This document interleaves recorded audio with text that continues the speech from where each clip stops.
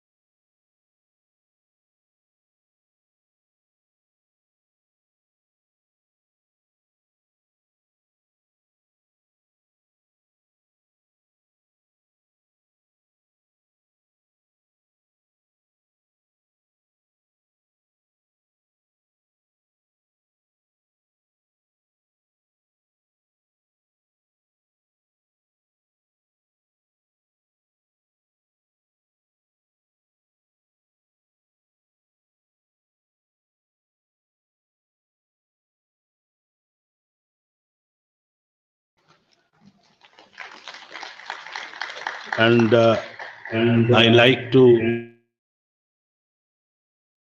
invite all our distinguished guests to the dais. Sri Prakash N. Shah, Sri Dhruvajyoti Mukherjee, Professor Dhruvajyoti Mukherjee, Professor Ho Chi Minh Tinagar, Professor Amrinder Pal Singh, and Girivar Singh. I want to invite to the dais Dr. Furkan Kama, former Vice Chancellor, Central University of Himachal Pradesh, Professor Chandrasekhar Chakraborty, former Vice Chancellor, WBUAFS, Dr. Sachidananda Sinha, retired professor, JNU, New Delhi, Professor Dr. Johor Nesha, former Vice Chancellor, JSS University, Professor Torun Noskor, our General Secretary, Professor George Joseph, and Professor Pradeep Mahapatru. Please come to the dais.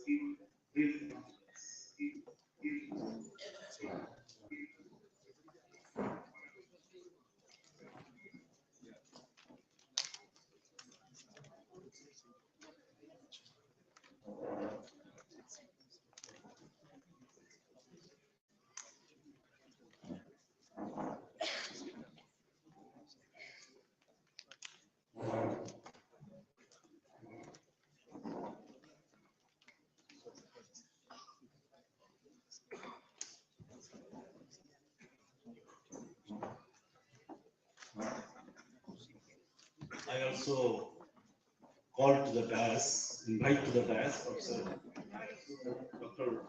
Khawaja N. Saeed, Professor and ex-Pro Vice Chancellor, Maulana Azad National Urdu University. Please come to the dais.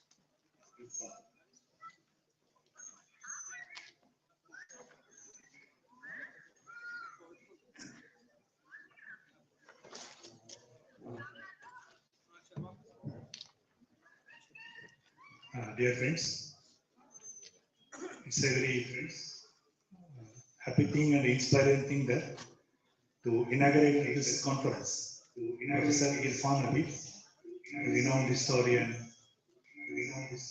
emeritus professor of Aligarh Muslim University.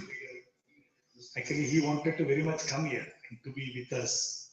You know, his age is nearing 93 years old now. So, little due to ill health, he is unable to come, but he has joined us online. So, he is with us.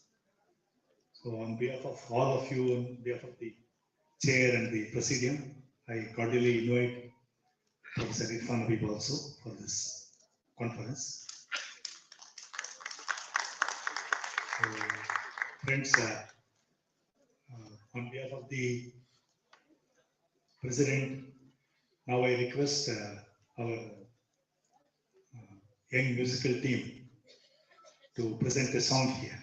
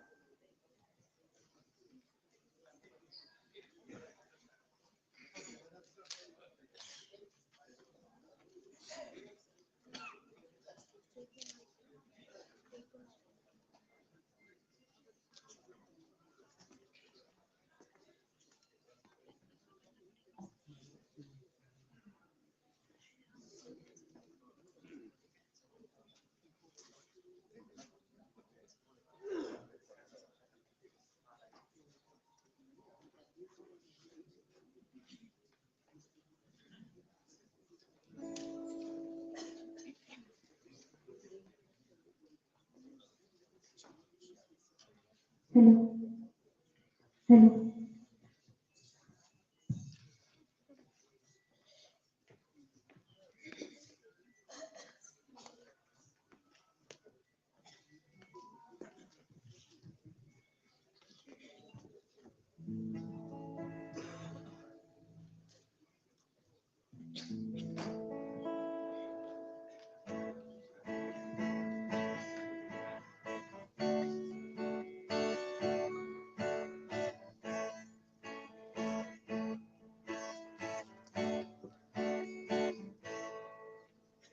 दबे पैरों से उजाला आ रहा है, दबे पैरों से उजाला आ रहा है, फिर कथाओं को खगाला जा रहा है, दबे पैरों से उजाला आ रहा है, फिर कथाओं को खगाला जा रहा है।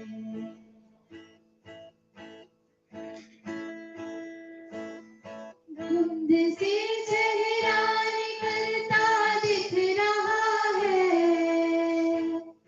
कौन क्षितिजों पर सवेरा लिख रहा है, चुप्पियां है ज़ुबां बनकर फूटने को, हाँ चुप्पियां है ज़ुबां बनकर फूटने को, दिलों में गुस्सा उबाला जा रहा है, जा रहा है, दबे पैरों से उजाला आ रहा है, फिर कथाओं को खगाला जा रहा है।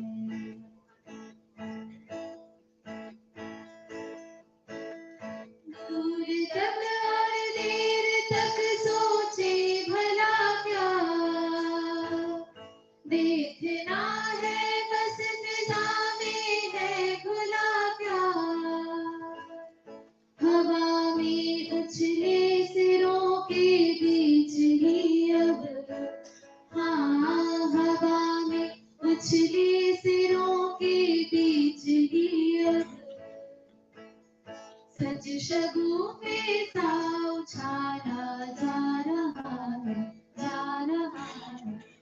दबे पैरों से उजाला आ रहा है।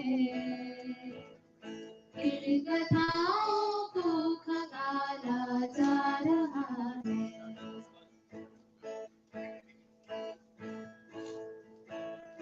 नाचते हैं भैंसियारों से रंगे हैं, जिधर देखो उस तरफ कोहरे टंगे हैं।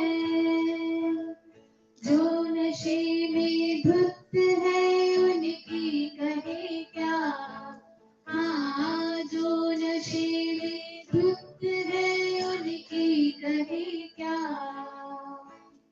होश वालों को संभाला जा रहा है, जा रहा है। दबे पैरों से उजाला आ रहा है। इन कथाओं को खंगाला जा रहा है।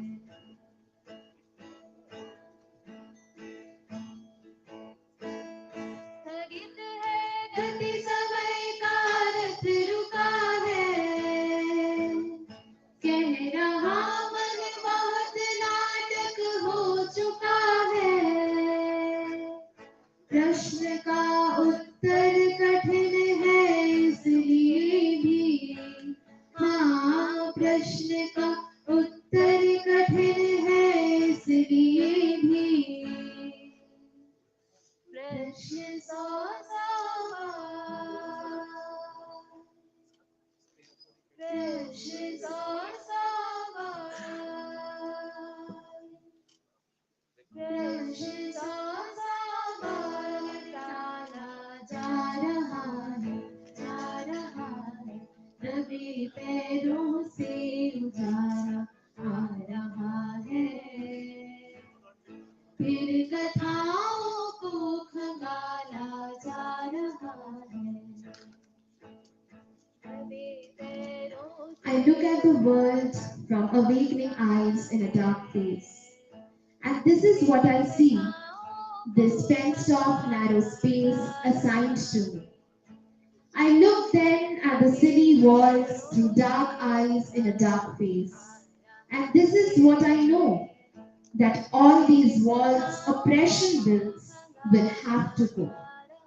I look at my own body with eyes no longer blind, and I see that my own hands can make the world that it's not in my mind. Then let us hurry, friend, the road to find. पैरों से उजाला आ रहा है। फिर कथाओं को, फिर कथाओं को खंगाला जा रहा है।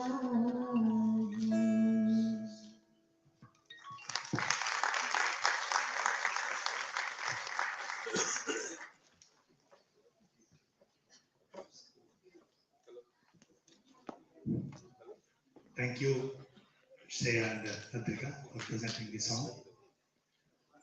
Friends, now a condolence resolution on behalf of the chair. I request our honorable president and the president of today's meeting to read out the condolence message.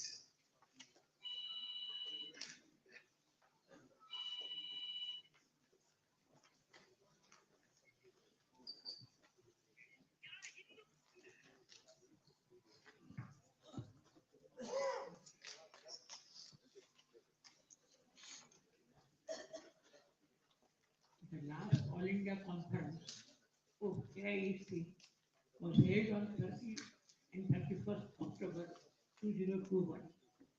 Since that time, we have lost our beloved General Secretary, Professor Anish Rai, who presented his last on 29 November 2022.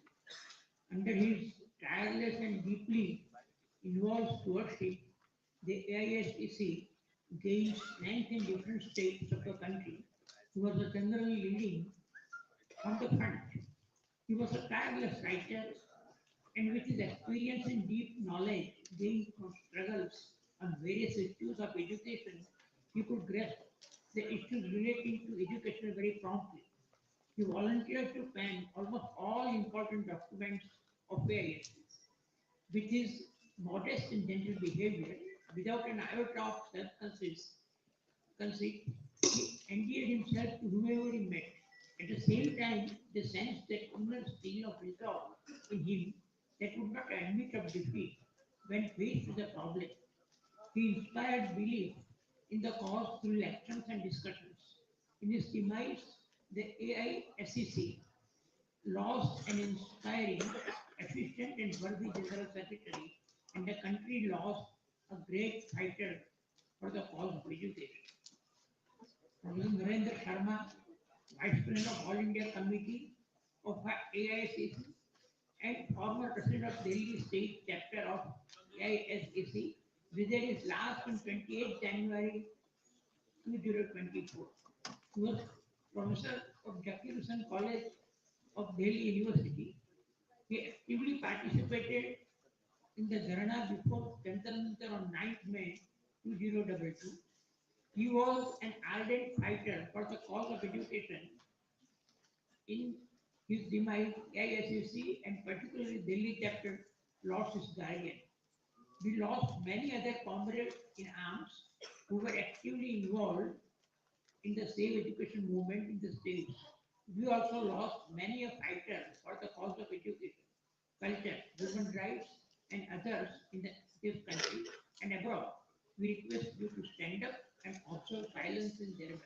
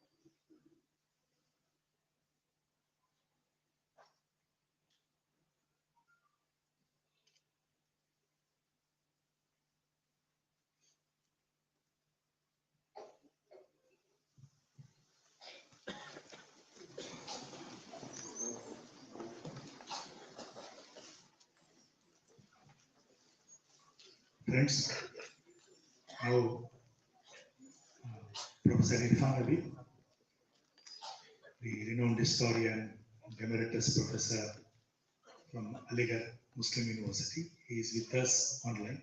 Already I told you, he very much wanted to come here and meet all of us. So, as he's unable to come, he'll be addressing us online. So our friends have made the arrangement. आवाज तेज कर दीजिए Presidium, I request all our respected dignitaries to please occupy the front row so that all of us can listen to the inaugural address of Professor Irfan Ali.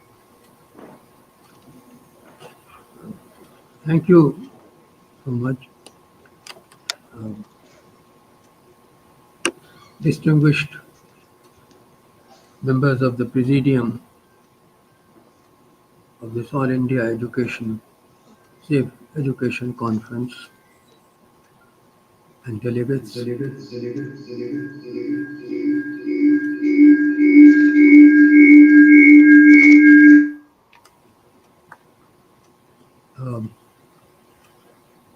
I hope I am being heard,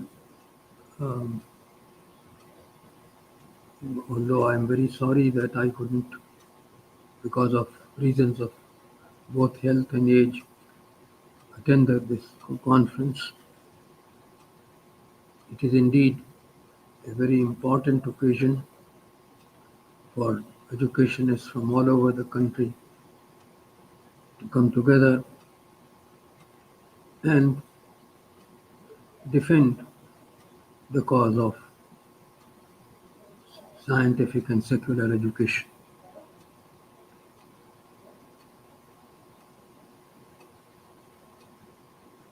One is seeing today a very large number of statements being issued by important people in the political structure about the past and the culture of our country.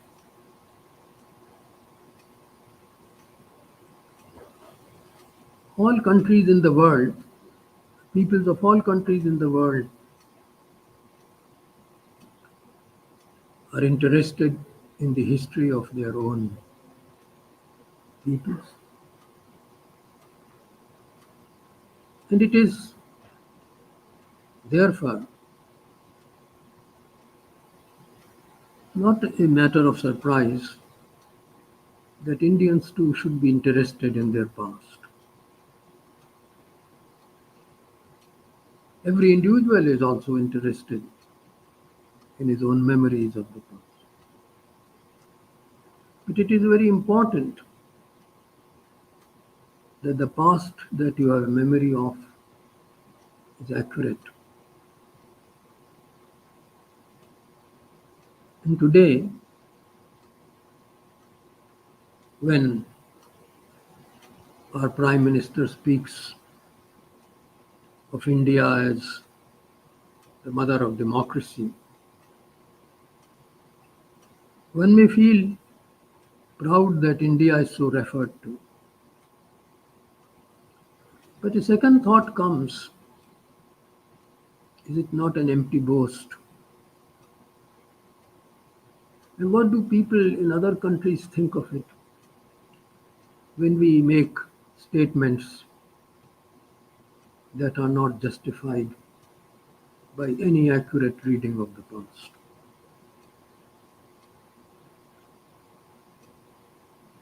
Surely, every country through its culture has made its own contributions to the civilization of the world. And India, being such a large country with such a large population, with such a long past,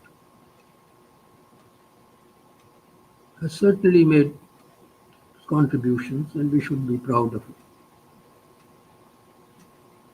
But it is important that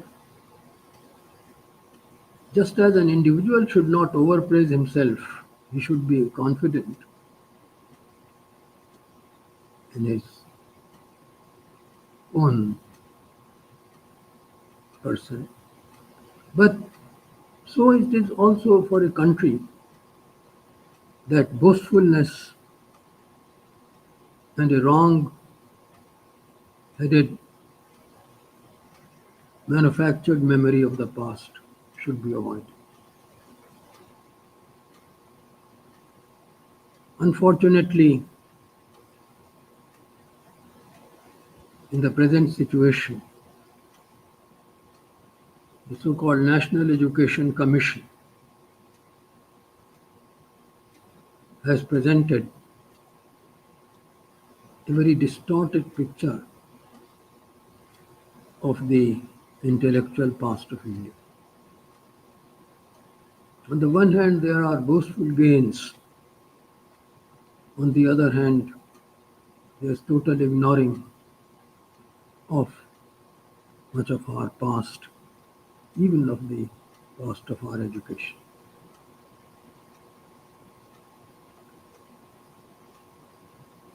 I will begin with the past that the National Education Commission in its report has referred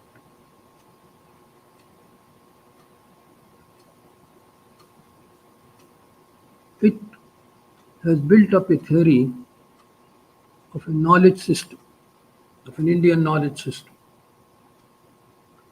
And that knowledge system is based on its own particular reading of the Manusmriti and Kautilya's Arthashastra. Gandhiji is not there. Modern educational theories are not there. It is a total unhistorical reconstruction of ideas attributed to what is called classical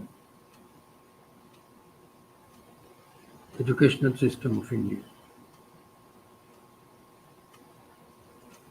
I don't know what is derived from the Manusmriti. These texts were important legal texts of the time. They bore the imprint of the prejudices of the time. They have little to tell us of reason and science today. Amazingly, the Indian National Education Commission has only two systems of education in mind, what it calls classical and what it attributes without quotations to Manusmriti and ancient texts, and the tribal. Clearly, such manufacturing of knowledge systems leads to a number of delusions. Our Prime Minister has been going around the world telling it that India is the mother of democracy. That discovery is attributed to the Indian Council of Historical Research. On what basis, I don't know. I'm not even familiar with any Sanskrit word from the classics which implies representative democracy or elections.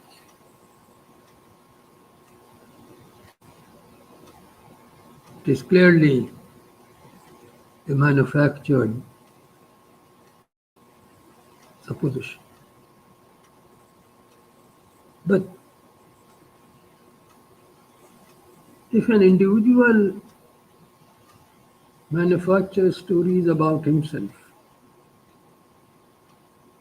what would you think of him? Clearly, when a nation is seen doing the same thing,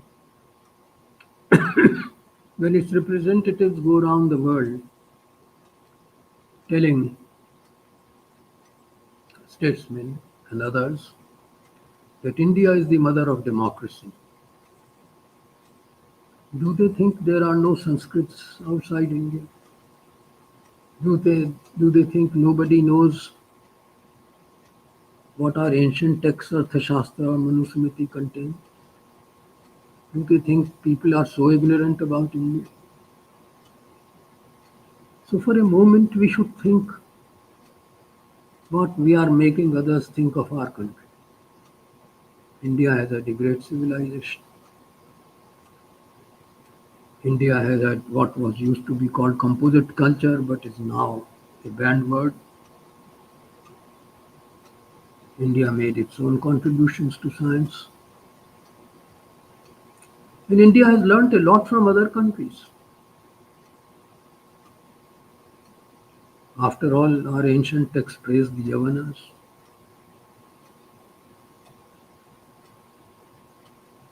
Al-Biruni learnt much from India, and India learnt later much from Arab scientists. And of course, we are beneficiaries of the entire modern stream of learning and education, which, whether we like it or not, originated in Europe. So we are now part of the world, and the world knows about us. The kind of things we now say about us, about ourselves, both inside the country and outside, doesn't bring any glory to our country. So, first of all, when we talk of our education, we must talk about accuracy, accuracy in learning, accuracy in statements. And the concept of education should be about learning, not about boasting.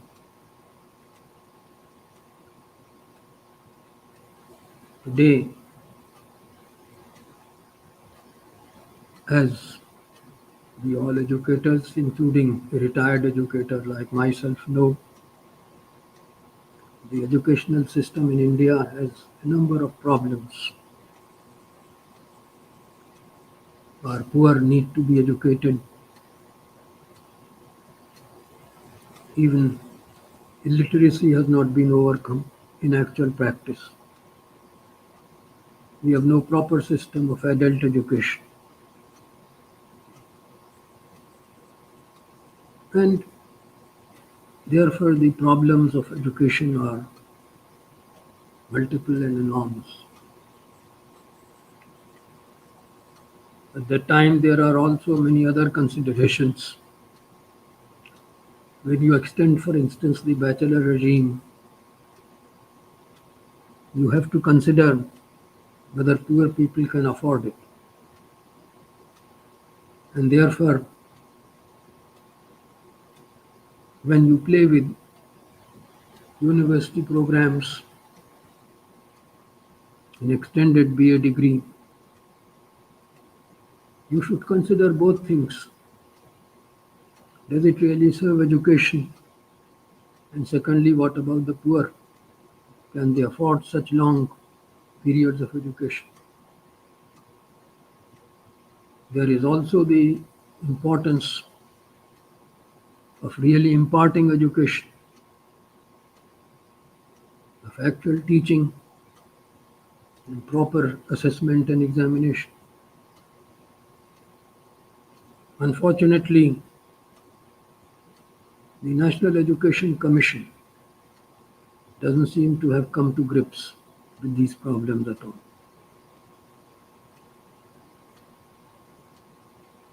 The problems of how to impart higher education in a poor country.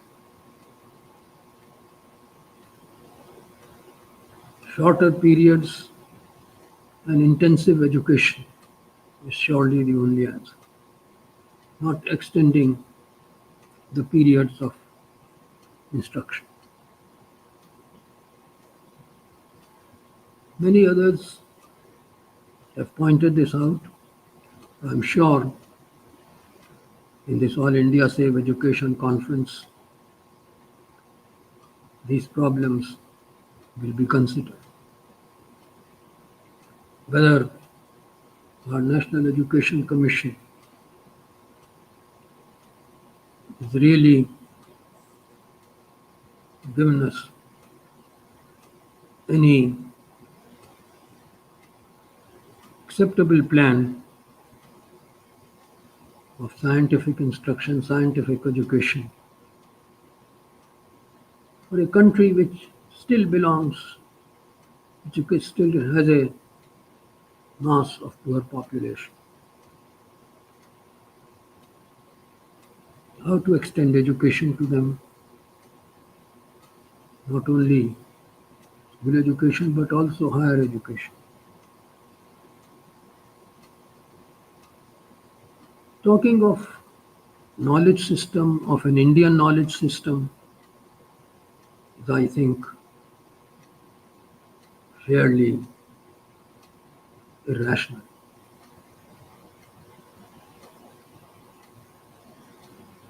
Knowledge is universal. Knowledge cannot be divided into nations. Our claim, we may make a very large number of claims.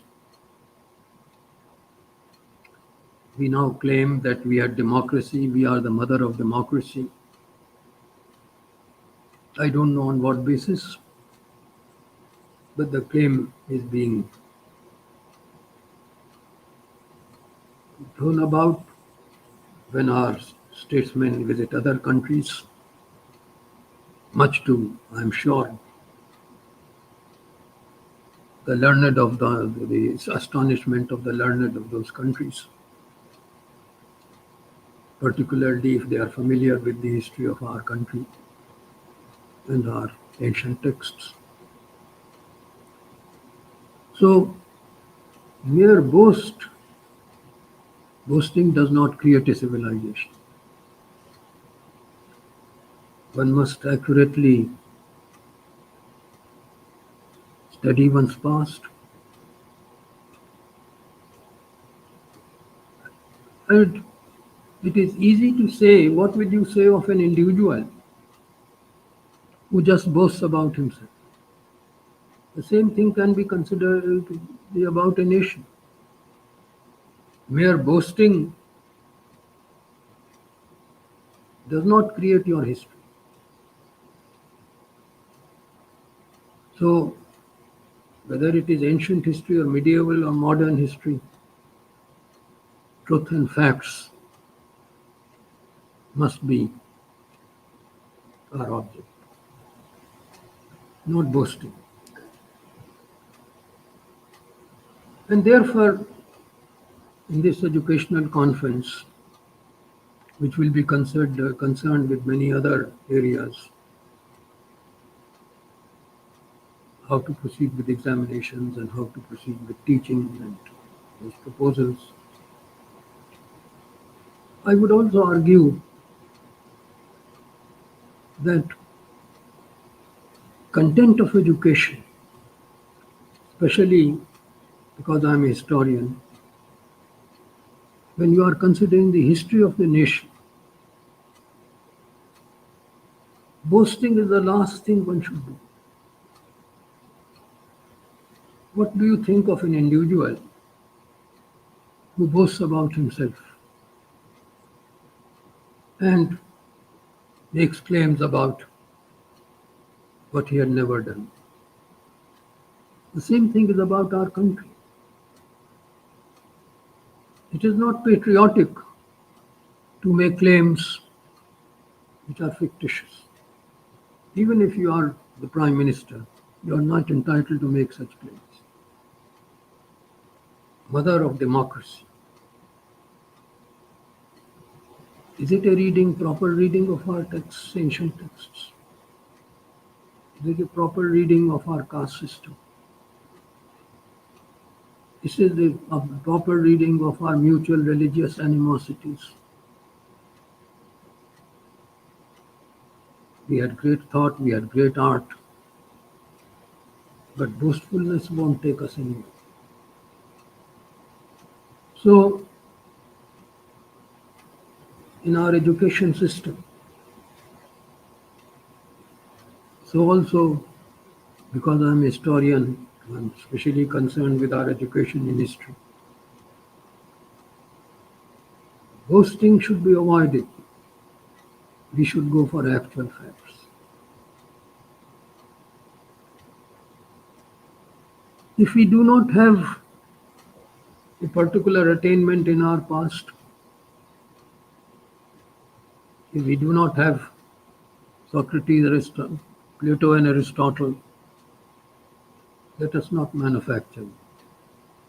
Every country can't have everything. And there are many things in the past that we can be proud of. And many things in our past from which we should learn, which we should avoid. Our national movement, and particularly Mahatma Gandhi, did so much to reform what was not good in our culture, reactionary in our culture. We have that particular heritage which we should be proud, that of reform, and social reform especially. Merely creating a myth in the name of history is a particular crime against our national heritage. We should be accurate. We should learn from our past faults. We should learn from the past. And we should also learn that there is a universal cult of humanity.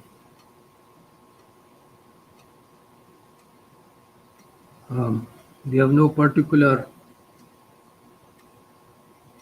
education system that is our own. We share an enlightened education system with the whole world. We should learn from what other countries have achieved. We should also have particular concern with our own past, but not only with the achievements of our own past, also with the shortcomings. Battery बहुत लो हो गई है।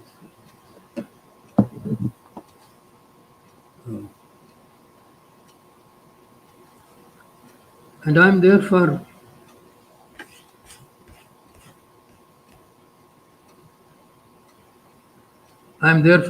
very much concerned, as many of our colleagues must be throughout the country, that the education system we are now instituting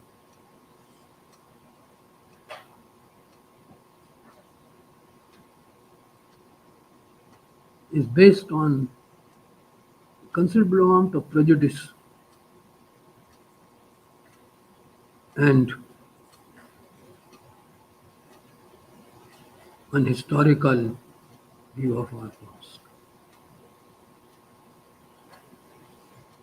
I see in the National Education Commission that they have a particular view of Indian knowledge system.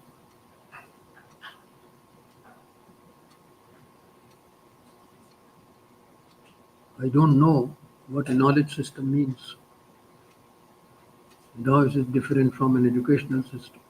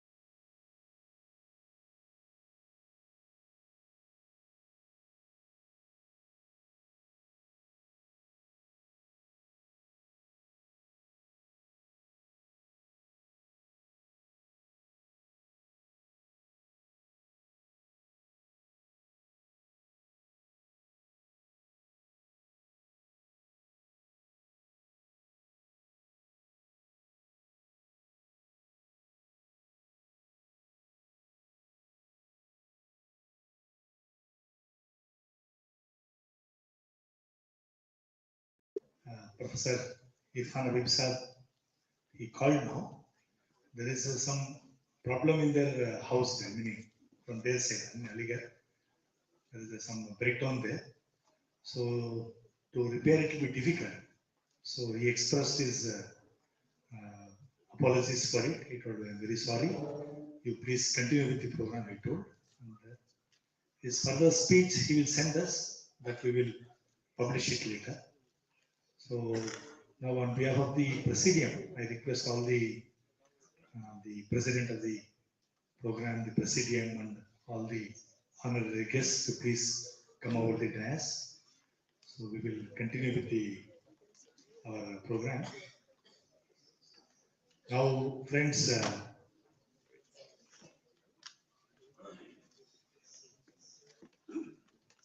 yes.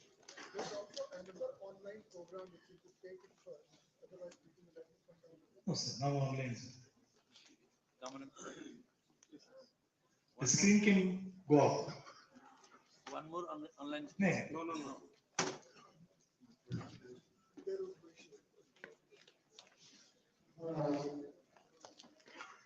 Can also sit here. Can also sit. Okay.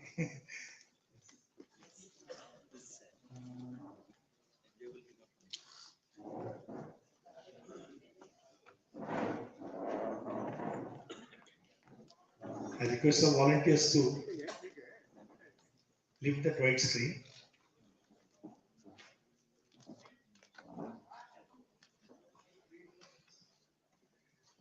Friends, I request Professor Amindrapal Singh, one of the member of the today's Presidium, to conduct the proceedings of the program, to please come over to the dais. And Mrs. Sharda Dikshit, the Secretary of Delhi Chapter of All India Seva Education Committee, she should also please come to the dais. Now, on behalf of the President, I request Professor Tarun Kanti Naskar. Most of you know, he is the General Secretary of our All India Civil Education Committee. He is a retired professor from Jadavpur University. So I request him to give the introduction.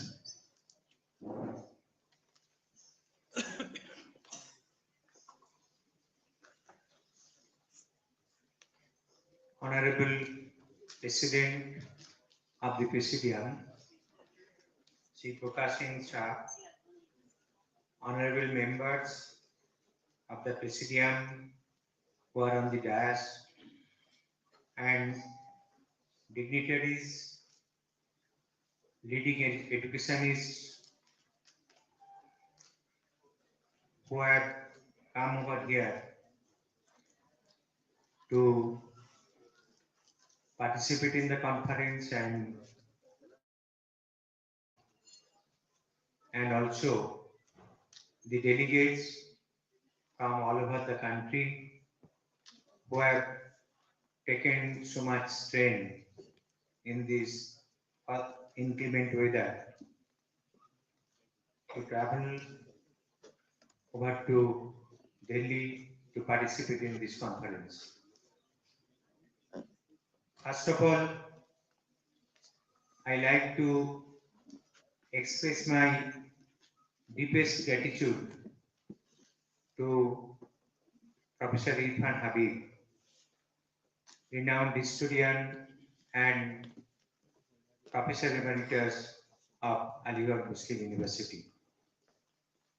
He expressed his desire so many times to be here with us and address the delegates. But due to his ill health, he could not. But he was with us and maybe still with us. And we have listened to his speech. We are very much inspired to whatever part of the speech we could listen. It will help us in guiding this movement against the disastrous policies, education policies that we are facing. Now, my first point is that dream and contemplation of the Renaissance leaders who fought for secular, democratic, and scientific education, and that should be universal. They fought for long during the colonial period. And their hope was that when India will be free, that education can be bestowed and be assured for our countrymen.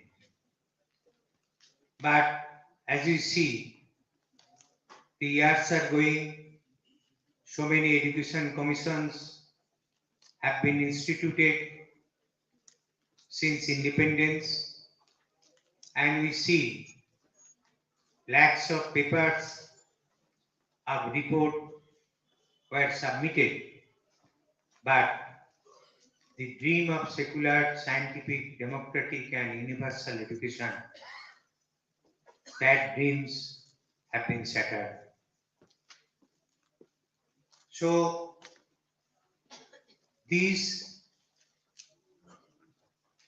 for this, we have been developing movement for long.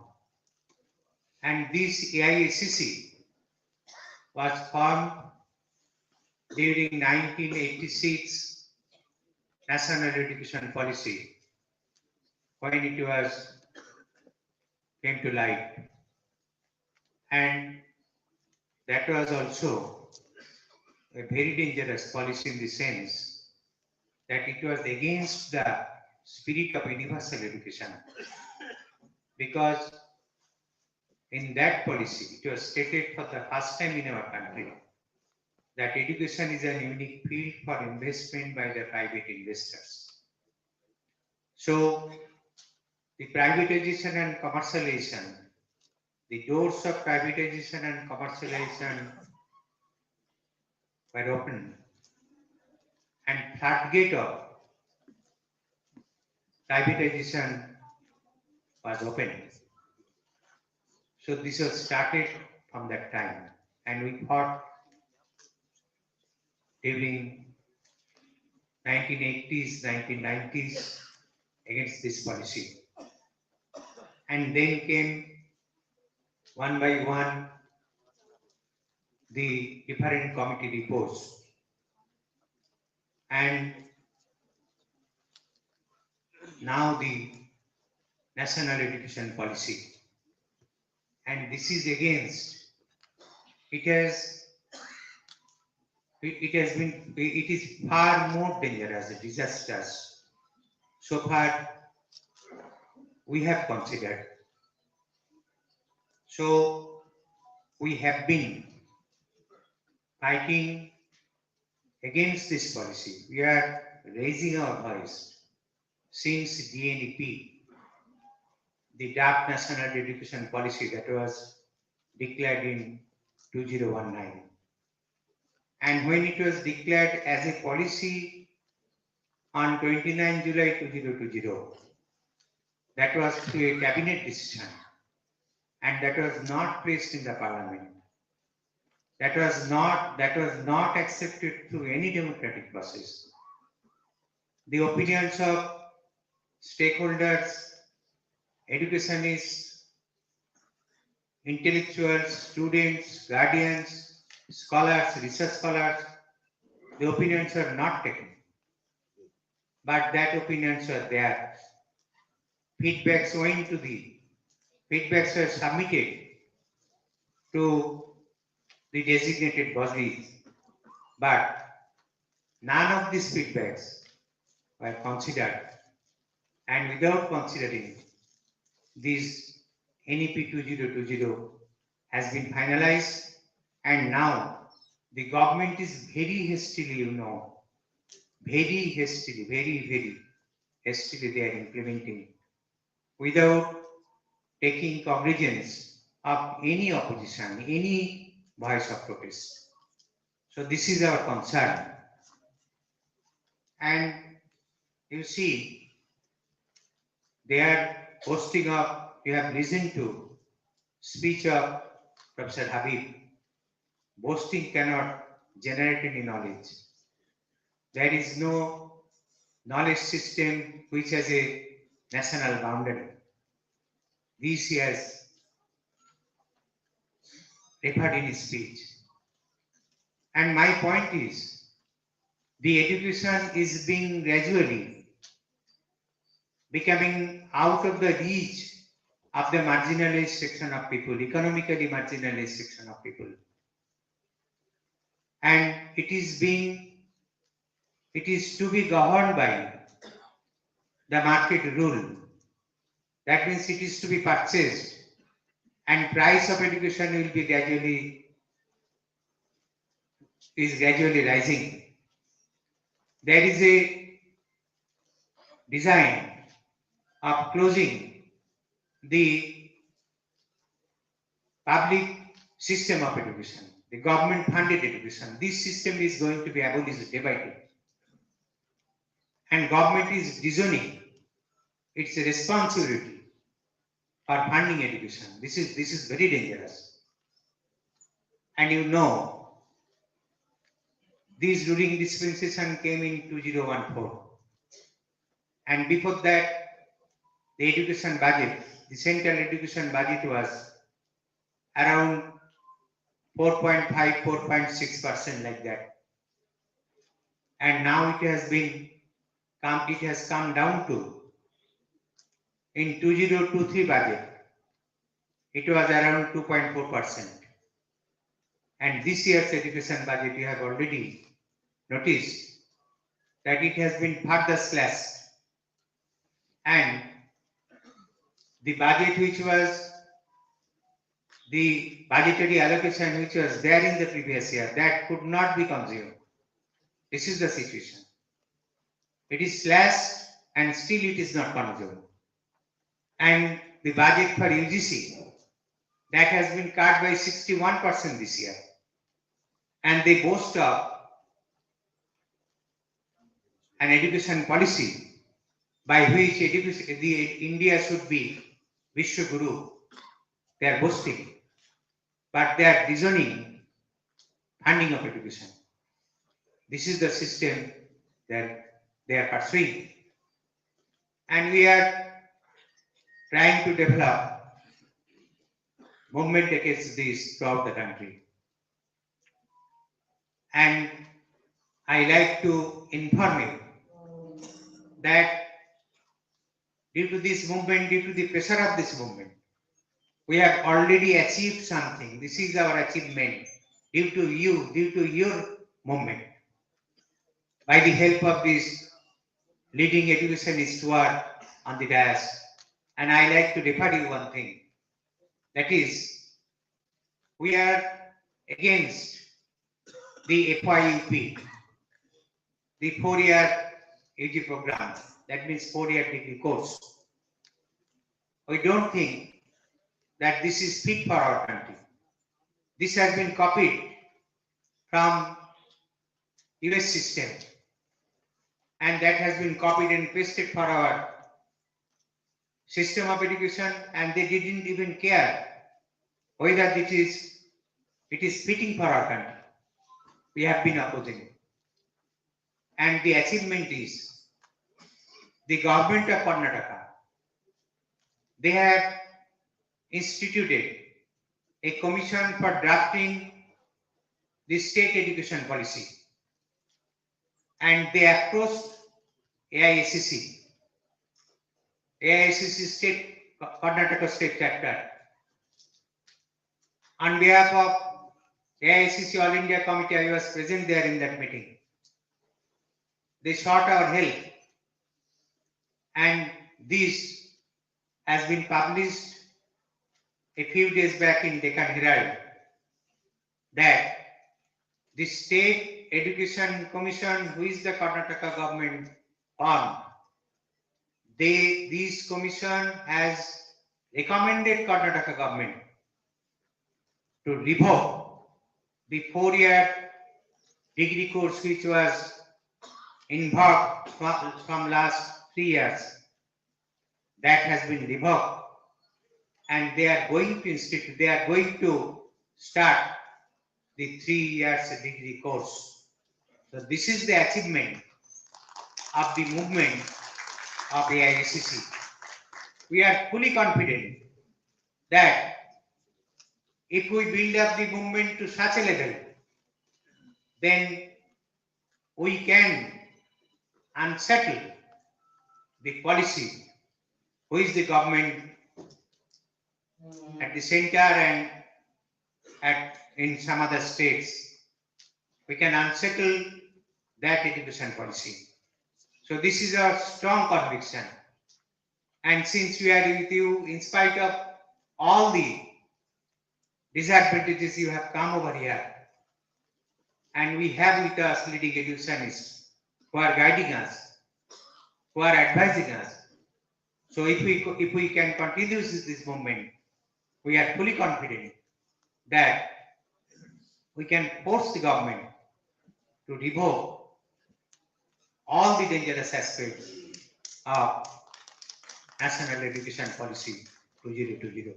With these few words, I like to conclude here. And before that, I like to mention that deliberations will be there. We will get the full speech of Professor Habib, and there will be deliberations throughout the day. In the first session, leading educationists will deliberate here.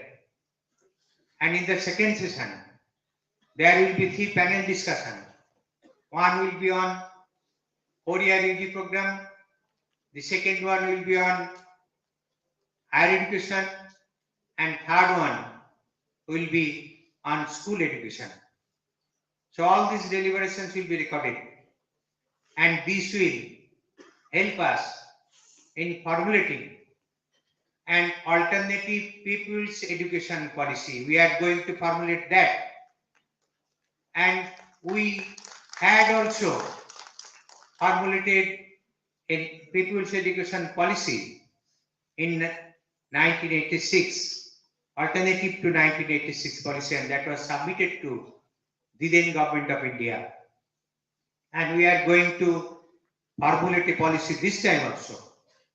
And the deliberations throughout the day that are being recorded, and that will help us to formulate that policy.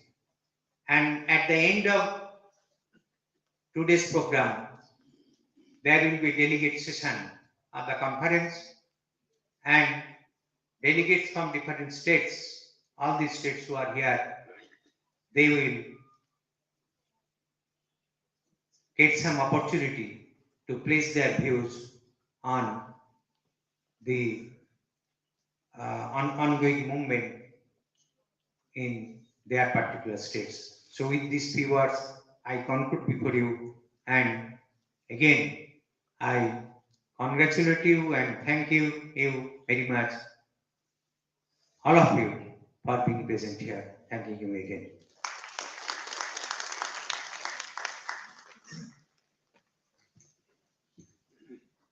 Thank you, Professor Naskar. Now I request Professor Pradeep Mahapatra. He is the Secretary of All India Civic Education Committee, Assam chapter, to read out the main resolution. And he is a member of the Secretariat of the All India Committee.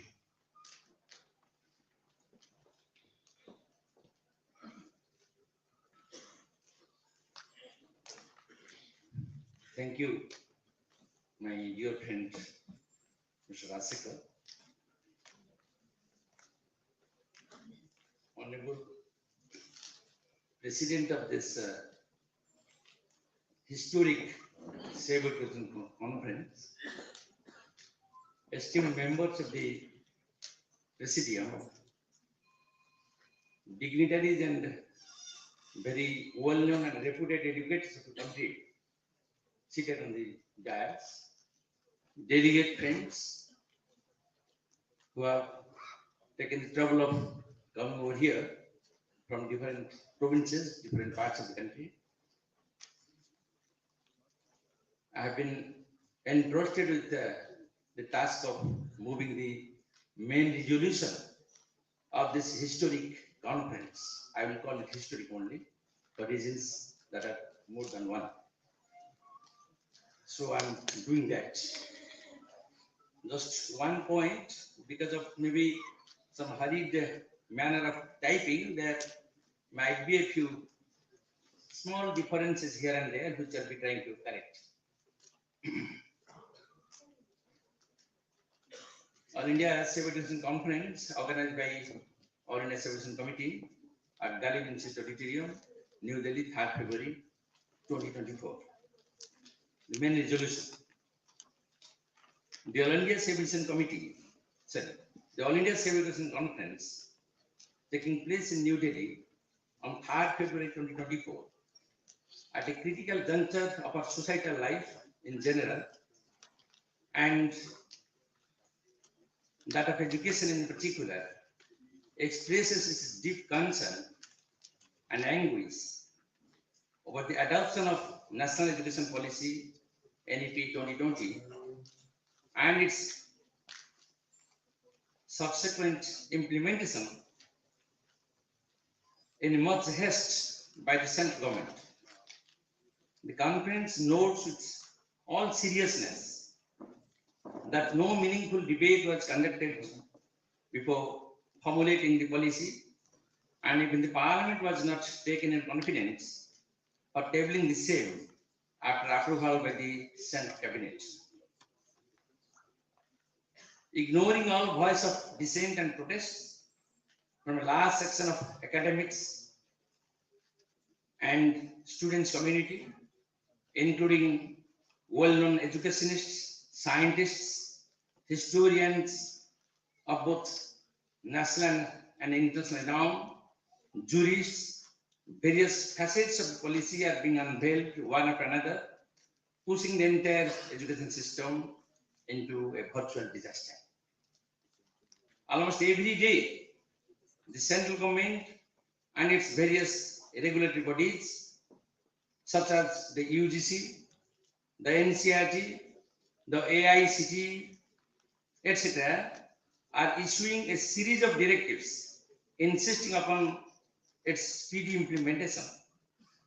Now all its prescripts, including replacement of the prevailing structure of education, that is 10 plus 2 plus 3 by 5 plus 3 plus 3 plus 4, deleting certain important chapters from the existing school syllabi, framing new national curriculum framework for school education, introducing the 4-year undergraduate program, FYEP,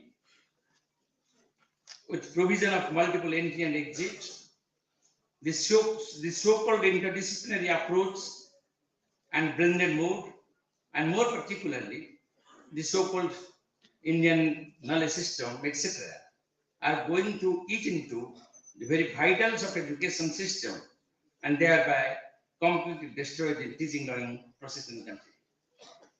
Notwithstanding the claims of the governmental authorities, it's clear that the NEP 2020 is aimed at achieving the three-pronged objectives. Firstly, dismantling the public funding education system completely and allowing big capital, both domestic and foreign, to invest in education to reap exorbitant profits. Secondly, robbing education of its very essence and core contents and replacing them with skill-oriented courses to produce cheap manpower for labor market, and wiping out the last vestiges of scientific thinking and rationality. Most alarmingly, it has paved the way for introducing the so-called Indian knowledge system, IKS they call it, at all levels. By promoting the IKS, the policy which attempts to distort the scientific and historical truths and it replaces them with a biased and communal narrative that will regiment the students' minds and thinking with obscurantist ideas and superstitious beliefs. Thirdly, taking away the autonomy of education and academic freedom with concentration of all powers in the hands of the central regulatory bodies placed under the dictates of the union government. In a word, the NEP 2020 is slated to bring about an all-out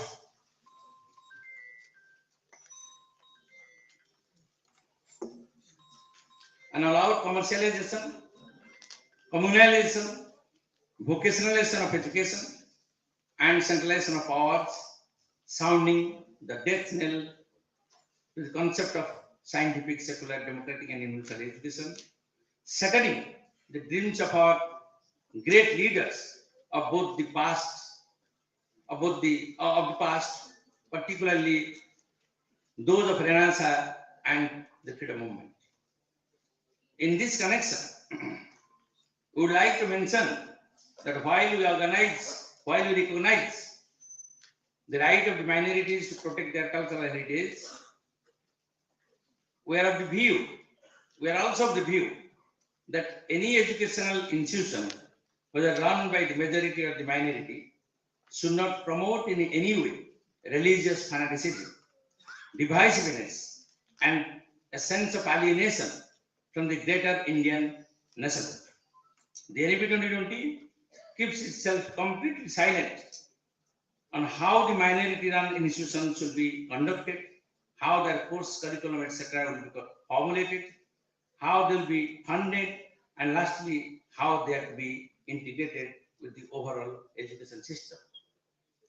Another disturbing aspect of the education policy is the shift of emphasis to providing online education in replacement of the time-tested system of classroom-based teaching and learning through face-to-face interaction between the teacher and the taught. The policy wants to rope in more than 50% of the students under the purview of online education. The policy, yes, even a plan is afoot to open fully digital universities, digital education, it obviates to say, will be based on computers, laptops, smartphones, and educational apps. So there will be no need to open new colleges or universities, recruit teachers, establish libraries or laboratories, and arrange funds for research. Even some of the existing colleges and universities might also close down.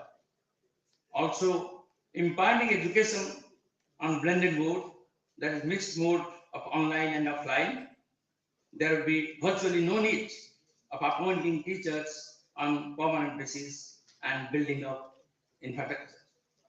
At this crucial moment, when education in a country is faced with such a dangerous eventuality, this conference firmly believes that only a mighty safe education movement throughout the country, by building safe education committees from grassroots level, can force the governments both at the center and in the states for introducing a pro-people education policy in place of the present NEP 2020. It's heartening to note that the academic community and students at large are gradually realizing the implications of the policy and coming out with ever increasing vigor and strength. So the need of the hour is to press the following demands. Press for the following demands by crystallizing their voices of protest in a more organized and sustained manner. So the demands are: first, introduce a pro-people education policy in place of the present NEP 2020. Second, constitute an independent education commission for evolving a pro-people education policy based on scientific, secular, and democratic principles. Third, allot at least 10% of the central budget, 30% of the state budget, and 6% of GDP for education. Fourth, ensure meaningful debate discussion with well-known academicians, educationists, teachers, students, and guardians before going to adopt an education policy without any governmental interference. Fifth and last, no, a big no to measures leading to centralization of unchecked power, the curb academic autonomy, and democratic rights of teachers and students. This is the main resolution that I read out. Just, I am not either scheduled to or supposed to speak, make a speech here. Just with, I seek the, very humbly, I seek the permission of the chair just to speak one sentence or maximum two, that which I hope would lend some strength to this resolution. Friends, you have listened to the very valuable speech of Dr. Habib sir, and thereafter listen to our General Secretary, Professor Tonkan Nas. Just one point I'd like to say. As regards the future of education in this country, we are all standing at the crossroads. We have two ways before us. Either we have to take all this lying down, allowing the imminent and inevitable destruction of education in this country, or we have to stand up and raise our voice of protest in unison against this conspiracy of finishing education. Choice is ours, and ISEC has decided to stand up and protest. Thank you.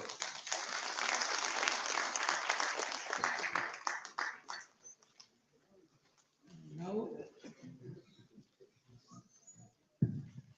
a request to all the honorable speakers to restrict their speeches within limits of 8 minutes.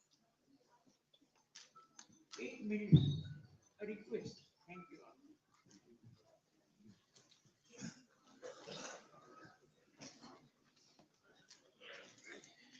Thank you, sir.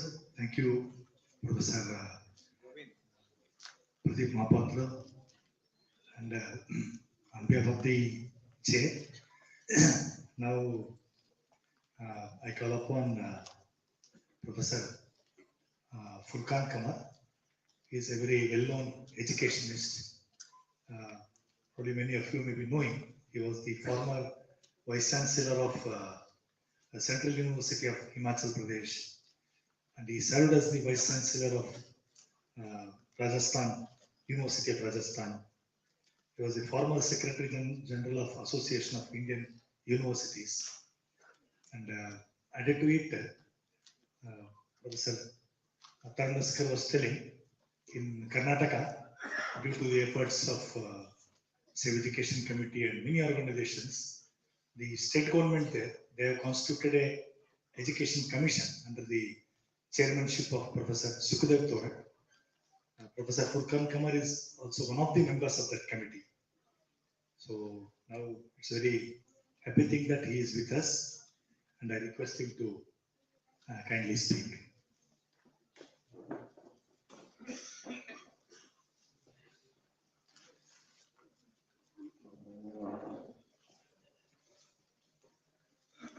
Rajshekhar जी, आपका बहुत बहुत आभार कि आपने मुझे convince किया और इस मौके पर बुलाया। बड़े अजीब वक्त से गुजर रहे हैं हम लोग, क्या कहें, कुछ समझ नहीं आता, चुप भी लेकिन रहा नहीं जाता। कुछ कन्फेशन कि ये जो नई एजुकेशन पॉलिसी जिस पर हम लोग बहस कर रहे हैं और जिसके बहुत सारी चीजों को लेकर के हम लोग चिंतित हैं, जब ये बन रही थी तो उस दौरान मैं भी उन लोगों में से था जिनको के कंसल्ट किया, और मैं ये भी कह सकता हूं कि इस पॉलिसी में कुछ चीजें ऐसी हो सकती हैं और हैं जो या तो अपने पिछले रूप में या उस कंसल्टेशन के दौरान जो बातें कही गई वो उसमें रिफ्लेक्टेड भी है। लेकिन अब जब पॉलिसी जिस तरीके से हम लोगों के सामने आई और जिस तरह से उसको इम्प्लीमेंट किया जा रहा है, तो अपने किसी एक इंटरव्यू में हमने मुझसे किसी ने जब पूछा कि इस पॉलिसी के बारे में क्या ख्याल है, तो मैंने कहा कि भाई मैं ब्लैक और वाइट, काले और सफेद के बीच में तो नहीं देखता, लेकिन इसमें गुड बैड अगली ये तीनों चीजें, कुछ चीजें अच्छी हैं लेकिन उनको और अच्छा बनाया जा सकता है, उसके बारे में हम लोग बात करेंगे क्योंकि आप लोग अल्टरनेटिव पॉलिसीज के बारे में सोच रहे हैं। सबसे पहले उन चीजों को लेते हैं जिससे सबसे ज्यादा परेशानी है। हम डेमोक्रेसी में रहते हैं, डेमोक्रेटिक डायलॉग्स में विश्वास करते हैं, हम ये चाहते हैं कि एक पार्टिसिपेटरी और कंसल्टेटिव प्रोसेस से एक पॉलिसी इवॉल्व और वो पॉलिसी जनता के हित में। इस नेशनल एजुकेशन पॉलिसी की सबसे बड़ी प्रॉब्लम ये है कि कहा तो ये गया कि कई लाख लोगों के साथ कंसल्टेशन हुआ, लेकिन उन कंसल्टेशन का कोई बैकग्राउंड, कोई डिटेल हम लोगों के समक्ष मौजूद नहीं है कि हम देख सके कि लोगों ने क्या कहा और उनमें से क्या माना गया और क्या नहीं माना गया। दूसरे, जब कस्तूरी रंगन कमेटी की 500 पेज की रिपोर्ट आई तो वो तो केब के सामने गई, लेकिन जब उस 500 पेज को 66 पेज किया गया तो न तो वो केब के सामने गई, न उस पर कोई डिस्कशन हुआ, बल्कि वो एक दिन मालूम हुआ कि उस कमेटी को कैबिनेट से अप्रूवल मिल गया। मेरा ख्याल हम लोगों की सबसे बड़ी समस्या इस पॉलिसी को लेकर के ये है।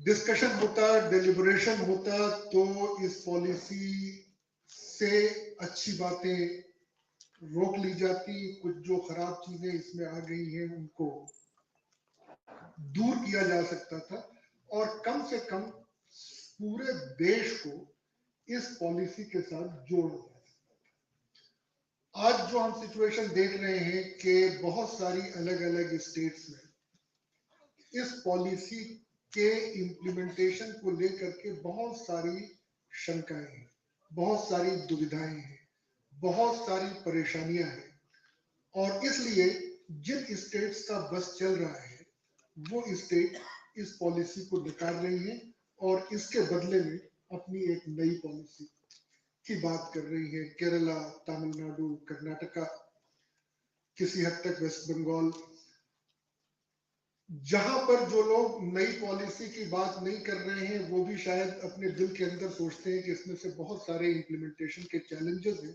लेकिन उनकी अपनी मजबूरियां हैं, वो एक ऐसी आइडियोलॉजी से बंधे हुए हैं कि उसको मना नहीं कर पा रहे हैं।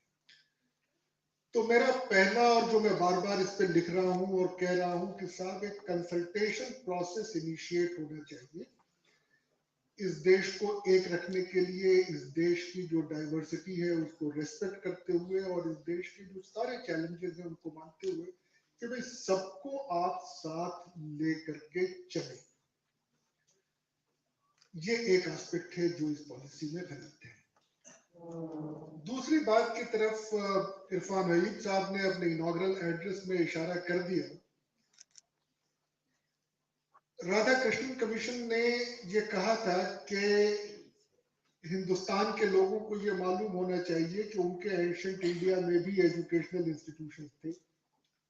तक्षशिला था, नालंदा था, विक्रमशिला था, वल्लभी था, लेकिन अपने बच्चों को ये भी बता देना चाहिए कि आज का जो शिक्षा का रूप है, आज की जो यूनिवर्सिटियां हैं, उन यूनिवर्सिटियों का उन शैक्षिक संस्थाओं से कोई वैसा संबंध नहीं है।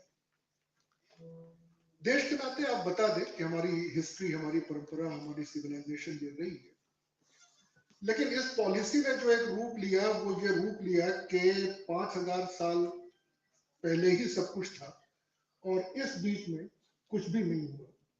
जबकि ये बात समझ में नहीं आती, क्योंकि हम में से जिन लोगों ने भी अपना इतिहास पढ़ा है और शिक्षा का इतिहास पढ़ा है, तो जब हम आजाद हुए थे तो 20 यूनिवर्सिटियां थी, आज अगर 1035 यूनिवर्सिटियां हैं, 1 लाख स्टूडेंट थे, और अगर आज जो है वो 4.5 करोड़ स्टूडेंट है, और उस समय अगर कोई महिला टीचर नहीं थी और महिला स्टूडेंट नहीं थे, और आज उनकी भागीदारी तकरीबन बराबर है, तो ये सब तक्षशिला और नालंदा से इसका सोर्स नहीं मिलता है। इसका सोर्स मिलता है हमारे पोस्ट इंडिपेंडेंस जो डेवलपमेंट हायर एजुकेशन में हुआ है। तो मेरा ख्याल ये जो हिस्टोरिकल रॉन्ग है इस पॉलिसी में, उसको लेकर के हमारी चिंता है। तीसरी चीज, क्योंकि समय बहुत कम है, बिल्कुल मोटे मोटे तौर पे सबसे बड़ी समस्या ये है कि जो लिखा जाए वही पढ़ा जाए और वही अमल में लाया जाए, तब तो बात समझ में आती है। अगर लिखा कुछ हो और पढ़ा उसको अपनी सुविधा के हिसाब से जाए और समझा उसको अपनी सुविधा के अनुसार जाए और इंप्लीमेंट कुछ और किया जाए, तो यहां पर आकर के एक शंका पैदा होने लगती है कि हम किस रास्ते पर जा रहे हैं और हमारी मंजिल क्या है। वो है मंजिल जो लिखी हुई है या वो है मंजिल जो हमने समझा है। तो अब तो कभी कभी लगता है कि अब ये पॉलिसी एक एक्सक्यूज बन गई है कि आप जो भी करना चाहें वो कर दीजिए और ये कहिए कि नई शिक्षा नीति के अनुसार हम इस पॉलिसी को कर रहे हैं। उदाहरण के तौर पे मैंने उसको कई बार पढ़ा, शिक्षा नीति में ये लिखा हुआ है कि साहब दाखिलों के लिए एक आधार होना चाहिए। आधार जो है वो ऑब्जेक्टिव होना चाहिए, उसमें सब्जेक्टिविटी नहीं होनी चाहिए। हम सब लोग इससे एग्री करेंगे कि सबको बराबर का अगर अवसर देना है तो आप ऐसा पैमाना अपनाएं। उन्होंने साथ में ये कहा कि साहब एक एनटीए बनी हुई है, वो अपना कुछ टेस्ट करेगी, लेकिन उस टेस्ट को सबके ऊपर इम्पोज नहीं किया जाएगा। ये पॉलिसी में लिखा हुआ है। ये निर्णय हर यूनिवर्सिटी का अपना निर्णय होगा कि वो एनटीए के स्कोर को माने या न माने। लेकिन हुआ क्या कि नहीं आया कि जैसा शिक्षा नीति में कहा गया है, अब सारे केंद्रीय विश्वविद्यालयों के लिए एक दाखिले की प्रक्रिया होगी, और न सिर्फ ये कि केंद्रीय विश्वविद्यालयों के लिए एक प्रक्रिया होगी, बल्कि एक देश एक परीक्षा की प्रणाली लागू होगी, वन नेशन वन एग्जामिनेशन। अब सवाल ये उठता है कि हम पढ़ें किसको, पॉलिसी पढ़ें या जो आप इंप्लीमेंट कर रहे हैं। जिस तरह से आप शुरू में लगता था कि शायद लोगों ने पढ़ा नहीं है इसलिए ये कंफ्यूजन है, लेकिन अब ये लगता है कि प्रॉब्लम कहीं पर कुछ और है। मुझे कभी कभी ऐसा लगता है जो बैड वाला पार्ट है कि शायद हमें प्रॉब्लम 70% कंटेंट से नहीं है, 30% कंटेंट के बारे में समझते हैं। 70% कंटेंट के बारे में प्रॉब्लम नहीं है, हमारी प्रॉब्लम जो है वो उस इंटेंट के बारे में है, जिस इंटेंट से ये पॉलिसी इंप्लीमेंट की जा रही है। मेरा ख्याल अगर हमें चैलेंज करना है तो इस इंटेंट को चैलेंज करना है कि भाई हम चाहते क्या है। बिल्कुल आखिर में जिस तरीके से इस नई शिक्षा नीति ने प्राइवेट सेक्टर को यूलोजाइज किया है, उसके पहले की किसी भी शिक्षा नीति ने प्राइवेट सेक्टर को यूलोजाइज नहीं किया था। एजुकेशन की जो पॉलिसी 86 और 92 का प्रोग्राम ऑफ एक्शन था, उसके बाद बिरला अंबानी की रिपोर्ट और एक दो और रिपोर्ट्स थी जिन्होंने यूलोजाइज किया था, लेकिन सरकारों ने उसको कभी नहीं माना था। इस पॉलिसी में पहली बार ये कहा गया कि नहीं साहब, जो ग्रोथ होगी वो प्राइवेट सेक्टर के पार्टिसिपेशन से होगी, प्राइवेट सेक्टर की बहुत अहम भूमिका होगी और प्राइवेट सेक्टर को वो सारे अधिकार मिलेंगे जो पब्लिक सेक्टर के अधिकार हैं। यूलोजाइज किया। अब तक प्राइवेट सेक्टर जो है एक्सीडेंटली हायर एजुकेशन में आ रहा था, अब बाकायदा एज ए पॉलिसी आ रहा है। और जब ये पॉलिसी नहीं थी तब भी प्राइवेट सेक्टर का जिस तरह से उत्थान हो रहा था हायर एजुकेशन में, वो खराब था। लेकिन अब ये मानना के साथ जो प्रॉफिट मैक्सिमाइजेशन, प्रॉफिट ओरिएंटेशन के ऑब्जेक्टिव से जो संस्थाएं बनी हैं, उनसे आप ये अपेक्षा करें कि वो अल्ट्रुइस्टिक भी हो, वो समाज के हित में काम करें, तो बड़ी डायकोटमी सी है। और ये पॉलिसी कहती है कि साहब प्राइवेट इंस्टीट्यूशन को हम फरोग देंगे, लेकिन वो पब्लिक स्पिरिटेड होनी चाहिए। और आज तक हमने से किसी को नहीं मालूम कि वो पब्लिक स्पिरिटेड क्या होगा। तो इसके बारे में क्लैरिटी हमें पैदा करनी होगी। बस ये नहीं कह पाई ये पॉलिसी के साथ आज के बाद से अब शिक्षा पर सरकार कोई व्यय नहीं करेगी। तो इसलिए ये कहा गया उस पॉलिसी में कि साथ सन 68 में जो कोठारी कमीशन ने कहा था कि 6% जीडीपी का शिक्षा पर खर्च किया जाएगा, तो हम उस बात को दोहराते हैं। बाकी चीजों के तो टारगेट कर दिए गए कि 2035 तक ग्रॉस एनरोलमेंट रेशो जो है वो 50% हो जाएगा वगैरह वगैरह। लेकिन इसके बारे में कुछ नहीं है कि ये 6% का टारगेट हम कब पूरा करेंगे, कितने दिन लगेंगे, 5 साल, 10 साल, 15 साल, 20 साल, इसके बारे में कुछ नहीं है। तो ये बात हवा की होगी। और सबसे चिंता की जो बात है कि जब से पॉलिसी बनी है, अब जल्दी ही हम चौथा साल सेलिब्रेट करेंगे। ये पहली पॉलिसी है जिसको कि हर साल हम लोग सेलिब्रेट कर रहे हैं और बड़े फैनफेयर के साथ सेलिब्रेट कर रहे हैं और ऐसे ऐसे आर्गुमेंट के साथ सेलिब्रेट कर रहे हैं कि आप सोचे तो समझ में नहीं आता कि उस आर्गुमेंट में क्या है। खैर, तो ये कहा गया है इसमें कि 6% तो होगा, कोई वो तय नहीं है। और जब से ये पॉलिसी बनी है और 3 साल के सेलिब्रेशन और चौथे साल की उम्मीद के बीच में एजुकेशन का बजट कम होता जा रहा है। और अभी कल की खबर है कि यूजीसी का बजट 61% कम कर दिया गया। माइनॉरिटीज का बजट तकरीबन 2/3 कम कर दिया गया, माइनॉरिटीज एजुकेशनल इंस्टीट्यूशन का। और मजे की बात यह है कि यूजीसी वाले खुद सेलिब्रेट कर रहे हैं कि नहीं साहब शिक्षा का बजट बढ़ गया। तो ये जो सारी समस्याएं हैं, इन समस्याओं से कैसे निपटे, ये हमारे सामने एक बहुत बड़ा चैलेंज है। मैं अपनी बात में राजशेखर साहब से कह रहा था कि ऐसा ना हो कि मैं आऊं और मैं जो बात कहूं तो वो समझ में ना आए। मेरा ख्याल हमको जब आप अल्टरनेटिव पॉलिसीज जब ड्राफ्ट कर रहे हैं तो ये देख लीजिए कि इसमें से जो अच्छा है उसको उस पर डिलिबरेट करें और उसको रखने की कोशिश करें। अगर हम ऐसा नहीं करेंगे तो हम ये सिद्ध करेंगे कि साहब हम स्टेटस कोइस्ट हैं और जैसा पहले था वही अच्छा है, जो शायद उचित नहीं होगा। हम बदलते समाज में रह रहे हैं और बदलते समाज की जरूरतें अपनी अलग हैं, आवश्यकताएं अपनी अलग हैं, तो हमें समय के साथ तो चलना होगा। जो बुरा है उसको अच्छा करने की कोशिश की जानी चाहिए ताकि हम अल्टीमेटली पर्पस क्या है, अल्टीमेटली हमारे, मैं स्कूल एजुकेशन की बात नहीं करता क्योंकि मुझे बहुत ज्यादा उसके बारे में नहीं मालूम, दूसरे विद्वान हैं वो जो बात करेंगे।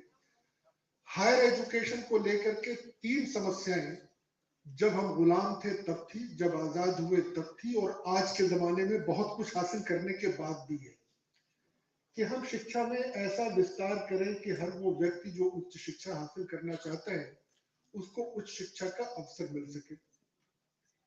दूसरे, जो सारी शिक्षक संस्थाएं हैं, जो यूनिवर्सिटीज, कॉलेजेस हैं, उन सब में गुणवत्ता ऐसी हो कि सब में एक जैसी समान शिक्षा मिल सके। उसमें जो भेद है, कुछ बहुत अच्छी है, कुछ बहुत बुरी है, उन भेद को कम होना चाहिए। तीसरी चीज ये कि हमें इक्विटी और इंक्लूजन का दामन नहीं छोड़ना चाहिए। एक बिल्कुल मोटी सी मिसाल ये है कि इस वक्त डायस पे ये जितने लोग बैठे हुए हैं, इन सब के बच्चे हायर एजुकेशन हासिल कर रहे हैं। इन सब का ग्रॉस एनरोलमेंट रेशो इन सब के बच्चों के लिए 100% से अधिक है। जो अमेरिका जो उदाहरण माना जाता है जहां पर कि 80-85% जीईआर है, उससे ज्यादा है। लेकिन उसके बाद भी अगर देश में औसत जीईआर अगर 28% है तो प्रश्न ये उठता है कि बाकी ये लोग कौन हैं जिनको कि उच्च शिक्षा नहीं मिल रही है। ये वो लोग हैं जो डिप्राइव्ड हैं, मार्जिनलाइज्ड हैं, एग्रीकल्चरल लेबरर हैं, नॉन एग्रीकल्चरल लैंड होल्डर्स हैं। ये वो लोग हैं जो उस शिक्षा तक नहीं आ रहे हैं, और अगर उनको एजुकेशन पहुंचानी है, जो पहुंचानी चाहिए, तो फिर हमें इक्विटी और इंक्लूजन को साथ ले करके चलना पड़ेगा, और वो टेक्नोलॉजी से नहीं आएगा। इस पॉलिसी जो सजेस्ट करती है कि साहब इक्विटी का आंसर जो है टेक्नोलॉजी है, ऐसा मुमकिन नहीं है। और तीसरी चीज कि शिक्षा की अपनी गुणवत्ता जो क्वालिटी है वो होनी चाहिए। बहुत सारे लोग आजकल ये कहते मिल जाएंगे कि साहब हम लोगों ने इक्विटी के नाम पे क्वालिटी को सेक्रीफाइस कर दिया है, एक्सपेंशन के नाम पे क्वालिटी को सेक्रीफाइस कर दिया है, और ऐसे लोग एक्सपेंशन, इक्विटी और क्वालिटी को तीन अलग अलग खानों में बांट करके देखते हैं। जबकि जो मेरी समझ है और जो दुनिया में जो हायर एजुकेशन की ग्रोथ हुई है उसकी समझ है कि एक्सपेंशन, इक्विटी, एक्सीलेंस, ये ट्रिपल हेलिक्स है हायर एजुकेशन के जीन का। इसमें से एक को अलग कर दें तो वो जीन म्यूटेट हो जाती है, फिर जो बचेगा वो हायर एजुकेशन नहीं बचेगी। तो इसलिए हमारे सामने चैलेंज हायर एजुकेशन को सारे एसिमिलेटिव वे में बचाने का। बहुत बहुत धन्यवाद, शुक्रिया।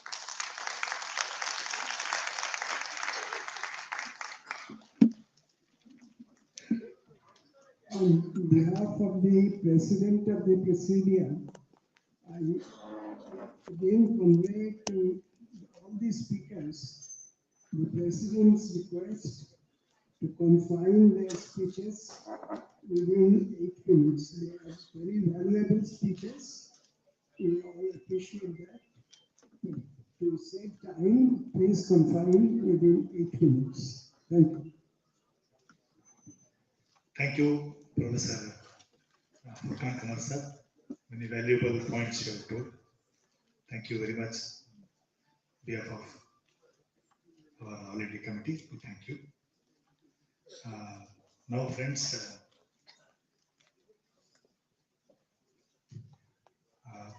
Justice Madan Lokur, the retired Supreme Court judge, he very much wanted to come for this convention. Though he told, I am not an educationist, but still we told him on many legal problems and many issues are there. Your support and cooperation is required. He is very much with us. So he has sent a very brief message. I request Ritu Kaushik, the All India Civic Education Committee Delhi chapter, state committee member, to please come and read out the message of Justice Madan Lokur.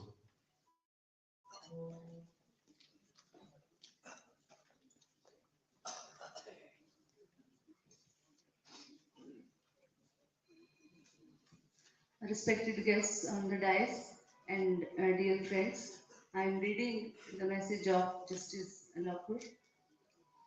The importance of quality education cannot be overemphasized. While discussing issues relating to an education policy, decisions may have to be taken on the nature of education to be imparted to young children and youth. One view is that education for the sake of learning is good enough, for it will enable the students to decide the future direction which he or she would like to take and contribute to the nation building. Another view is that students may be encouraged to develop at least one skill that will enable him or her to be proficient in that skill and thereby make a contribution. There are many other facets of quality education that need to be discussed, including sports, fine arts, culture, and so on. At the same time, it is necessary to be aware of the special requirements of children who belongs to the marginalized, disadvantaged section of the society. It is also necessary to take into consideration the requirements of specially enabled children and those who suffer from some learning disability. They too need attention, being a part of our society and country. While considering the needs of students, it is also imperative that adequate teaching staff and faculty is available. One of the problems facing law students today is the absence of adequate faculty. While there are undoubtedly some centers of excellence, a very large number of law students do not have access to what can only be described as good faculty learning in law. This is having its own impact in the quality of assistance given to the courts and society. Infrastructure, facilities, and amenities cannot be forgotten while discussing issues of education. The days of learning in an ashram or under a tent have long gone. Technology has taken over in some respects, and as the COVID pandemic brought out, while technology was the savior of some, there were many, particularly in rural areas, that continued to be disadvantaged. There are some of the challenges that face us and must be overcome sooner or later. In other words, a comprehensive discussion needs to take place on these and many other aspects of education so that the future of children and youth in our country is secured. Thank you very much.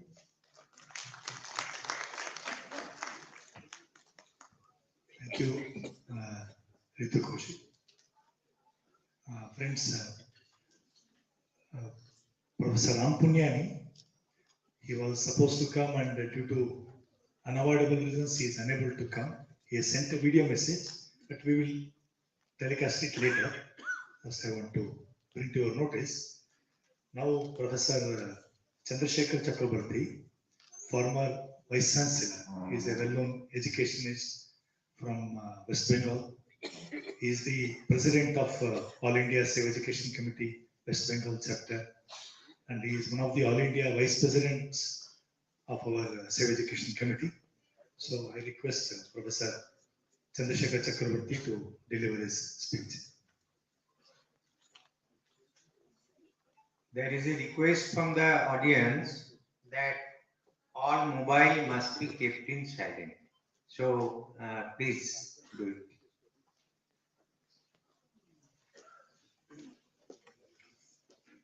Honorable President, member of the Presidiums, guests on the dais, and delegates in front of me, you are very much aware for what purpose and reasons we are here. Members from every state, they are aware about the things that we are fighting. We are fighting against a very big force, a consolidated force. Rather, you can say that we are fighting to remove a hill from some place. As the time is limited, I'll just pinpoint what this government or the central government is trying to do by implementing this policy. First of all, from this policy, we could not understand reasons to remove the earlier one. To remove one policy, one must write at least one paragraph. These are the faults and the defects of these, because all the people who have made this policy, they were educated in the same system from where they are now trying to make a different one. Okay, modification is needed, advancement is needed. We know everybody, we admit, but we need or we know that a deliberation is also needed before completion or implementation of such a policy. Anyway, first of all, we think this government has made this policy with certain specific ideology. What are these? They have tried to change, or they are trying to make the changes in the history syllabus, as we have got information from Professor Irfan Habib's lecture also. They are trying to implement something which were 5,000 or old liver alerts and other things, reasons not given. Then they are trying to eliminate some established scientific facts. Darwinism is one of them. Mendelic chart is another. Similarly, they are trying to remove this thing because these are all thought-provoking informations provided by these very important scientists. Then they are trying to propagate unscientific things by saying that these were the sciences, like Gandhari's 100 sun were developed by tissue culture, Ganesh's head was a kind of plastic surgery, similarly many other things. These things should not be taken into consideration because these are not scientific or proved. Then by this education policy, they are trying to make the things privatized. Already it has been discussed, and you know that in which way they are trying to privatize all these things. They are trying to implement it from the age of 3 years of the children. Now think, in the rural areas, it is very difficult to get primary education for the students who are 3 years old. And what you will do, you'll have to purchase education. Whether if you have capacity, you will be able to survive. If you do not have capacity, then you will have to go away from the education system. 50% of the rural people, they will be direct sufferers due to implementation of this policy of education starting from the age of 3. Anganwadis are not sufficient or equipped well to give education to the rural people. So they have not considered this point because possibly the makers of the policy, they have not consulted or they have not given any proper thought about the nature of the people living in this country. They are thinking that all the people are above the education, that level of higher income group. Then they have made one after another policies so that entire education can make centralized. UGC, they have mentioned in their earlier that there will be no UGC, no AICT or other things, new bodies will come. It has not been clear what bodies will come and what they will do. Then they are trying to make this everything privatized and corporatized. Under the corporate sector, they have introduced the online system and they're trying to make everything online.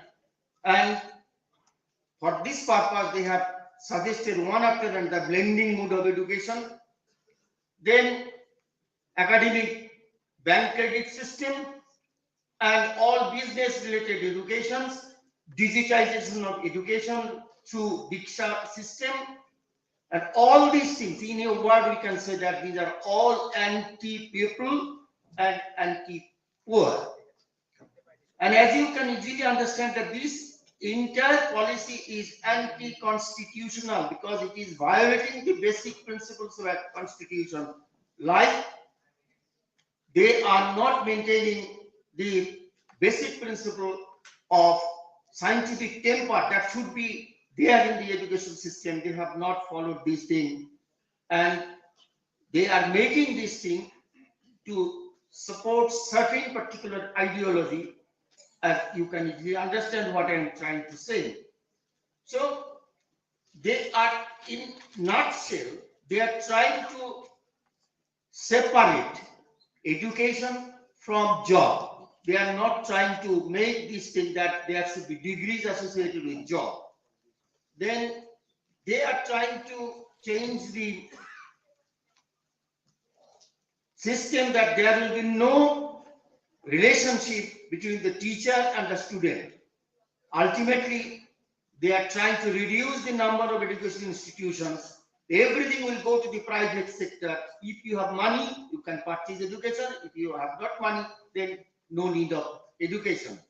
So, in every step, starting from the very basic step of education class, that is age of 3 to higher education, everywhere they are trying to make something which are non-realistic and anti-people. So therefore, we are trying, or we are doing this type of movement in every state, including West Bengal. In West Bengal, we are facing troubles not only from the central government's policy, but also from the state government policies also. We are trying to fight these things. And we think if we remain together, if we can raise our voice, obviously we will make new education policy taking the very best things which are suggested here, but not taking all those things which will benefit only the rich people or the people having money. So we ultimately, we want to say very clearly that we will take, or we will resolve in this way, that if we make protests, and by protest, if we can win, then we will survive. Otherwise, we will perish. Remember this thing and be together, defend our new education policy which we are going to build, and try to protect all the rights which were there in the education in the earlier system, and don't make the thing in this way that new education policy 2020 can be implemented without any kind of protest from any kind of quarter. If we do not make our protest, we cannot register our voice, then definitely the new education policy will come and it will destroy the basic fabrics of this nation. With these few words, I would like to thank everybody for listening. Thank you.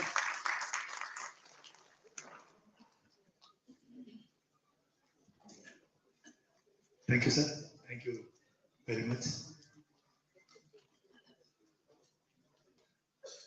Now, friends, I call upon Professor Sachidananda Sinha, retired professor from Jawaharlal Nehru University, Delhi. So, you all know he is very much in the forefront of this Save Education movement. He is one of the members of our presidium. So, I request him to deliver his speech. Professor Sachidananda Sinha. Yes, friends, we are before Professor Sachidananda Sinha speaks, I request Professor Debashish Chakraborty, Commonwealth Fellow, UK, and visiting Fellow of University of Lancashire, UK. I request him to please come over the dais. Professor Debashish Chakraborty. Yes, please.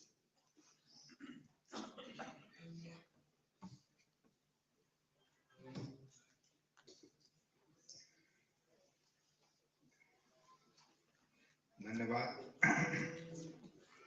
मुझे भी आदेश हुआ है कि मैं हिंदी में आप सबों से बातचीत करूं। सभागार में उपस्थित तमाम साथियों से मेरा प्रणाम, और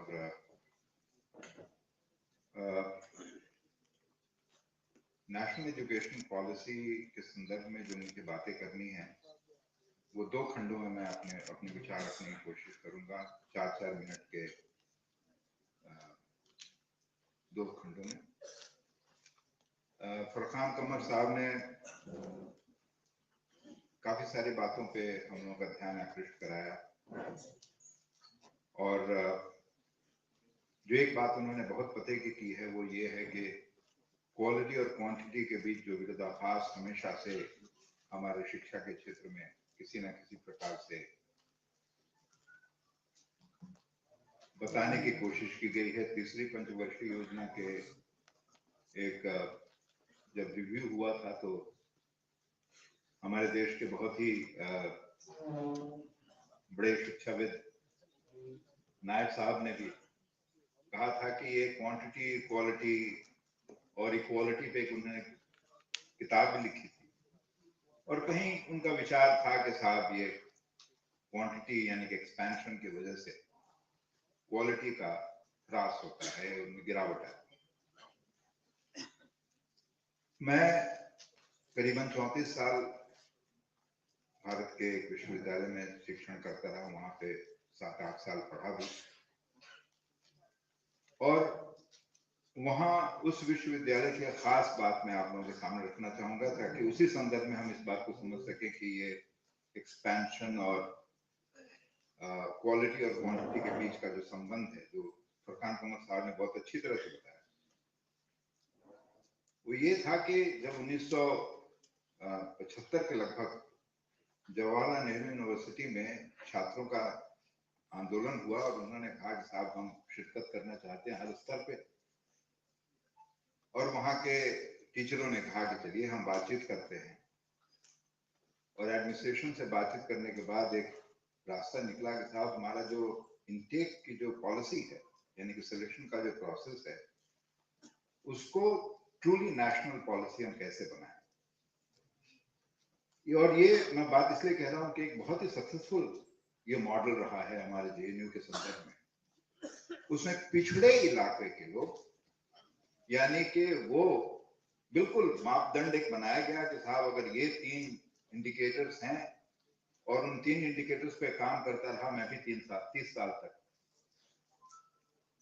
वो हम सरकारी आंकड़ों से इकट्ठा करते थे और देखते थे कि वाकई पिछड़े इलाके, मतलब बहुत सारे डेफिनेशन हो सकते हैं, परिभाषाएं हो सकती हैं, लेकिन इलाकों का पिछड़ापन को हम कैसे मापते हैं, और उसके आधार पर हमने 4 मार्क्स छात्रों को देना शुरू किया, उनके लिखने से या उनकी एबिलिटी या उनके पिछले परफॉर्मेंस का उसमें कहीं कोई रोल नहीं था। इसी तरह से 20 मार्क्स यानी कि 100 में से 20 मार्क्स केवल इस आधार पे छात्रों को मिलता था कि उनका बैकग्राउंड कहाँ से है, वो किस स्कूल में गए हैं, अगर सरकारी विद्यालय में गए हैं, गांव के स्कूल में गए हैं, अगर छात्राएं हैं तो उनको थोड़ा सा पुश मिलना चाहिए, उनको भी हम 4 पॉइंट्स देते थे, यानी कि इनको हम कहते थे डेप्रिवेशन पॉइंट्स। और उस डेप्रिवेशन पॉइंट्स के आधार पर जो छात्र हमारे विश्वविद्यालय में आते थे वो हर इलाके के होते थे, और खास करके ग्रामीण इलाकों के बच्चे, छोटे शहरों के बच्चे, उनकी तादाद अच्छी खासी थी। दिल्ली के भी बच्चे होते थे। और दिक्कत ये आती थी, कुछ हमारे शिक्षक कहते थे कि साहब इनको तो अंग्रेजी बिल्कुल आती नहीं, हम क्लास में किस भाषा में पढ़ाएं और इनका इवैल्यूएशन कैसे करें। ये बातचीत पिछले 30-40 साल चलती रही। नतीजा ये निकला कि छात्रों ने पहले सेमेस्टर में तो शायद बहुत अच्छा स्कोर नहीं किया जो ग्रामीण इलाके के थे, जिनकी अंग्रेजी मातृभाषा या अंग्रेजी माध्यम से नहीं पढ़ के आए थे, लेकिन सेकेंड सेमेस्टर तक वो सारे बच्चे उस क्लास के एक जैसे हो गए, यानी कि सबका असर। और ये मैं यूं ही नहीं कह रहा हूं, आप हर डिपार्टमेंट के, हर सेंटर के रिजल्ट्स को देखें अगर जाके पिछले 50 सालों के, तो आपको पता चलेगा। और एक उनमें से बंदा आपके सामने खड़ा है जो बिहार के एक छोटे से कस्बे से आता है, और हमने भी अंग्रेजी सुनी थी, पढ़ी थी, बड़ी मुश्किल से हर जगह डिक्शनरी खोल के शब्दों के मतलब निकालने की कोशिश करते थे। लेकिन मुझे इस बात का गर्व नहीं, मुझे अंग्रेजी में मैं बात कर सकता हूँ, लेकिन किसी तरह से मैं अपनी बात को अपने शिक्षकों तक पहुंचाने में सफल हो गया और बहुत बुरे ग्रेड से तो नहीं, लगभग अच्छे खासे ग्रेड से पास हो गया।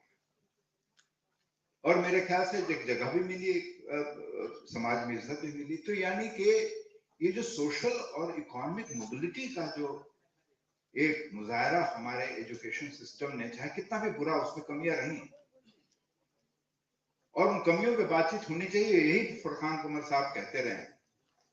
लेकिन जो सबसे महत्वपूर्ण बात है जो मैं आपके सामने रखने की कोशिश करूंगा, वो ये है कि कहीं वो जो वर्ग जो कि हमेशा से जो संपन्न वर्ग है, उसके जहन में ये बात कहीं ना कहीं डाली गई, या वो उसने खुद समझा, या वो जो सोशल और इकोनॉमिक प्रोसेस रहा है, तो उसका दबदबा कहीं कम होता दिख रहा है। यानी कि दबदबा किस पे, जिन पे वो कंट्रोल करता था, यानी कि उसकी जो सोशल कैपिटल है वो कहीं ना कहीं ढीला पड़ता जा रहा है। और ये एजुकेशन पॉलिसी जो है, ये इसका मुजाहरा है ताकि सभी ना पढ़ें, सभी को अवसर ना मिले। और ये सिलसिला कोई आज का सिलसिला, अब तो हमारे देश में बहुत खुले तौर से कहा जा रहा है कि सभी को पढ़ने की जरूरत नहीं है। लेकिन इसकी शुरुआत 80 के दशक में वॉशिंगटन कंसेंसस का से शुरू होती है कि स्टेट, सरकार का ये कर्तव्य नहीं है, ये काम नहीं है कि वो सरकारी, यानी कि it's not a state's business to run businesses,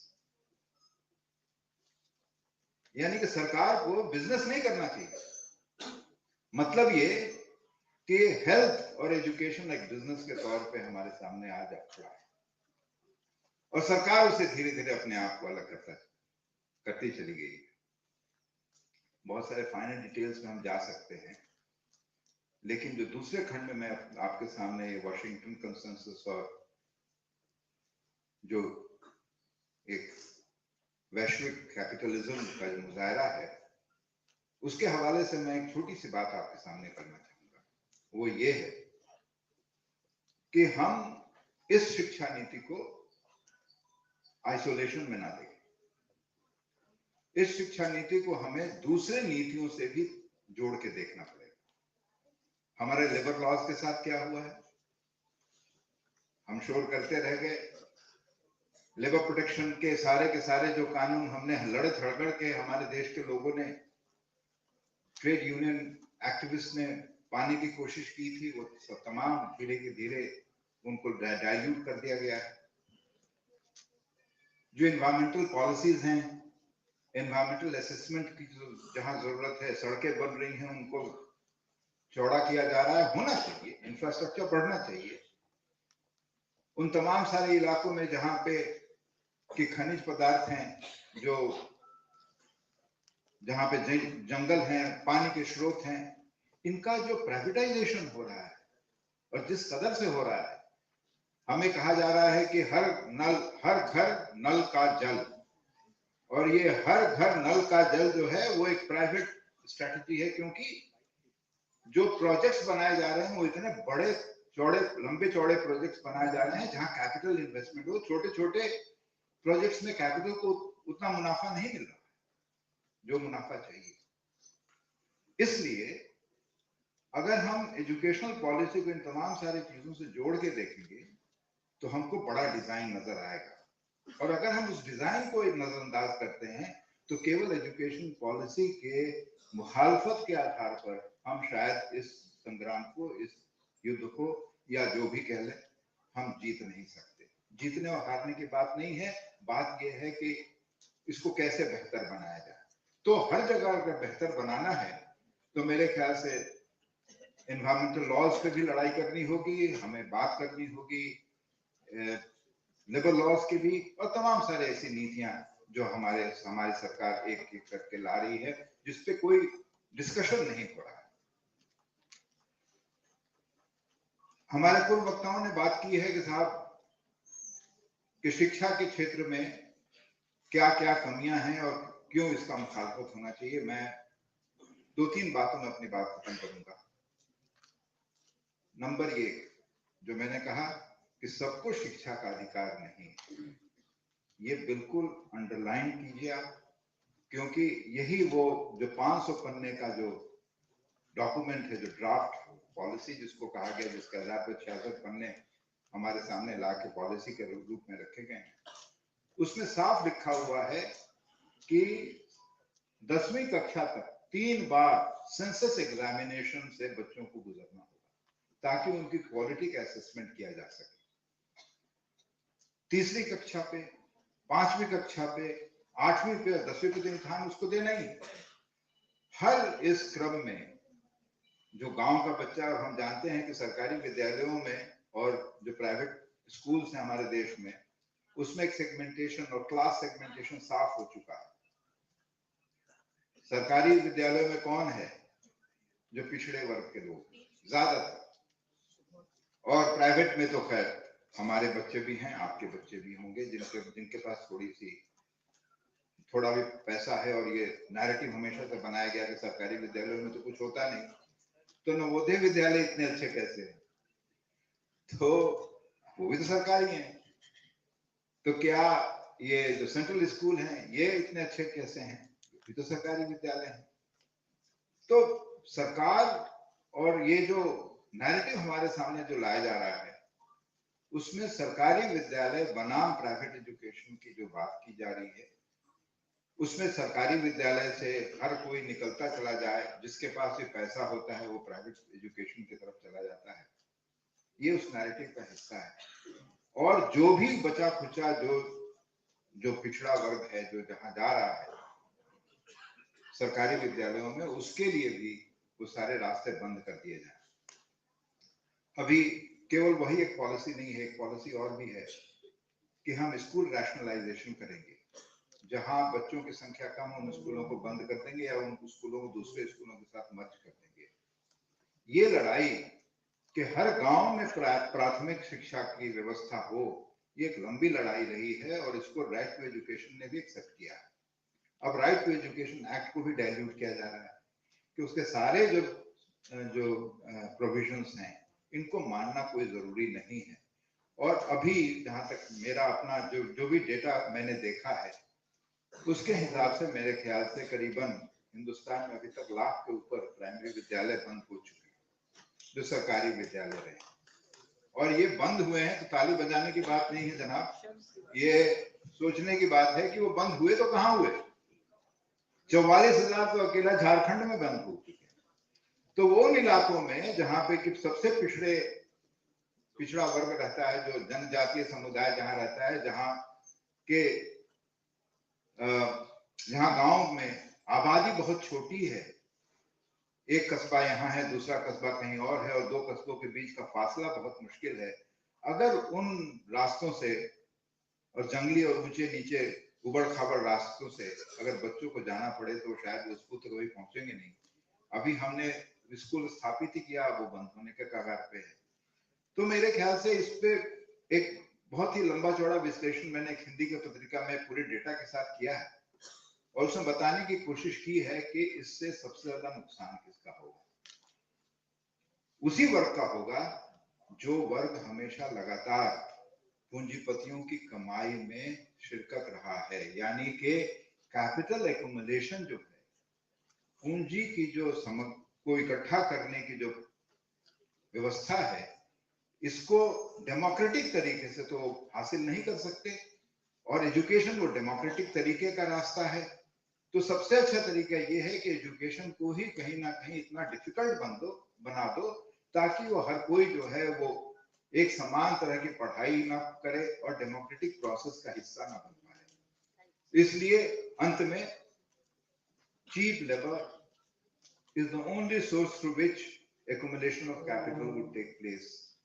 Hindustan एक जगह है जहां पे डेमोग्राफिक डिविडेंड के आधार पर हम कह रहे हैं कि हम शायद बहुत कुछ पा सकते हैं, लेकिन हम उस पूरे लेबर मार्केट जो इंटरनेशनल लेबर मार्केट का हिस्सा है, और इसलिए हम इसको बिल्कुल ही केवल इंडिया के कॉन्टेक्स्ट में ना देखें, इसको समग्र विश्व के कॉन्टेक्स्ट में देखेंगे तो आपको हमें पता चलेगा कि हम किस स्थान पर हैं और हमारी एजुकेशन पॉलिसी का जो नतीजा निकलने वाला है वो कैपिटल एक्युमुलेशन के प्रोसेस में किस तरह से मददगार साबित होगा। और इसलिए मैं अंत में एक ही बात कहूंगा कि हम बहुत मुश्किल से इस कास्ट सोसाइटी के जंजाल से निकलने की कोशिश कर रहे थे और शायद वो एक तरह का स्लेवरी ही था। अब हम एक नए फेज ऑफ स्लेवरी की तरफ जा रहे हैं। एजुकेशन पॉलिसी इसकी पूरी अच्छी तरह से व्यवस्था कर चुका है, इसलिए हमको इसका विरोध ही नहीं करना चाहिए। अच्छे और बुरे का सवाल नहीं है, इसके पीछे का जो इंटेंट है, जो प्रकाश साहब ने कहा, उसको समझते हुए हमको इसको और भी ज्यादा एक लंबे लड़ाई के लिए तैयार होना पड़ेगा। शुक्रिया, बहुत बहुत शुक्रिया।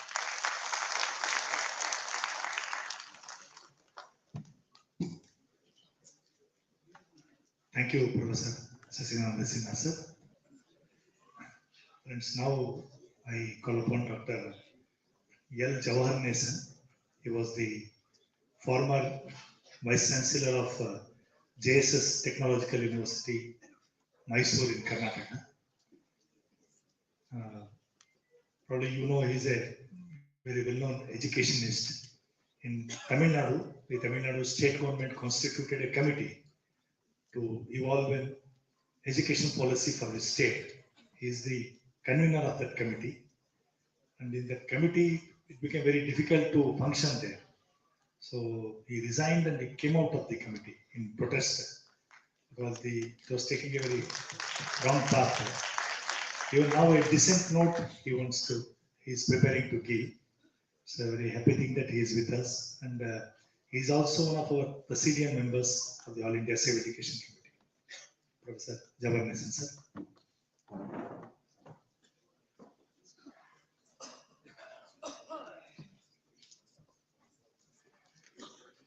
Brothers and sisters, chairman of this conference, leaders, office bearers, and members of All India Civic Education Committee, ladies and gentlemen, good morning.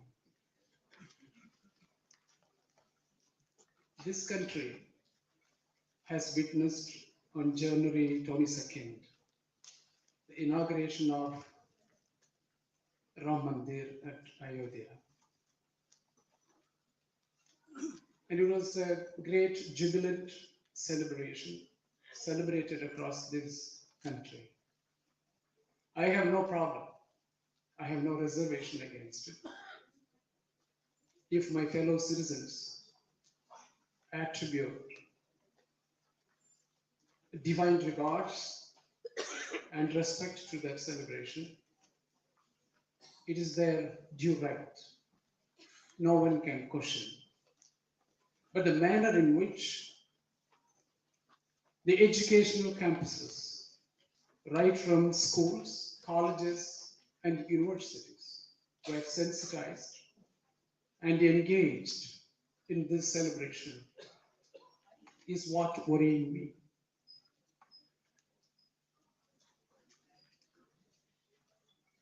This is an indication, a symptom that it reminds us what had been stated in the National Education Policy 2020 as Indian pride. It was not religiosity, not spirituality, but it was attributed with the pride. So now, Lord Rama is the pride of this country. That is the way it has been portrayed. Education taking its heat. And all across the country, educational institutions, students were chanting Jai Shri Ram. So this is the first of its event. And it is alarming and dangerous indication that the country is heading towards a kind of a culturalization and indoctrination in the way the leadership desires so. It is not the only pride. There is another great pride called, as Professor Ifran highlighted today morning, Indian knowledge system. It is the pride now again. It is the reinvention of thousands of years old literature, stories, epics, in the name of education. So whatever we had in Sanskrit literature 2,500 years ago, the sacrificial and ritualistic notes and the explanatory notes at the footsteps of the Vedas collectively are now becoming Indian knowledge system. And they were portrayed, hosted as the source of the modern science and technologies, be it the aircraft technology or test tube baby science or plastic surgery or atomic theories, all have been derived from the Indian knowledge system, I mean the Sanskrit Vedic literature. This is what have been claimed. Epics are now considered history. They are not beliefs. They are not stories. But they are now considered as history. So there is a pride we all have to take in our knowledge system. And to implement this Indian knowledge system, they have come out with methodologies, philosophies, and strategies. For instance, Panchakosha. It is for child development. Following the footsteps of the national education policy, the educators of this country, the policy makers of this country are prescribing Panchakosha for child development. If you have learned Piaget, Vygotsky on child psychology, you have to please forget it. You cannot. The neuroscience, if you look into now, it is now being linked with quantum mechanics and quantum physics to find out the consciousness. Where does consciousness happen? To that extent, when Roger and Hemeroff, the leading scientists in the world, are now studying, have come out, have conceptualized something.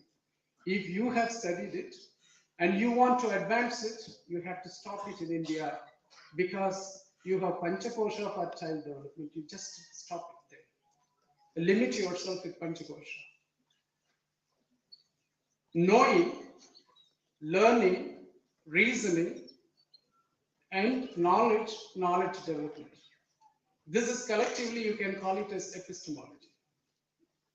If you have learned Kant, or if you have learned Thiruvalluvar in Tamil Nadu, or you have learned the logico-epistemic methodology adopted in Tamil Nadu 2,500 years ago, or if you have learned the modern epistemic methodologies, empiricism, idealism, constructivism, all you have to stop now.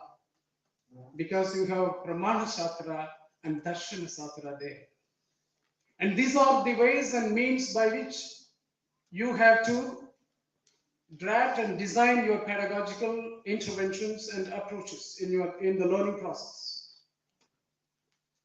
And you have to drive your learning strategies based on this Pramana Shastra. They have highlighted in Pramana Shastra in the National Curriculum Framework. It is the epistemic methods involved in Pramana Shastra are inference, testimony, and perception. But there are a lot of epistemic advancements have been happening in the last 200 years, and many more are happening in coming days. Lot of scientific advancements and theories connecting cognition, perceptibility, and mind and material brain have been discovered. And so many theories and scientific advancements have been invented. But if you are known of it, you have to stop now. You have Darshana Satra, that is enough. I don't want to go much because I have only been given only 8 minutes. Please refer. And there is another thing, Vishwakarma. Vishwakarma is the strategy, is the philosophy in this country for you to get into occupations and entrepreneurship. And if you study there, right from LKG or up to your university degrees, you may have to stop because there are multiple entries and multiple exits available for the majority population of this country. You will be forced out because there is a different categories of educational degree, configuration of degree, types of degrees. One is 4 years for the elites, and the other is 3 years for the downtrodden majority. You have to stop your degree and get into asylum, take asylum into this Vishwakarma and become entrepreneur. Familial job. In Tamil, it is called the Kulakalvi, familial job. The World Bank report and another couple of reports I have come across are highlighting that 2/3 of the youths in this country, in India, are heading towards familial job in the next couple of decades. So, descent-based jobs and occupations. And then another invention is that a holistic kind of educational learning process and a lot of other things have been highlighted, a lot of things there in the national curriculum framework and so many other affiliating supplementary documents, which you have to hit to. And based on this, there have been the 6 cells have been created all across this country, the IKS, Indian Knowledge System cells. And 3,000 professors have been trained to train 15 lakhs to teachers across this country in the next coming years, few years. So the whole country is heading towards a large-scale revamp in the way in which education has been handled for several hundred years. So collectively, you have Pramana Shastra, Darshana Shastra as epistemology, and you have Panchakosha for child development, and you have Vishwakarma for your occupations, and there is Nishkama Karma. That is another. That is the value-based education highlighted in the national curriculum framework. Nishkama Karma. Whatever the deeds and virtues you had in the past life, it will be carried over in your present life. Whatever may come to you, please accept it. Don't agitate. Don't be critical of it. Accept it as it is. Nishkama Karma. That is the value-based education now. Fostered, daring in this document, National Education Policy, and its affiliating supplementary documents. So collectively, there was a pride, the Indian pride, like what Hitler had done, Nazism as the pride. And the Italianato, Romanato in Italy by Mussolini. The same thing is called Hindutva in India. So collectively, all these koshas, these, that, and all, measures they have taken now, I highlighted before you, is collectively, you can name it Hindutva. So for this, they have created national education policy and a lot of frameworks, initiatives, schemes, plans have been created to implement it. National curriculum framework, teacher standards, national teacher standards, and then academic bank of credit, digitizing education.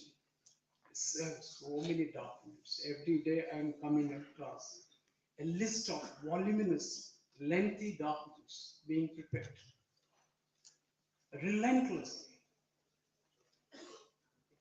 You need years to read all those documents. The National Curriculum Framework is about 600 pages. And you read the curriculum framework, the European curriculum framework, it is just only in tens of pages, but you have 600 pages. All these things are there. So what I mean, collectively, I feel, is that this Hindutva is the nationalism through education that they want to perpetrate. And that nationalism is nothing but a state of mind in which the citizens attribute highest supreme loyalty to the nation state and also attribute a sense of consciousness. That's it. As long as the country is politically democratic, socially democratic, if the society is democratic, there is no problem. The sense of consciousness being attributed to the nation state will be collective consciousness. It will be representative of the total population. No one will be left out. If the country has lost its democratic norms, politically there is no democracy. In the world's democracy report, India is the last. In the world's press report, India is the last. No freedom of speech. So everywhere there is no political democracy in this country now. It has lost already a decade ago. So in the absence of the political democracy, in the absence of social democracy, the so-called nationalism will only represent the few at the top against the majority at the bottom. That is called Hindutva. That is why we name it as suffraganized education. So that means the nationalism, in the name of nationalism, Hitler took education. Mussolini took education, though they had weapons. They did not rely on weapons because no one can change the mindset. Nationalism can be inculcated in two ways. One is social learning, another one is habit forming. Social learning is what the Indian knowledge system is about. They want to inculcate the Indian knowledge system through social learning, through all means, by engaging the formal, informal sources of segments in the society, not just only through education. That is social learning. And through that social learning, they are trying to inculcate the mindset and habituate it so that we practice it on day-to-day basis. That is habit forming. So social learning and habit forming is going across in this country in the name of education. So that is what's surprising and worrying us. So education is the tool. Education is the instrument for the social learning and habit forming to inculcate the so-called nationalism that they inculcate, that they aspire for. I'm not against nationalism, as long as nationalism is within the limit. If it is a radicalism, and if it is a jingoism, and if it is beyond the limit, it is fascism. What this country is witnessing is fascism in the name of education. That must be stopped once and for all. So NEP 2020 should be eliminated and thrown out of this geography. So finally, this nationalism is implemented in the name of education as a tool, and for that, the special purpose vehicle, the SPV, the special purpose vehicle to implement the so-called Hindutva nationalism is the National Education Policy 2020. Special vehicle purpose. It is the core now, everywhere. So that means, friends, dear brothers and sisters, it is not just only education. That's why I told you all these things. It is our society. It is our culture. It is our value. It is our life. We are losing everything in the name of education. So please, if you think that this is just only a matter of curriculum, subject matters of instruction, if it is a subject matters of instruction and the contents and syllabus and teaching and learning, you are wrong. These are all just small little actions, recoverable, repairable. But what is not recoverable, irreparable, is the dangerous, disastrous strategies being implemented in the name of education. So that means that what we are now doing in the name of education is not at all education, it is our life.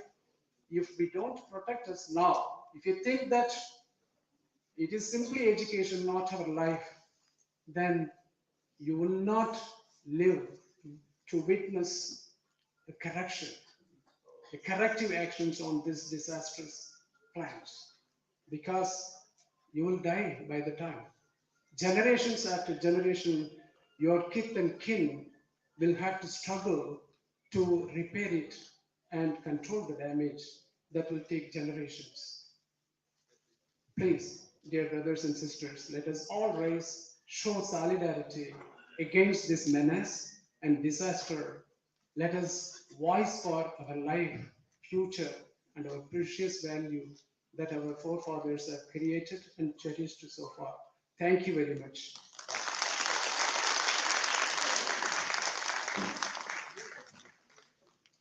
Thank you, sir.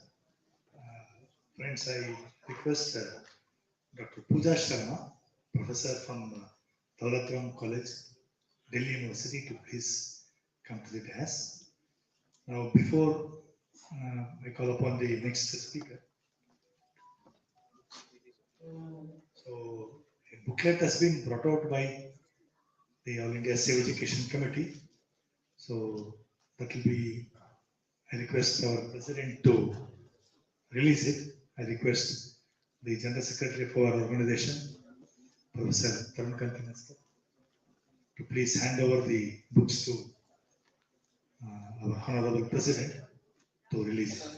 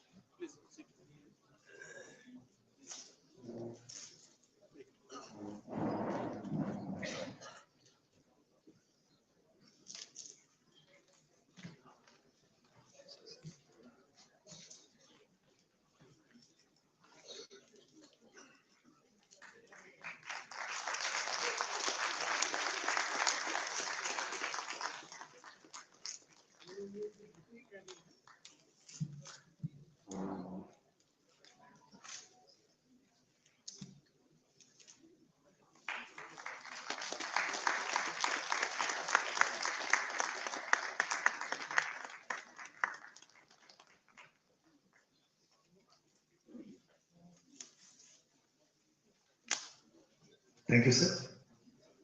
Now, I call upon Professor Khwaja M. Shahid, ex-Pro Vice Chancellor of Maulana Azad National Urdu University, Hyderabad. As an administrator, he has served in several capacities. He is also part of spreading education. A chain of education institutions. He is the president of it. So I request the Professor Khwaja M. Shahid to deliver his talk. May I request once more all the speakers to confine themselves to 8 minutes only. Thank you. Thank you, sir.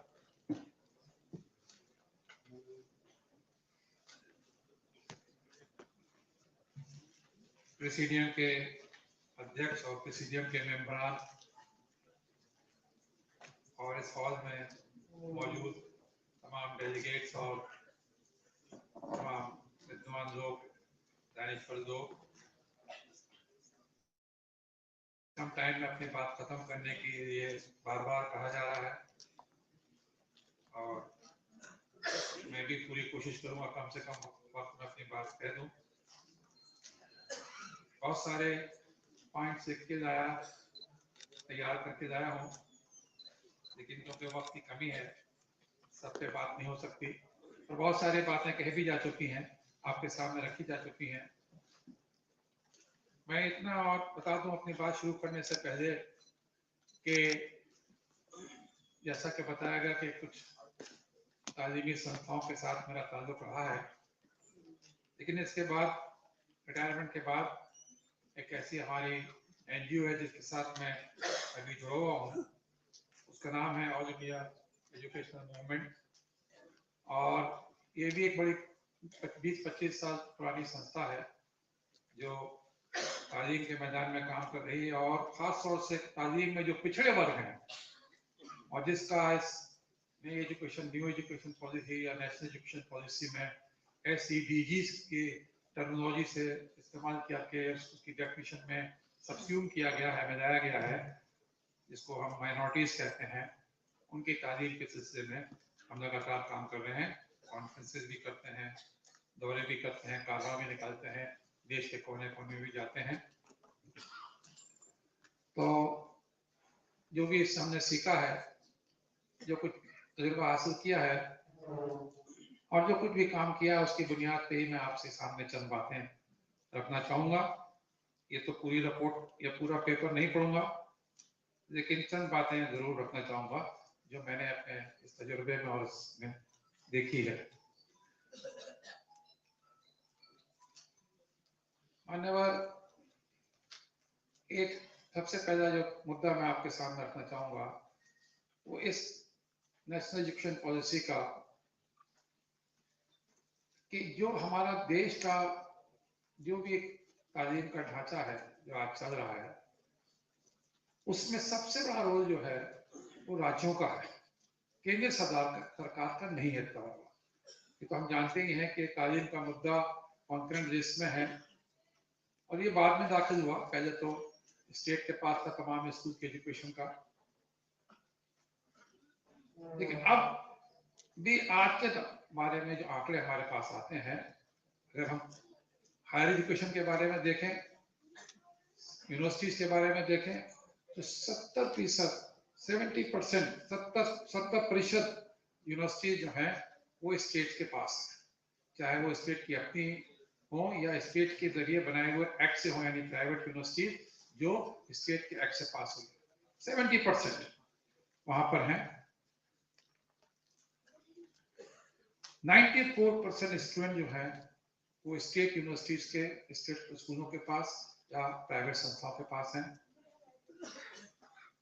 6% student जो है central universities के पास। ये आंकड़े मेरे नहीं हैं, ये आंकड़े सरकार की ही एक कमेटी के पार्लियामेंट की कमेटी के जो आंकड़े हैं जो मैंने आपके सामने रखे हैं। अब ये जो एक स्थिति है कि जहां पे 18% आर सेंट्रल यूनिवर्सिटी और 70% जैसे मैंने कहा स्टेट यूनिवर्सिटी है, बाकी फिर डीम्ड यूनिवर्सिटी और प्राइवेट यूनिवर्सिटीज वगैरह आती हैं, डीम्ड यूनिवर्सिटीज आती हैं। इसी तरीके से स्कूलों के बारे में जो आंकड़े UDISC के 21-22 के आंकड़े हैं, वो भी शिक्षा मंत्रालय के आंकड़े हैं। उसके मुताबिक 10,22,000 स्कूल जो है वो इस राज्यों में है, और उसका एक छोटा सा समझ लीजिए उसके मुकाबले में करीब 2 लाख 2.5 लाख स्कूल जो है वो केंद्रीय सरकार के पास है। ये आंकड़े मैं इसलिए बता रहा हूं आपको कि इस पॉलिसी के चलाने में, जिसका जिक्र यहाँ पहले किया जा चुका है, कि बनाने में और अब चलाने में, कि जो आपस में चर्चाएं नहीं हो रही हैं, जो आपस में बातचीत करके जो पॉलिसी बनानी चाहिए थी, जैसा कहा गया कि आपस में वार्तालाप नहीं हुआ, डिस्कशन नहीं हुआ, पार्लियामेंट में चर्चा नहीं हुई, वगैरह वगैरह, और अब जब इसकी पॉलिसी इम्प्लीमेंटेशन में आ गई है तब भी इसके बारे में ये चर्चाएं नहीं हो रही है। तो एक बड़ा जो हमारा राज्यों का क्षेत्र है उससे हम ऐसी चर्चाएं कर ही नहीं रहे, और जिसका नतीजा ये है, जिसके बारे में यहाँ बताया गया कि कर्नाटका सरकार ने कमेटी बना दी, केरला सरकार ने कह दिया कि हम इसको लागू नहीं करेंगे एनईपी को, तमिलनाडु सरकार में एक कन्वीनर, जो कमेटी कन्वीनर, उन्होंने आपके सामने बड़ी तकरीर कर दी, अच्छी तकरीर करी यहाँ पर। तो बहुत सी राज्य सरकारें जो हैं अब इसके बाद इस पॉलिसी के ऊपर सवालिया निशान लगा रहे हैं, प्रश्न चिन्ह लगा रहे हैं। बड़ा क्षेत्र उनके पास है, वो लोग उन्हें इम्प्लीमेंट करना है, लागू करना है, लेकिन उनसे चर्चा ही नहीं की गई, ना अब उनसे चर्चा की जा रही है। तो मुद्दा यह है कि पॉलिसी को अगर हम उनसे, जिसका हम बार बार जिक्र करते हैं और जिसका यहाँ पे जिक्र करना मैं भी चाहूंगा, कि कोऑपरेटिव फेडरलिज्म, जो ये सरकार बहुत बात करती है, केंद्रीय सरकार, बड़ा अच्छा शब्द है, बड़ी अच्छी बात है, लेकिन शिक्षा के क्षेत्र में ये कोऑपरेटिव फेडरलिज्म कहीं नहीं दिख रहा। और जिसकी चर्चा यहाँ की गई है वो एनईपी का ये सबसे बड़ा मुद्दा यही आ जाता है कि एक तरीके से unified, one nation one system, एक पूरा राष्ट्र और एक सिस्टम। तो इसमें जो राज्यों के अधिकार हैं, राज्यों की जो प्रसिद्धियां हैं, राज्यों का जो हकूक है, वो बिल्कुल मिटे जा रहे हैं। और उसके नतीजे में ये पॉलिसी का जो इम्प्लीमेंटेशन होगा, अब आप समझ लीजिए कि इस इम्प्लीमेंटेशन में कितनी कितनी परेशानियां आ जाएंगी और आ रही हैं। केंद्र सरकार इधर जा रही होगी, तमिलनाडु सरकार इधर जा रही होगी, केरला सरकार उधर जा रही होगी, तो हमारे बच्चों का फिर भविष्य क्या होगा जिनको हम पढ़ाने जा रहे हैं? कोई कहेगा 4 साल की डिग्री दे दो, कोई कहेगा 3 साल की बीए की डिग्री दे दो। तो ये अभी भी मैं समझता हूँ बड़ा उचित समय है और जरूरी समय है कि ये राज्यों के दरमियान और केंद्र के समाज और वार्तालाप की कमी है, जो ट्रस्ट की कमी है, ट्रस्ट डेफिसिट है तालीम के इस मुद्दे को लेके, उसमें हमें इस कमी को दूर करना पड़ेगा, और तभी ये सक्सेसफुल हो पाएगी जबकि हम इस कोऑपरेटिव फेडरलिज्म को एजुकेशन देंगे। ये बात मैं यहाँ करके आगे बढ़ जाता हूँ। मुद्दा मैंने आपके सामने रेस कर दिया। जब आप पॉलिसी बनाने जाएं तो इसके ऊपर जरूर जरूर जरूर चर्चा करिएगा कि राज्यों का जो अधिकार है, और इसी से जो हमारा ढांचा है, फेडरल ढांचा, जहाँ पे जो राज्यों की और प्रांतों की और हमारे दूर दराज के नॉर्थ ईस्ट का इलाका है, हमारा कश्मीर, जम्मू एंड कश्मीर का इलाका है, लेह लद्दाख का इलाका है, उनके जो ख्वाहिशात हैं, एस्पिरेशंस हैं, उनकी जो कल्चरल एथोस हैं, उनकी जो तारीख है, वो किस तरीके से कायम रहे, वरना ये वन नेशन और वन तालीम का सिस्टम है, उसमें वो सब खो जाएगा। और जो कुछ यहाँ केंद्र से जाएगा वही वहाँ बच्चों को पढ़ना पड़ जाएगा, वही वहाँ के नौजवानों को पढ़ना जाएगा। इस पे आप जरूर ध्यान दे देंगे। एक बात मैं ये कहना चाह के अगली बात में आगे बढ़ना चाहता हूँ अपने करके, कि अभी बहुत चर्चा में कहते आता है कि हमारा जो GER है वो हम 50% चाहते हैं कि नेशनल एजुकेशन पॉलिसी में 2035 तक, और अभी कितना है? 30% से कुछ कम है, 26% कहलाता है। तो इसको दुगना करना है तकरीबन, ये भी एक लक्ष्य है इस पॉलिसी का इम्प्लीमेंटेशन करने का। अच्छी बात है, मैं कहता हूँ 50% तो आगे बढ़ाया जा सकता है, लेकिन सवाल मुद्दा ये है कि क्या इसके लिए हमारे पास इतने रिसोर्सेज हम इसके लिए जमा कर रहे हैं या दे रहे हैं सब ये सरकारें? अगर हमें दुगना करना है तो आज हम जितना खर्चा कर रहे हैं उससे हमें भी खर्चा दुगना करना पड़ेगा। आज जितनी हमारे पास यूनिवर्सिटीज हैं उससे हमें दुगनी यूनिवर्सिटी बनानी पड़ेगी, जितने स्कूल हैं उससे दुगने बनाने पड़ेंगे, हर चीज दुगनी करनी है। और उसके बावजूद चर्चा ये हो रही है कि हमारा जीडीपी का जो खर्चा है वो 3% से ऊपर नहीं जा रहा। 6% का प्रॉमिस है जिसका सबने चर्चा करी है, और आज का प्रॉमिस नहीं है, ये हर सरकार का प्रॉमिस है, लेकिन उसको पूर्ति नहीं हो रही।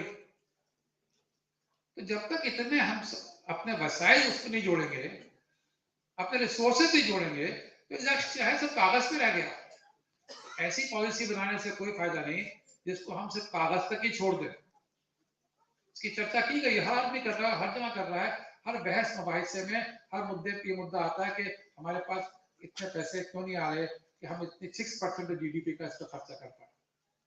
और जिसका चर्चा यहाँ बहुत से लोगों ने कर दिया, कल के अखबार सबने पढ़ लिए, परसों के 1 फरवरी का बजट पेश हो गया, इंटरिम बजट है, आगे पूरे साल का जो खर्चा दिखाया गया कि शिक्षा के क्षेत्र में पैसे कम कर दिए गए, यूजीसी के पैसे कम कर दिए गए। ग्रांट कहाँ पहुंचेगी, नहीं पहुंचेगी केंद्रीय विद्यालय विश्वविद्यालयों में, जिन्होंने वहां काम किया है, मैंने भी काम किया है, बहुत से लोगों ने काम किया होगा, हम जानते हैं कि कितने कितने अब यूजीसी से पैसे देने में दिक्कतें आ रही हैं। क्या कह रहे हैं हमसे? फिर एक बनाया है हायर एजुकेशन फंडिंग एजेंसी हेफा, सरकार ने, वो कहती है उनसे कर्जा लीजिए आप अपने डेवलपमेंट के लिए। अब ग्रांट खत्म करके वो कर्जे की तरफ विश्वविद्यालयों को भेज रही है। कौन से विश्वविद्यालय दिया है? फुरकान कमर साहब यहाँ बैठे हैं, जय मिलिया ने बहुत बड़ा कर्जा लिया हुआ है, हेफा से लिया हुआ है, कर्जा लिया हुआ है। बहुत सी यूनिवर्सिटी ने अपना डेवलपमेंट काम कर रही है, फिर उसको कर्जा पैसे कैसे अदा करेंगे? अपने रिसोर्सेज जमा बढ़ाएंगे, और कैसे रिसोर्स बढ़ाएंगे? फीस बढ़ाएंगे। पढ़ाई महंगी करनी है, फीस बढ़ेगी तभी तो आप कर पाएंगे ऐसे। उससे कितनी फीस बढ़ेगी इसका अंदाजा वो लोग लगा सकते हैं जो यूनिवर्सिटियां चला रहे हैं। तो एक बड़ा खतरनाक ये ट्रेंड है कि आपके जो हायर एजुकेशन का खर्चा है वो कम हो रहा है, जबकि एक तरफ से पॉलिसी में कहा जा रहा है कि हम बढ़ाएंगे। जैसे फरमान कमर साहब ने कहा, कुछ तिथि तो तय करी नहीं है किस डेट तक बढ़ाएंगे, तो वायदा है। तो मेरे मित्रों दोस्तों, ये जो पढ़ाई का खर्चा बढ़ने जा रहा है, ये एनईपी का एक बड़ा बड़ा खतरनाक, बड़ा इस पे सोचने वाला, विचार करने वाला है, क्योंकि ये देश में बहुत से गरीब लोग पढ़ते हैं। मैं जानता हूँ, मैं जिस यूनिवर्सिटी में काम करके आया हूँ, मौलाना आजाद नेशनल यूनिवर्सिटी या अलीगढ़ मुस्लिम यूनिवर्सिटी या जामिया मिलिया इस्लामिया, ये 3 यूनिवर्सिटियों से मैं कहीं ना कहीं संबंधित रहा हूँ। जो बच्चे पढ़ने आते हैं मेरे पास मौलाना आजाद नेशनल यूनिवर्सिटी में, बिहार से आते थे, उत्तर प्रदेश के पीछे कोने से आते थे, दूसरे इलाके से आते थे, सबसे गरीब तबके के लोग आते थे, जिनके माँ बाप की रेहड़ी की दुकान होती थी, कोई रिक्शा चलाता था, कोई पंसारी की दुकान करता था। उस तबके के बच्चे से जब मैं मिलता था, बात करता था, सस्ती तालीम थी, से जा सकते थे, पढ़ सकते थे, हॉस्टल सस्ते थे, पढ़ सकते थे, डिग्री हासिल कर सकते थे, आगे बढ़ के फिर समाज में अपना मुकाम बना सकते थे। लेकिन अगर हम इसी तालीम को महंगा करने जा रहे हैं और हैफा बना रहे हैं, बैंकों से कर्जा लेना है, एक कमर्शियल तरीके से यूनिवर्सिटी चलानी है, स्कूल चलाने हैं, फिर आप समझ लीजिए इसका हम किस तरफ जा रहे हैं, कहाँ जा रहे हैं। मैं ये बात इसलिए कह रहा हूँ कि आप एक ऑल्टरनेटिव पॉलिसी बनाने जा रहे हैं, तो गौर करने जा रहे हैं, तो इन सारे मुद्दों को कि फाइनेंसिंग जो है हायर एजुकेशन की या स्कूल एजुकेशन की, उसके लिए सरकार को एक जैसे कि राइट टू एजुकेशन बना के राइट दिया है, मैं समझता हूँ फंडिंग का भी कोई राइट एक्ट बनना चाहिए, फाइनेंसिंग का भी एक्ट बनना चाहिए, ताकि उसमें हम बाध्य करें सरकारों को कि कम से कम कितना पैसा उनको, यूनिवर्सिटियों को और उन लोगों को देना होगा।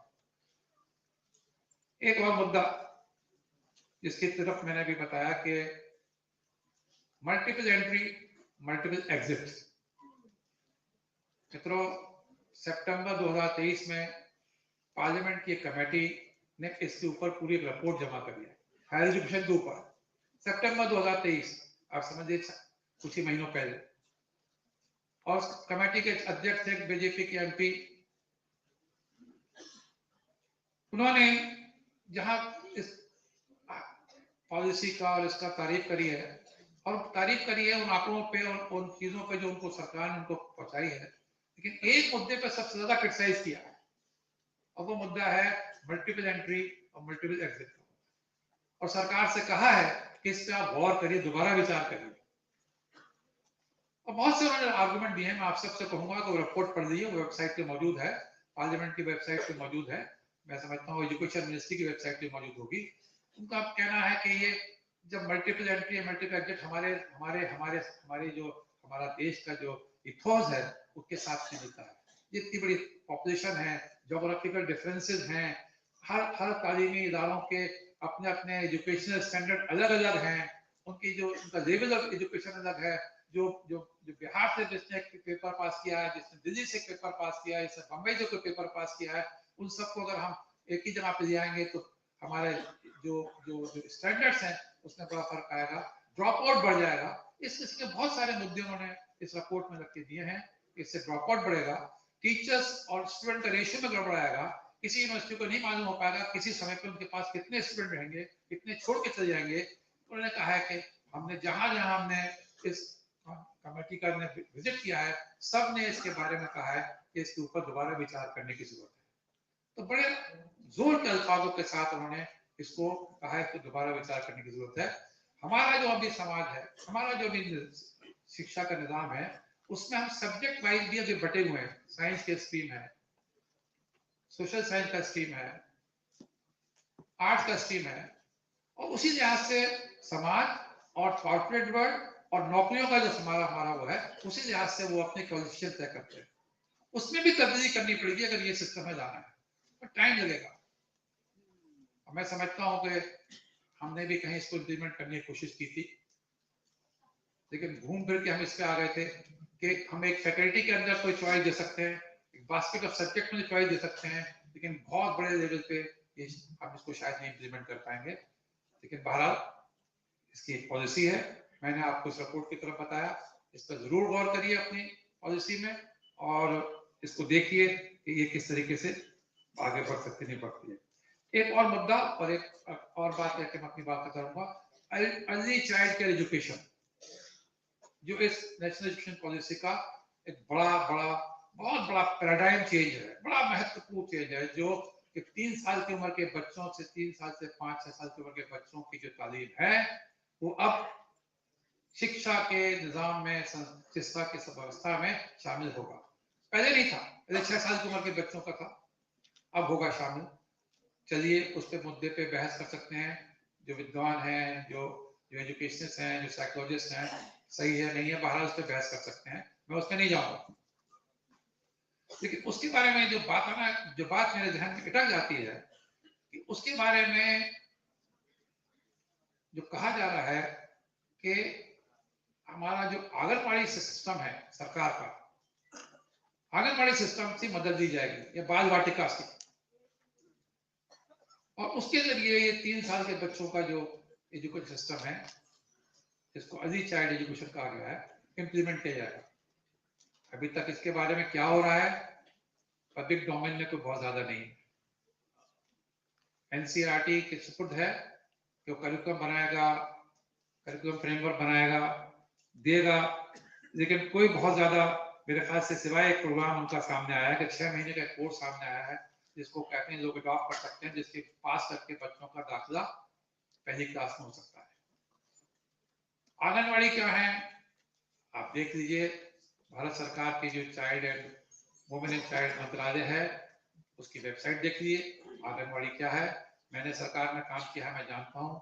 आंगनबाड़ी जो था इंटीग्रेटेड चाइल्ड डेवलपमेंट स्कीम का हिस्सा है, जो बच्चों की न्यूट्रिशन हेल्थ, औरतों के माओ की न्यूट्रिशन हेल्थ का एक प्रोग्राम है जो देश में चल रहा है। अब उसको किस तरह की शिक्षा में मिलाएंगे कुछ पता नहीं है, तो करिकुलम क्या बनाएंगे, उन आंगनबाड़ी की जो कार्यकर्ता हैं उनकी क्या ट्रेनिंग होगी, उनकी क्या पॉलिसी, कुछ पता नहीं। नई education policy, new education policy कही है या नेशनल एजुकेशन पॉलिसी कही है, उसकी 3.5 साल से ज्यादा हो गया, अभी तक इसके ऊपर चर्चा नहीं है। ये ऐसा क्षेत्र है जिसमें हम दाखिल होने जा रहे हैं, अभी तक ये प्राइवेट सेक्टर में था, सरकार जा रही है, इस पर जरूर गौर करिए। और जो भी अपनी दूसरी पॉलिसी पैरेलल पॉलिसी बनाने जा रहे हैं, इसका जरूर शामिल कर लीजिए, वरना ये ऐसा बच्चों का वो उम्र है जिसमें बच्चों का जहन किधर ही मोड़ दिया जाएगा, जिसकी खतरात यहाँ पे बहुत सारे स्पीकर्स ने कहे हैं कि कौन सी बातें उन बच्चों के जहन में डाल दी जाएंगी, क्या करिकुलम फ्रेमवर्क बना दिया जाएगा, किस तरीके से उनको उनका जहन साजी कर दी जाएगी जो देश के लिए फायदेमंद होगा या नहीं होगा, इस पे आप जरूर गौर कर लीजिएगा। एक बात मैं आपसे आखिर में ये कह देना चाहूंगा कि मैं जैसे बताया जामिया मिलिया इस्लामिया और मानू और अलीगढ़ मुस्लिम यूनिवर्सिटी से रहा हूँ वाबस्ता, और हमारा एक संस्था भी है, तो इसमें जो तालीम में जो सबसे पिछड़ा वर्ग हमें सामने दिखता है और वो डेटा से और आंकड़ों से साबित है, वो मुस्लिम माइनॉरिटी का जो ग्रुप है। ये बात मैं आपके सामने रखना चाहूंगा, यहाँ पे सोच समझ के रखना चाहूंगा और चाहूंगा कि आप इससे विचार करें, क्योंकि आपने जो रेजोल्यूशन पेश किया है मान्यवर, आपका जो रेजोल्यूशन आपने पेश किया है उसमें पूरा एक पैराग्राफ जो है वो माइनॉरिटी एजुकेशन से संबंधित है। उसकी एक लाइन में आपके पढ़ देता हूं जो आपने सुबह पेश किया है। Resolution NEP 2020 keeps itself completely silent on how the minority run institution will be conducted. Complete silence. How their course curriculum will be formulated, how they will be funded, and lastly, how they are to be integrated with the overall education system. यह आपके resolution का हिस्सा है, पूरा paragraph मैंने नहीं पढ़ा है। तो NEP 2020 के बारे में पूरा खामोश है। जो कुछ थोड़ा बहुत जैसे मैंने कहा जिक्र मिलता है इसका, वो है SEDGs के नाम से। SEDGs के तौर पे NEP कहता है, मैं अगर आज आप टाइम दे तो मैं पढ़ देता हूँ। Large disparities still remain, especially at secondary level, particularly for socio-economically disadvantaged groups that have been historically underrepresented in education. और ये SEDG जो हैं, जब उसका विवरण किया जाता है, जब उसका बयान किया जाता है, तो उसमें जहाँ लड़कियों की बात होती है या डिसेबल्ड लोगों की बात होती है या जोग्राफिकली डिसएडवांटेज लोगों की बात होती है, वहाँ माइनॉरिटीज की बात भी का जिक्र आता है। 6 या 7 8 कैटेगरीज जो बताई हैं इसमें SEDGs के, उससे माइनॉरिटीज का भी जिक्र आता है। ये बात मैंने इसलिए कहा कि इसके बारे में उन्होंने एक सोल्यूशन भी दिया है। SEDGs include minorities also, and all available data shows that Muslim minority is educationally backward by and large all levels, but particularly higher education level. ये सारे स्ट्रक्चर कमेटी और बात की जो कमेटियां हैं, अभी हायर एजुकेशन की रिपोर्ट आई है एजुकेशन मिनिस्ट्री की, उससे साबित होता है कि हायर एजुकेशन में मुसलमानों का जो रिप्रेजेंटेशन है वो कम हो रहा है। तो NEP इसके लिए जो सोल्यूशन बताती है वो स्पेशल एजुकेशन जोन SEZ बना के उस इलाकों में जहां एजुकेशनली बैकवर्ड SEDGs हैं उसमें स्पेशल एजुकेशन जोन बनाना और सरकार के जितने भी रिसोर्सेज हैं, वसाइल हैं, उसका इस्तेमाल करके वहां का एजुकेशन स्टैंडर्ड बनाना। ठीक है, मैं इस पर जोर दे रहा हूं, सरकार के वसाइल, ना कि प्राइवेट सेक्टर के, सरकार के वसाइल। यहाँ ये बात मैं चाहूंगा जब आप इस पर गौर करें, ये मुद्दा मैं इसलिए उठा रहा हूं कि जब हमने देखा है कि जब माइनॉरिटी 15 पॉइंट प्रोग्राम के तहत सरकार के माइनॉरिटीज के कंसल्टेड डिस्ट्रिक्ट आइडेंटिफाई हुए थे, तो डिस्ट्रिक्ट लेवल के ऊपर ये प्रोग्राम लागू किए गए। उससे फायदा नहीं हुआ, हमारा तजुर्बा ये है, उसकी डिटेल में समय नहीं जाऊंगा। तो उसके लिए मैं ब्लॉक के लेवल पे उसको बनाया गया। अब मैं आपसे निवेदन करूंगा कि ब्लॉक से भी आगे चल के क्लस्टर के लेवल पे ये SEZ बनाए जाए, जहां जहां क्लस्टर से कंसंट्रेशन है उस एजुकेशनली बैकवर्ड माइनॉरिटीज का, वहां के ऊपर ये SEZ बनाए जाए या स्कीम प्रोग्राम लागू की जाए और उसको उन इलाकों का कि जो एजुकेशनल पिछड़ापन है उसको उद्धार करने के लिए सारे वसाइल का इस्तेमाल होना चाहिए। हमें अपनी नई पॉलिसी में इसका जरूर जो आप बनाने जा रहे हैं जिक्र करना चाहिए। और भी बातें कर सकते हैं, लेकिन इसका मैं जरूर चाहूंगा कि ये जो बने ये डिस्ट्रिक्ट लेवल पे ना बने, ब्लॉक लेवल पे ना बने, और ये क्लस्टर सिस्टम जो है ये कोई नया कंसेप्ट नहीं है। प्लानिंग कमीशन में और नीति आयोग में इसके ऊपर बहुत ज्यादा डॉक्यूमेंट और रिसर्च मौजूद है और बहुत से सेक्टर में क्लस्टर के बेसिस के ऊपर स्कीमें प्लान बनाए गए हैं अपने करते। तो ये प्लान स्कीम बनाए जा सकते हैं, करे जा सकते हैं, इसका हमें जरूर जिक्र करना चाहिए। तमाम एक बात इस सिलसिले में और भी आवश्यक है कि जो आपको अपनी स्कीम में कहना चाहिए, नए जो भी आप पैरेलल स्कीम बना रहे हैं, कि जो आंकड़े हमारे पास नहीं की कमी है, ये जो एजुकेशन बैकवर्ड कम्युनिटी की चर्चा की गई है उसके बारे में हमारे पास आंकड़ों की बड़ी कमी है। बार बार इसकी डिमांड की गई है कि सेंसस का डेटा जो है उसके जरिए अगर ये मालूम हो जाए कि किस कम्युनिटी की क्या क्या एजुकेशन हालत है, तो उसके लिहाज से आप प्लान स्कीम प्रोग्राम बना सकें। लेकिन वो आंकड़े नहीं आते हैं, ना बनाए गए हैं कभी किसी सेंसस में। 2021 का सेंसस तो शुरू ही नहीं हुआ है अभी तक। कुछ रिपोर्टें इधर उधर आ जाती हैं, सच्चर कमेटी की रिपोर्ट आ गई, कुंडू कमेटी की रिपोर्ट आ गई, कोई हर्षवर्धन साहब की रिपोर्ट आ गई, उससे कुछ हम लोग निकाल देते हैं, या कभी कोई भारत सरकार की कुछ रिपोर्टें आ गई। कहने का मतलब ये है कि हमें एक ऐसा व्यवस्था की भी बात करनी होगी कि जो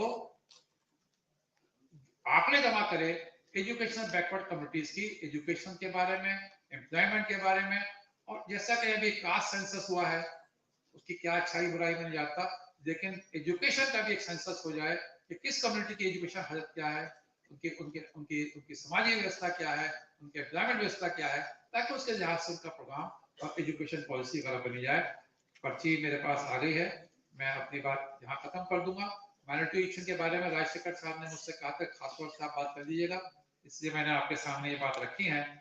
अगर कोई बात इससे समझ के लायक हो आप जरूर अपने पैरेलल प्लान में रखिएगा। बहुत बहुत धन्यवाद मैं ये मौका देने का।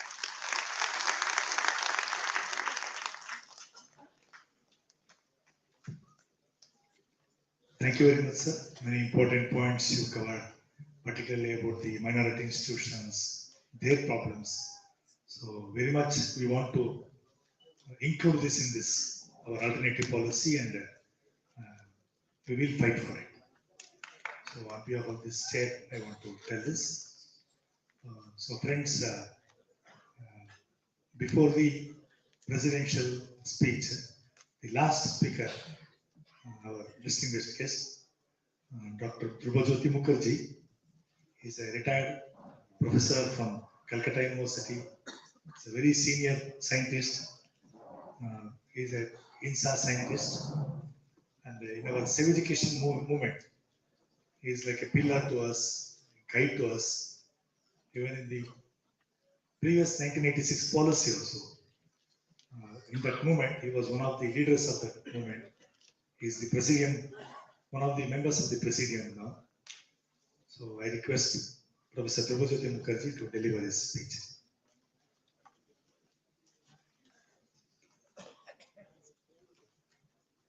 Honorable Mr. President, distinguished speakers on the dais, and assembled delegates, my greetings to all of you. You have been listening to the new education policy, what harms it will bring in the society. I would like to mention a few points. I'll not deliberate too much. Education forms the backbone of the nation, and how advanced a society is measured by how well educated its citizens are.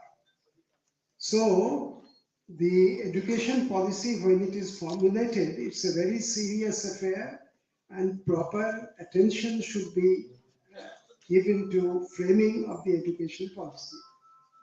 Firstly, the policy should ensure that people from all strata have unhindered access to education.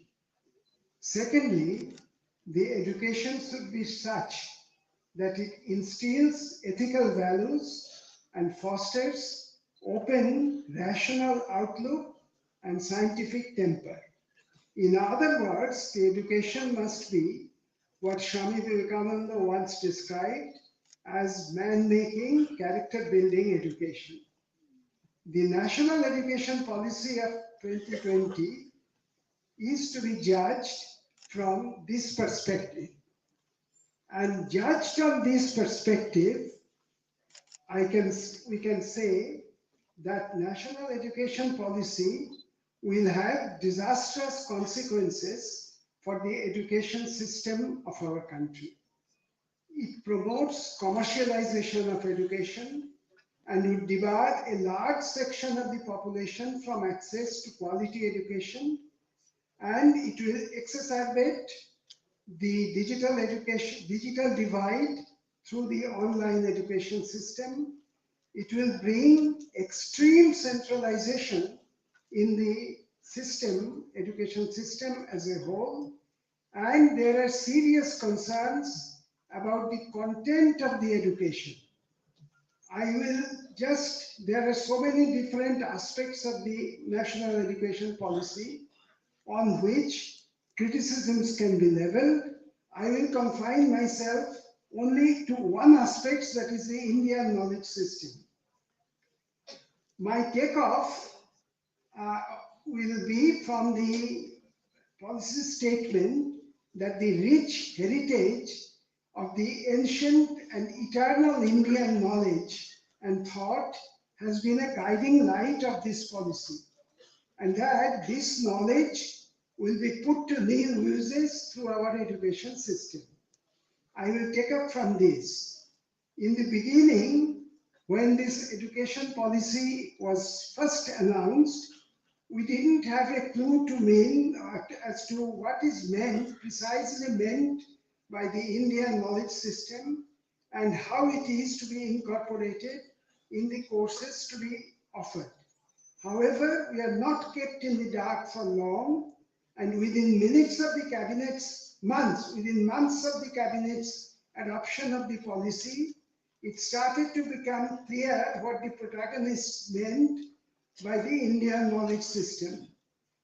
It was pronounced that the knowledge produced in ancient India remains hidden as great treasures. The task to rediscover these treasures and incorporate them in the courses. In consonance with this, it was declared that Sanskrit will be mainstream and with strong offerings both in school and higher education. Note here that their ancient India stops at 1000 AD. After that, India is the Dark Age. There is no advancement in India since 1000 AD, and Sanskrit is the only classical language in India.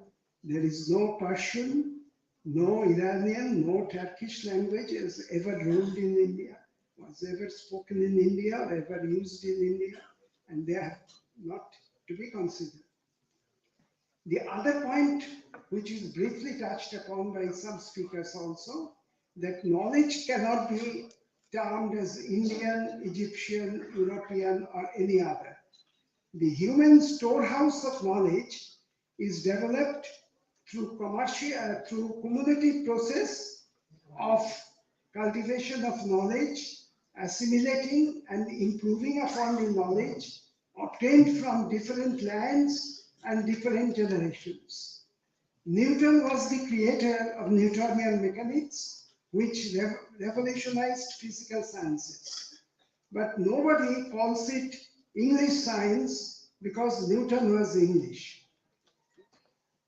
Similarly, the knowledge created in India, ancient India, was really remarkable, but it has already become an integral part of knowledge belonging to the whole humanity.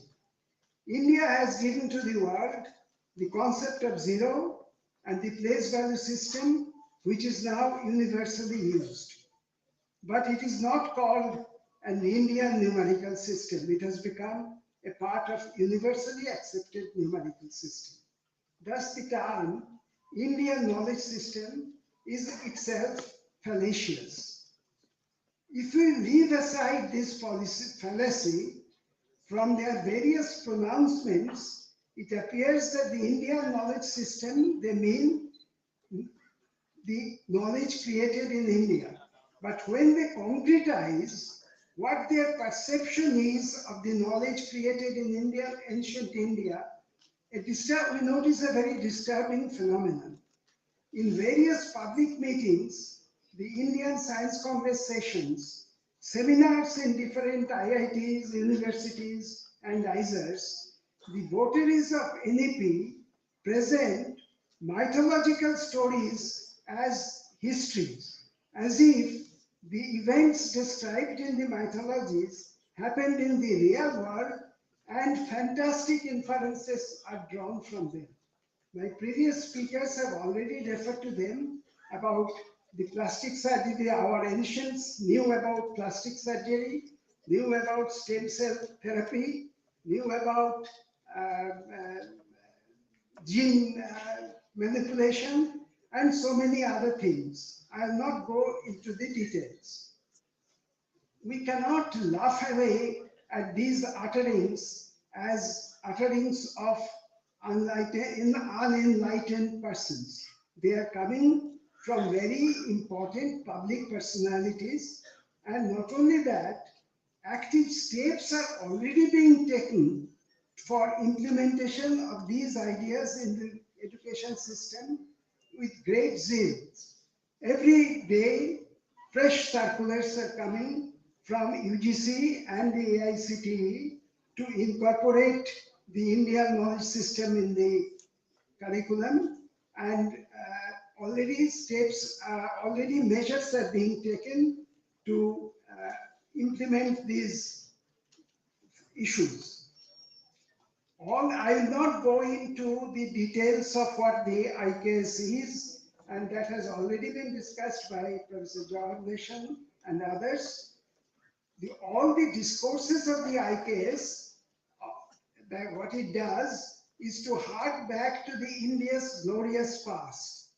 And this is an attempt to bolster the cultural pride and an attempt to justify the claim that India shall soon become leading the rest of the world again, that it will become the Vishwaguru. And hand in hand with the trumpeting of India's glorious past, remember that the past stops at 1000 AD. There is nothing which happened in the medieval India, according to the votaries of the Indian knowledge system.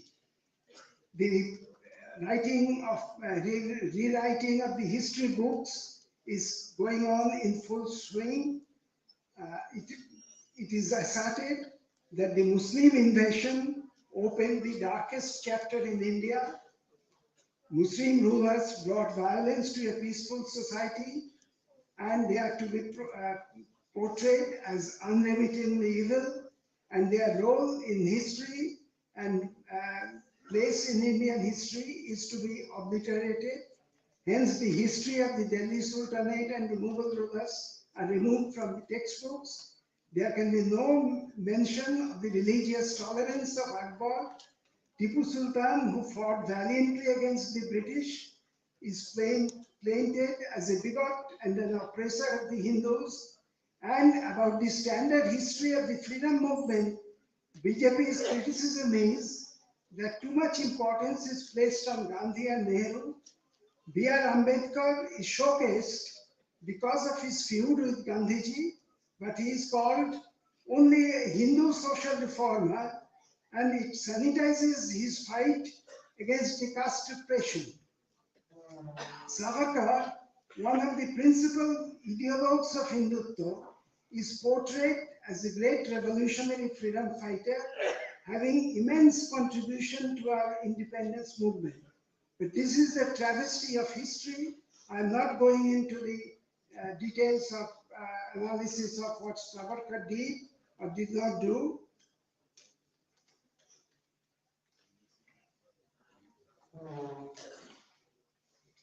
India did really do remarkable things in the past. We can be justifiably proud of the achievements of ancient India in the astronomy, in medicine, in linguistics, in architecture, in music.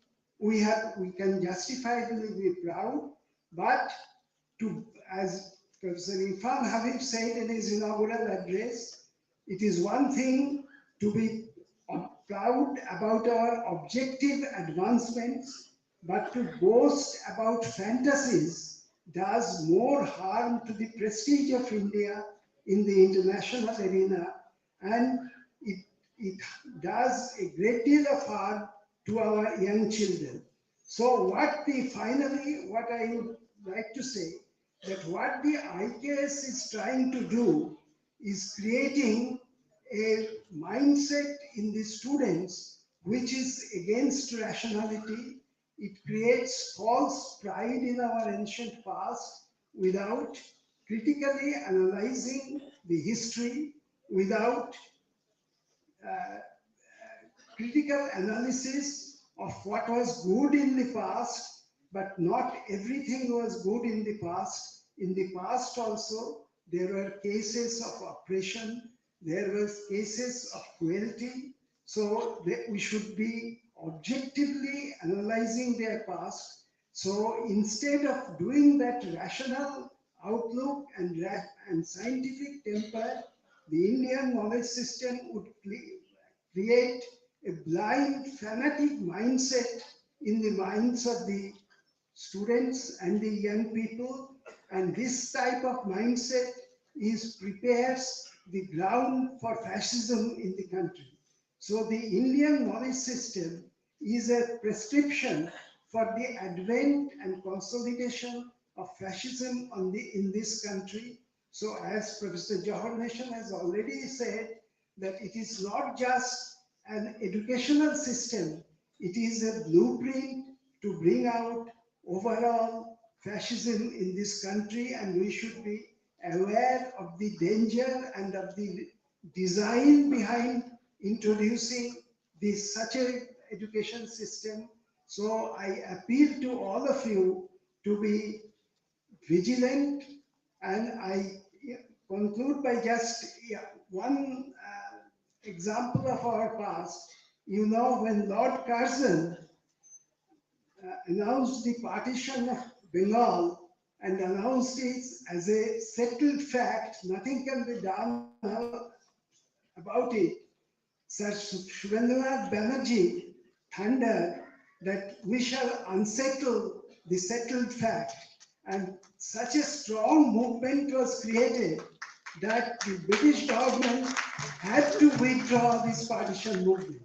So let us all work together to build up such a militant movement, education movement in this country, that the government is forced to withdraw this education movement and take steps to form a new education policy with a new education commission, which is manned by educationists only and not by bureaucrats and politicians. So let us now, I appeal to you to work together to build up such a strong education movement to thwart the evil designs of the new education policy. Thank you very much for giving me this opportunity.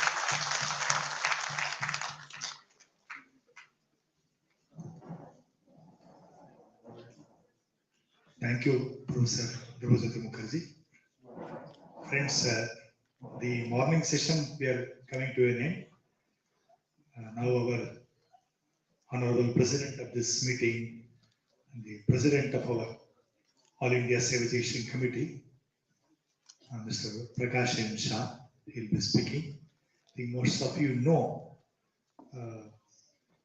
he is a very well-known journalist, he was an editor, and he was the president of Gujarati Sahitya Parishad. It's a very honor for us that he is our All India president and guiding us and leading us this Save Education movement. So I request our Honorable President to address the gathering now.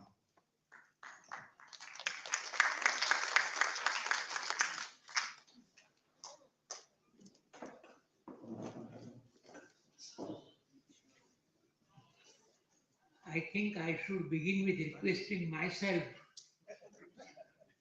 to confine my speech within 5 minutes.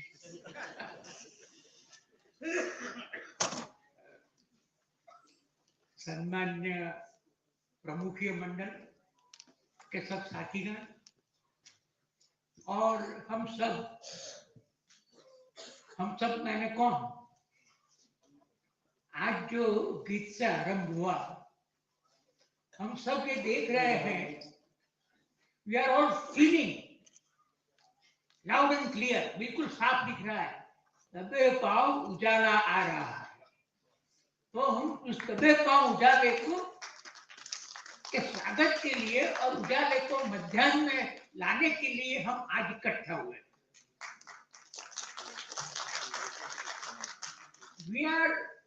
We are meeting on the eve of elections. Vinoba used to say electionam vilakshanam, but इस विलक्षण election को हमें उसके दोनों सिंगों से और पीछ से सब जगह से पकड़ना है।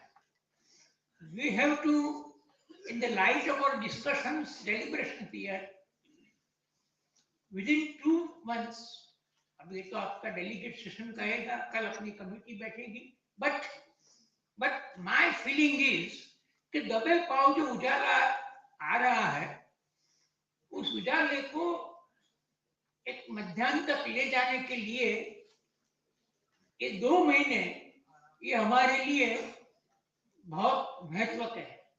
You have to put the ruling party on the mat and we have to put the opposition कि आप फाइट तो करते हैं, आप अपने को इंडिया कहते हैं, ठीक है, जो भी है अच्छा है, हम भी इंडिया है, आप भी भारत है, हम भी Bharat, no problem. But point is कि आप एजुकेशन के बारे में क्या करना चाहते हैं। आज का निजाम जो लाया जा रहा है, आप अपोजिशन में रहते हुए उसके साथ बारे में आपका एक परसेप्शन क्या है। We have to create an atmosphere and a wider understanding कि जिसके बलबूते पर चुनाव के दौरान भी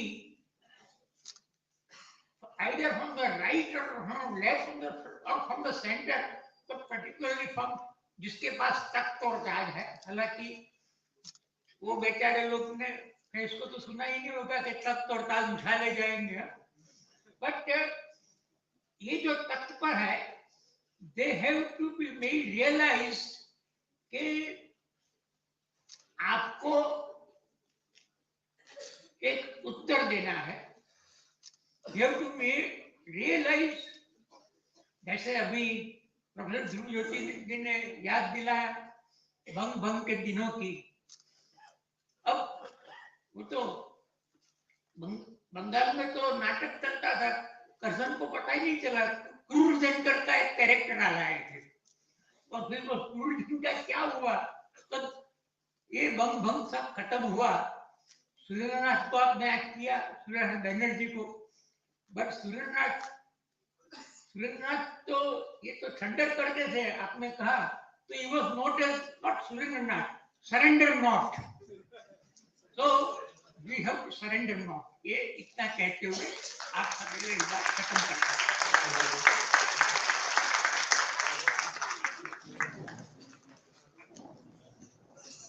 So, thank you, sir. So, with the permission of the chair, we'll be concluding this morning session. Again, afternoon there will be the session. It will start by 2:30. The session will start. Regarding lunch and other things, Shraddha Dikshit madam, she will announce now. Good afternoon to everyone. This is our first session ending. अब lunch के लिए मैं request करूंगी हमारे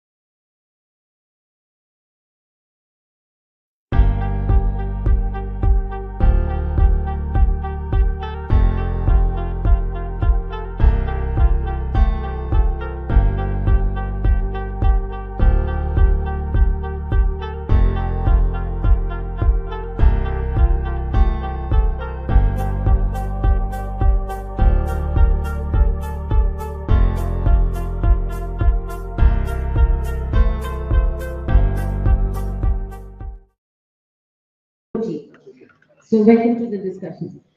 So now I request every panelist will have around 6 minutes to speak. Now I welcome Professor Subhash Kumar for the views.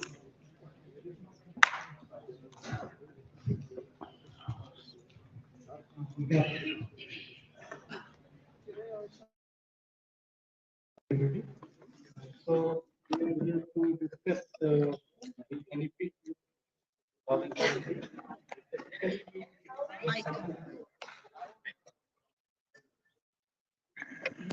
And specifically, this session is about the 4-year program, which has been now introduced at the undergraduate. So to begin with, the 4-year program is not new to us. At least at Delhi University, we had an experiment with 4-year program in 2013. It rolled back after a lot of protests, and we could see the progress happening in the school. So, and it was withdrawn by the same government, this NDA government. Now they have still, after withdrawing it in 2000, but at the end of 2014, 14 session it ran. So it was withdrawn. So it has come back. Now it is for the whole country. So in effect, it now puts the whole undergraduate degree a 4-year program. Although there are options for exit at different levels, after first year, at the second year, third year. But the exit at first and second year is very dangerous because it will lead to more students going off the higher education than people joining. So, and in that case, the other mode of education is being propagated, like the online mode or the correspondence courses. They may get filled. Because I think this 4-year course put an extra year burden to all. So it has a lot of economic dimension attached to it.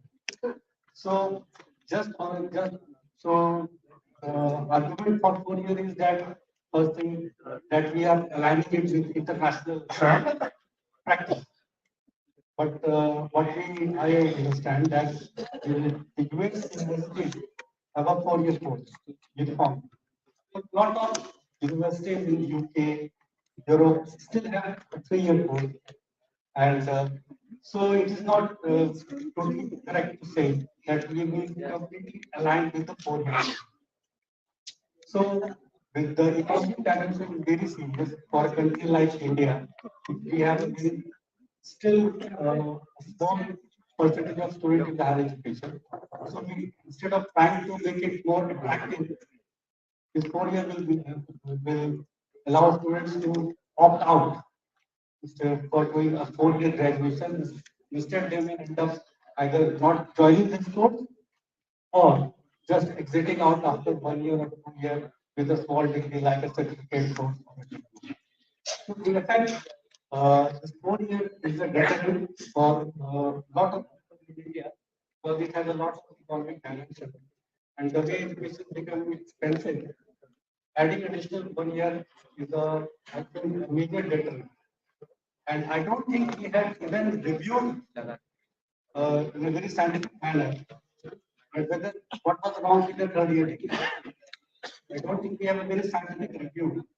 So until in the absence of a scientific review, I think just going and copying the schemes available in some developed countries without aligning it with our realities is not the correct way to go forward. So I think the 4-year UG program is a will be I'm concerned about this. Please hold the mic. Please hold the mic near. And another issue on this NEP and the UG program is now based on CUET, the entrance test, which has been made compulsory. We at Delhi University, we are seeing a lot of problems are coming to that due to that. First, we are having late admissions because the exam has to be conducted at all India basis by a centralized agency. They are not very effective in giving the exam as well as the results at the right time. And moreover, the coaching industry has become very active because they have got a huge student base who will now have to go through the rigor of coaching. And one of the results we have seen in the last 2 years of NEP implementation in Delhi University, that the number of women students has come down. I think this point has to be discussed a little further because what can be the reason? Are girl students not faring well in entrance exam? Or is it due that few girl students are getting a good coaching facilities? Or there is some bias that a person, a family is sending a boy to a coaching institute but not a girl. So this aspect has to also be taken into account. So making the whole UG process based on an entrance exam, I think is also a little problematic, and we should think about it before rolling out the entrance exam for the whole country for all the UG programs. And all the universities are being asked to join this CUET scheme, and unfortunately, the majority have joined it. So very few universities are left which are still admitting students on the basis of their earlier methods of and marks of the 12th board exam. We can discuss these topics, and we can discuss further on the NEP courses which we have discussed. We have formed in the 4-year YUP, which has seen massive dilution in the academic program because a lot of fancy named courses like as Pooja was saying this, that we have blurred the line between the academic stream and the vocational stream. So the students are confused. What are they supposed to do? So there is very less interest in these courses. It's called 2 credit courses. So they have been given a very large emphasis in this 4-year program. So and that has blurred the academic stream completely because due to the introduction of these skill-based courses, which I think are half-baked, they are not making any sense. And because most of the time, a teacher who is not trained in that subject is taking that class. I am a teacher of physics, and I am teaching vocational course, constitutional values and fundamental duties. So I may try my best, but I will not be very good. I know it. But that is the way we are doing it because my college is primarily a science college. So who will teach these vocational courses? The science teachers are teaching all kinds of courses. Some teachers teaching yoga, some teachers teaching Fit India, something courses like those. Swachh Bharat and many courses like this. So there are 2-3 issues. First, the problem with the dilution of academic stream. The second is the economic dimension. Skew the gender ratio in our hierarchy. Okay. I think we can discuss further on this topic. So thank you so much, Professor Kupal, for sharing your experience and points. So you have rightly pointed out about the economic dimension, gender dimension, and international practice, and CUET coming up with a lot of coaching business. So now I request Professor George Joseph to kindly share your thoughts. Over to you, sir.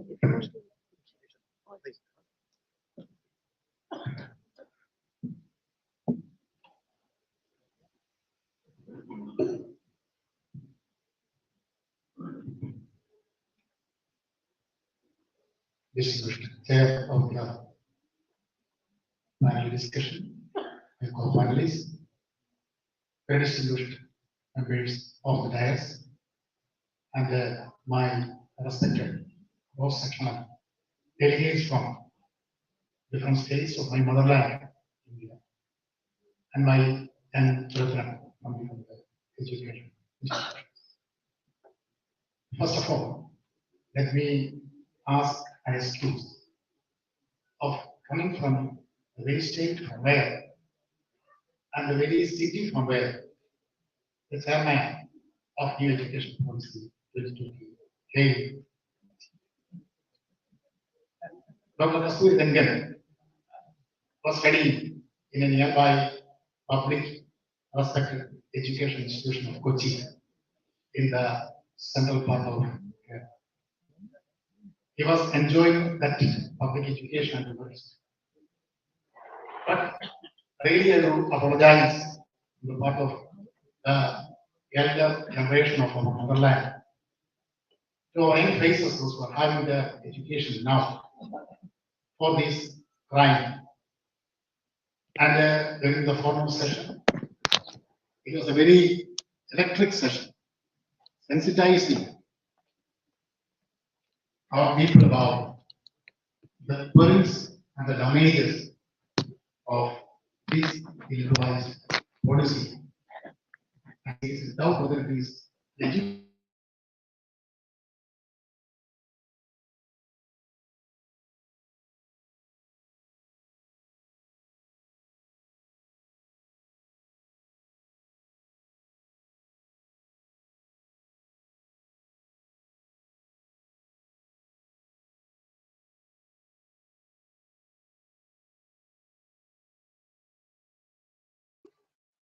Another report that he filed with the submitted to the Kerala government of Western Ghats after to Professor V.N. Karthik to present a very fine report.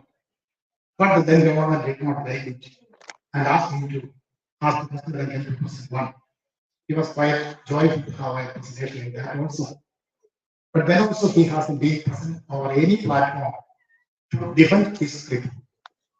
So since our time is so precious and short, I will into total aspect of this 4-year undergraduate program in NEP 2020, which maybe some states have already implemented, and my mother state Kerala is going to have its implementation by next year, and they are in its workshop.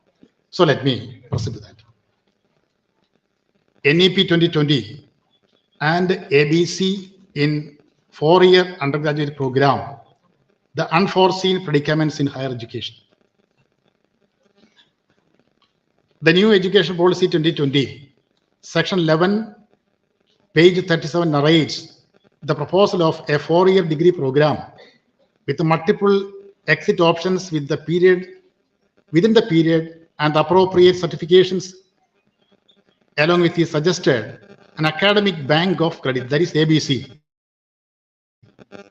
which would digitally store the credits earned from the various recognized higher educational institutions, so that the degrees from a higher educational institution can be awarded taking into account the credits earned. It is fundamental to all universities all over the world that they create curricula and thus the qualifications as per statutes. The volume of work known as credits a student is expected to undertake for a given qualification is to be configured in the curriculum, normally by the respective universities. For the sake of comparability and verifying equivalence of qualifications by different stakeholders, a common size of credit has been devised for each qualification. This is the global practice. But the discovery of a central bank known as Academic Bank of Credit is unheard of anywhere in the world. And it can be seen as virtually to regulate and control the academic credits of 39 million of students at 46,887 colleges under 1,143 universities and numerous standalone institutions in our country. Under this premise, the ABC will ensure the opening, closure, and validation of Academic Bank of Credit, verification, credit accumulation, and credit transfer to students which collectively so far has been the jurisdiction of the university. Under the ambit of academic autonomy, however, it looks glossy at the outset in the sense that it will enhance student mobility in taking courses of their choice that cut across the borders of subject domains and beyond institutions of their choice. But in actual practice, the scheme will turn counterproductive as it trespasses into the affair which statutorily and academically the sole prerogative of the mandatory bodies of the university, the sanctum sanctorum of higher education accepted globally. Disruption of curricular harmony leading to cacophony in education. The regulation permits as many as 50 to 70% of their courses under higher education institution other than their own. Such an approach disrupts the harmony of university curriculum. The harmony of curriculum means a synthesis of ingredients such as educational philosophy, pedagogies, objectives, subject matters of learning, and socio-cultural issues ingrained in curriculum that all collectively empower the learners to achieve the desirable learning outcomes. Mobilizing courses through a centralized credit depository will simply form a set of discrete choices. This will do away with objectivity, focus, reflection, and all-round learning. Higher studies does not simply mean learning a few unrelated subjects and training in few skill sets. It involves character building, social interaction, problem-solving skills, civic participation, and a scientific constant quest for truth. As the courses are unrelated, that too from different contextual sources and of scattered objectives, it will in no way be helpful to students in their respective sacred lives. Shall our degrees desirably be a mere subject collages? 4-year undergraduate program is, as it is suggested in NEP 2020, is sharply inclined to do away with the existing departments of different disciplines. Even broad disciplines such as sciences, humanities, languages, etc., and their various subframes. They exist now because of various boards of studies at the university or autonomous colleges. It is those bodies which set the curricular designs for the main subject and related complementaries. For example, in biological sciences, botany is a major, zoology, biochemistry, biophysics, biostatistics, etc. are sensibly related complementaries, but as per FYUGP, a botany major shall have another discipline such as fashion designing, accountancy, or actuarial science as its minor combination. NEP welcomes it all under the guise of student freedom, student centeredness, etc. But it is not thinking in terms of deep knowledge in any subject about anything, anywhere. If it is implemented in higher education as such, it will be disastrous as it was with the implementation of the district primary education program, DPEP, in school education, resulting in irreparable depletion of learning standards. Academic bank of credit and the commercialization of higher education. The manner in which the union government has been handling the centralized credit banking indicates that it has succumbed to the international trade pressures mounted by the WTO GATS, that is World Trade Organization General Agreement on Trade and Tariff Services, which seeks education as a trade. India offered its higher education to WTO GATS in 2005.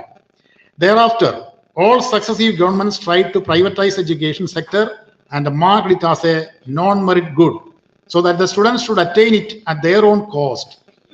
All policy shifts such as corporatization of public higher education to make them a self-financing game, reduction of government investments in public education, reduction in research investment grants, and overall private dominance in policy making. Example, Ambani Birla report. While students have paid tuition fee biannually or annually, the academic bank of credit system would require them to pay per course. This will help private players to grow with a strong market muscle to sell their courses better than public enterprises. ABC will facilitate foreign service in higher education with this ground prelude in force. Foreign services across the seas, as mandated by the WTO GATS agreement, is in their waiting to have their chance in the most populated country of the world. On the other hand, Indian outreach to foreign educational competitive market will not be fetching much of interest as our system lack the required sophistication and features to meet their need globally. Therefore, this policy will end in a trade imbalance thanks to the policy and lawmakers subscribing to the idea of education as a trade. Countries that had opened up the global market to the higher education sectors such as Malaysia, Indonesia, and some African countries are now made mere markets of the West, like other third world countries. They all resort to contract teaching in place of permanent professional teachers. Permanent teacher posts will be left unfilled, and gradually contract teaching becomes the permanent system. Social reservation becomes a bygone story. Another impediment is the digital divide between the affordable minority and the hapless majority in terms of their internet connectivity. This will include the unequal social structure, oppressive economic structure, and political fascism. Reservations guaranteed in the Constitution for the socially backward will be nullified by the ABC as it empowers 70% of the courses in the respective programs. Will it be possible to ensure course-wise reservation in institutions? Will a student of the socially backward community be able to access to IITs to register for a course under this scheme? What is the guarantee of mobility that ABC facilitates for students of all social backgrounds across all higher educational institutions? Conclusion. The most detrimental of all is the annihilation of a category of constitutional, humanistic, ethical, and moral values through the National Education Policy Framework. NEP 2020 seeks to enable graduates to demonstrate the willingness and ability to have their learning outcomes such as Indian ethos, Indian pride, and Indian-centric values.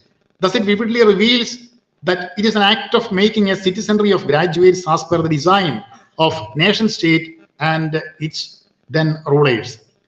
Actually, ethos, pride, ethics, and values as products of social evolution and culture in a progressive society, and if otherwise, students will simply be asked to follow what the rulers demand from them.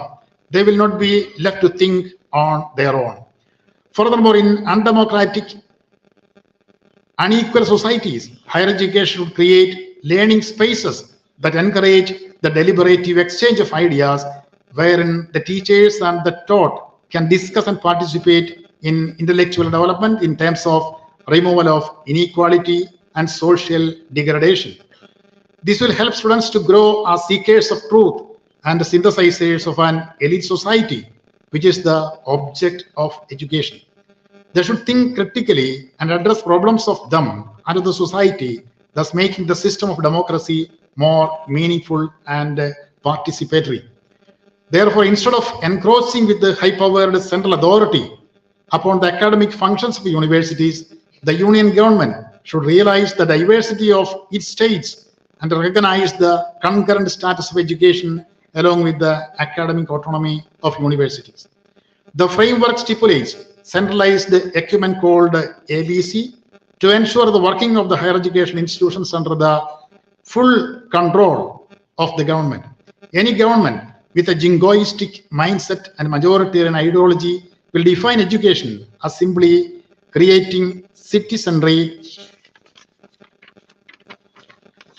and comfortably catering to the interests of the global market forces. Hence, we shall conclude by saying that education should be driven by humanitarian cultural values than narrow periodic political policies if it has to deliver progress to a civilization. As I want to conclude to you, I shall very well say that this our national education has seen major threats at the time when the nation may be feeling some other counter threats. Education was formerly under the state list. But you remember, by the time of emergency in 1975, education was lifted up from the state list to that of the concurrent list. So in the case of the concurrent list, state will be passing legislations, center will be passing legislations. If center passes the legislation, that will be prevalent over all other states.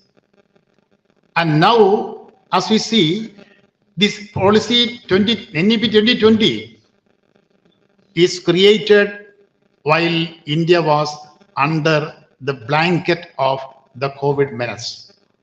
So there was no discussion in the parliament. This is a cabinet decision only. This policy is not discussed among the people. And me from Kerala had asked one of our very able parliamentarian, you might have heard about N.K. Premachandran MP, about the veracity of this law. Since this is not passed as a law, he says that we haven't heard anything about this policy in the parliament. So this is a cabinet decision. So hence the stand of this NEP 2020. They conclude. Thank you. Thank you for your kind time. Thank you so much, Professor Joseph, for sharing the thoughts on NEP.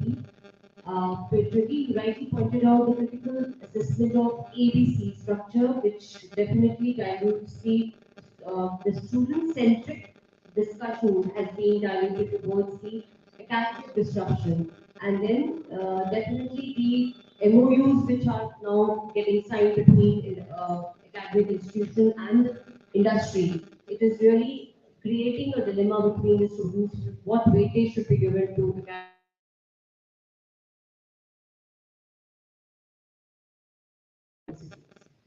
Thank you so much for your comments. Now there is a small performance by students. A song performance by the students.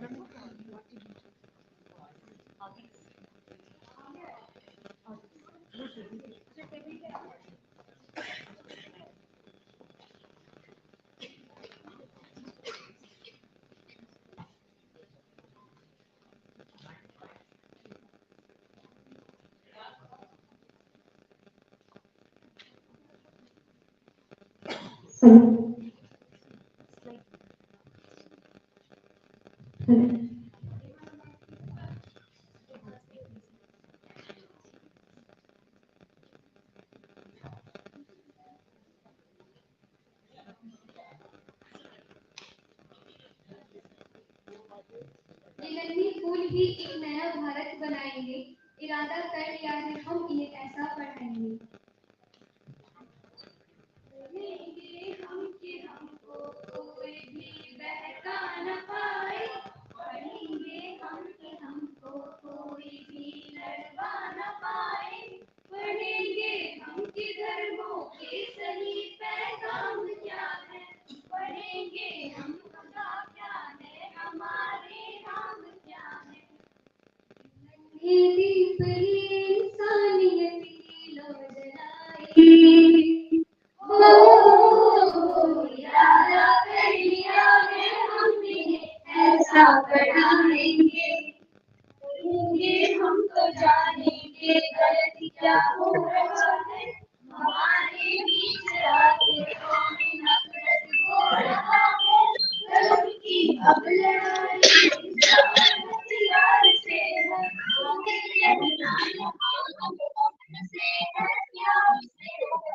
कहानी को हमें अब प्यार से जीना सिखाएंगे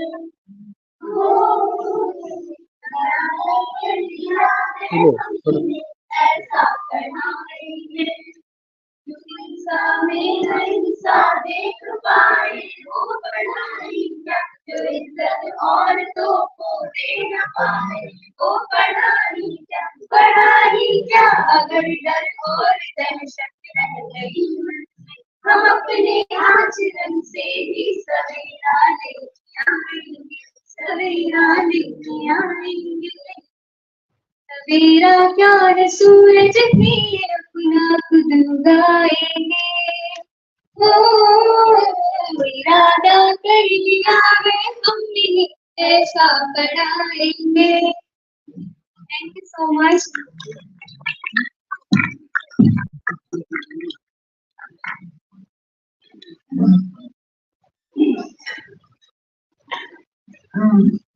साथियों, ये हमारे नए बच्चे हैं और मेट्रो बिहार होलंदी से आए हैं और इन बच्चों का इंतजाम और इनका ये देख के देखिए इतने लंबा सफर 50 किलोमीटर से चलकर आए हैं और सर्दी की परवाह ना करते हुए इन्होंने खुद ही गाना तैयार किया और खुद ही हमें बताया कि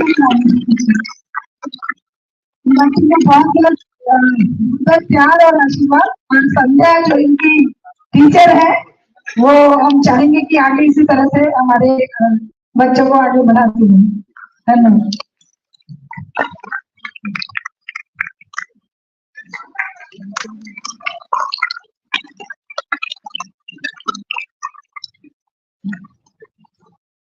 बहुत बहुत धन्यवाद। इतने सुंदर गाने को सुन के, और क्या क्या पता यही इनकी आवाज में हम सबको इंस्पायर कर सके और राइट डायरेक्शन दे सके। आई रिक्वेस्ट प्रोफेसर मेकी to please contribute. Let me first thanks the distinguished guests sitting in the dais and distinguished guests who delivered their lectures in the morning sessions, and also the guests that has come out from all over India.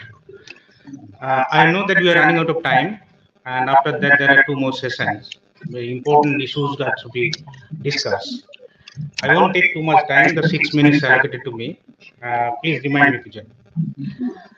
I need to also acknowledge the fact that some of my colleagues are also here.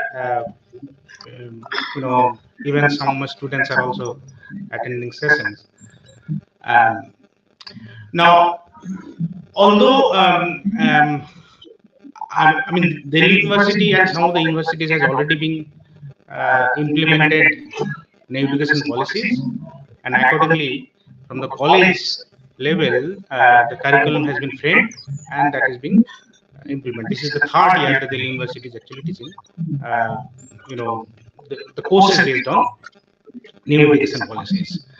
Now, actually, my legs are shaking because this will be coming next year to the university level. And now, since we are told that masters would be for 1 year, I don't know. So, by rule of thumb, I can understand that half our colleagues would be jobless, and I don't know what would be the curriculum, what would be asked to teach. Maybe we need to also prepare ourselves to teach how to better Swachh Bharat, how to better to teach art of life, and maybe I should also prepare to read once again some of the epic stories so that I could actually prepare some material to teach them. Then only I will be able to survive. Otherwise, I will be able to survive them also. In spite of the fact that I'm doing the research, but I cannot actually survive them all. So nothing is clear to some extent. Although they have said that the 4-year degree is being instituted in the college level and then first year.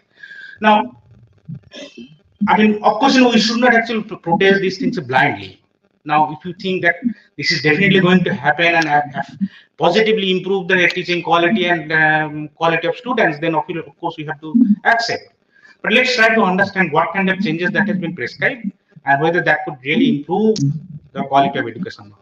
Now, when you are trying to understand that, we need to understand that the knowledge, I think some of the eminent speakers have talked about the knowledge. Knowledge is not simply education.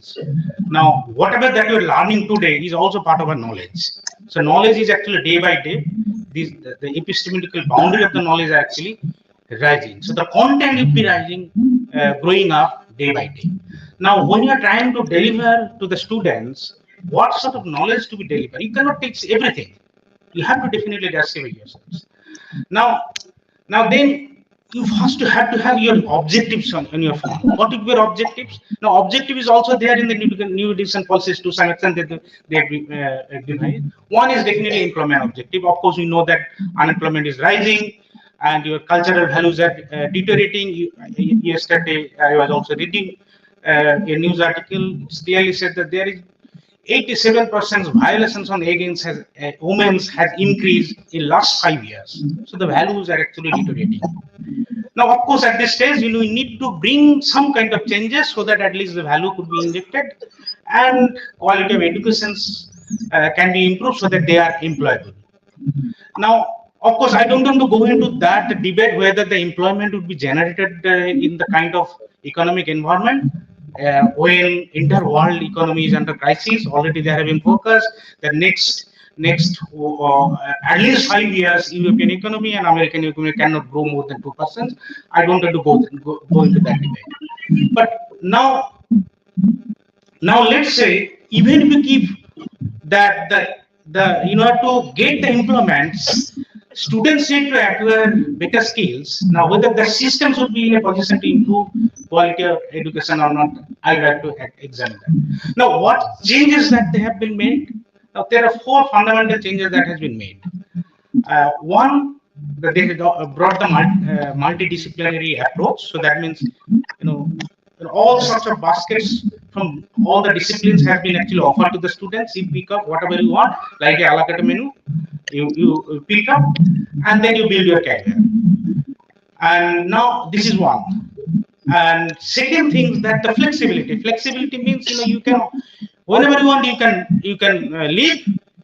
Suppose after 1 year you can get degree. So that means usually in credit bank was already being introduced. Minimum credit is required after 1 year so that you can actually get the certificate degrees. After 2 years you get 44 credit, I guess.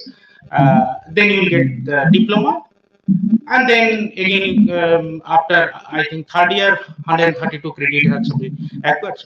Now after that, now the problem, now the situation is after 3rd year we don't know. Now we are experimenting 3rd year. Some of the teachers who is teaching college, they are not also sure what would be advised to the students whether they should actually go for the research with 4 years or they should actually leave, go to the university, because in university's curriculum hasn't been framed yet till to date. Now so at any point of time you can leave. Now see here, now the way credit requirement has been arranged, that the core courses, suppose I got an admission with physics honors or I got an admission with economics honors, my credit requirement almost half of that. Now in your core courses weightage has actually been broken down now, and then now all of you have graduated with the previous system, so you know that along with, let's say, the core course that you have taken to get your honors, along with that there are some courses which used to appear as a pass course.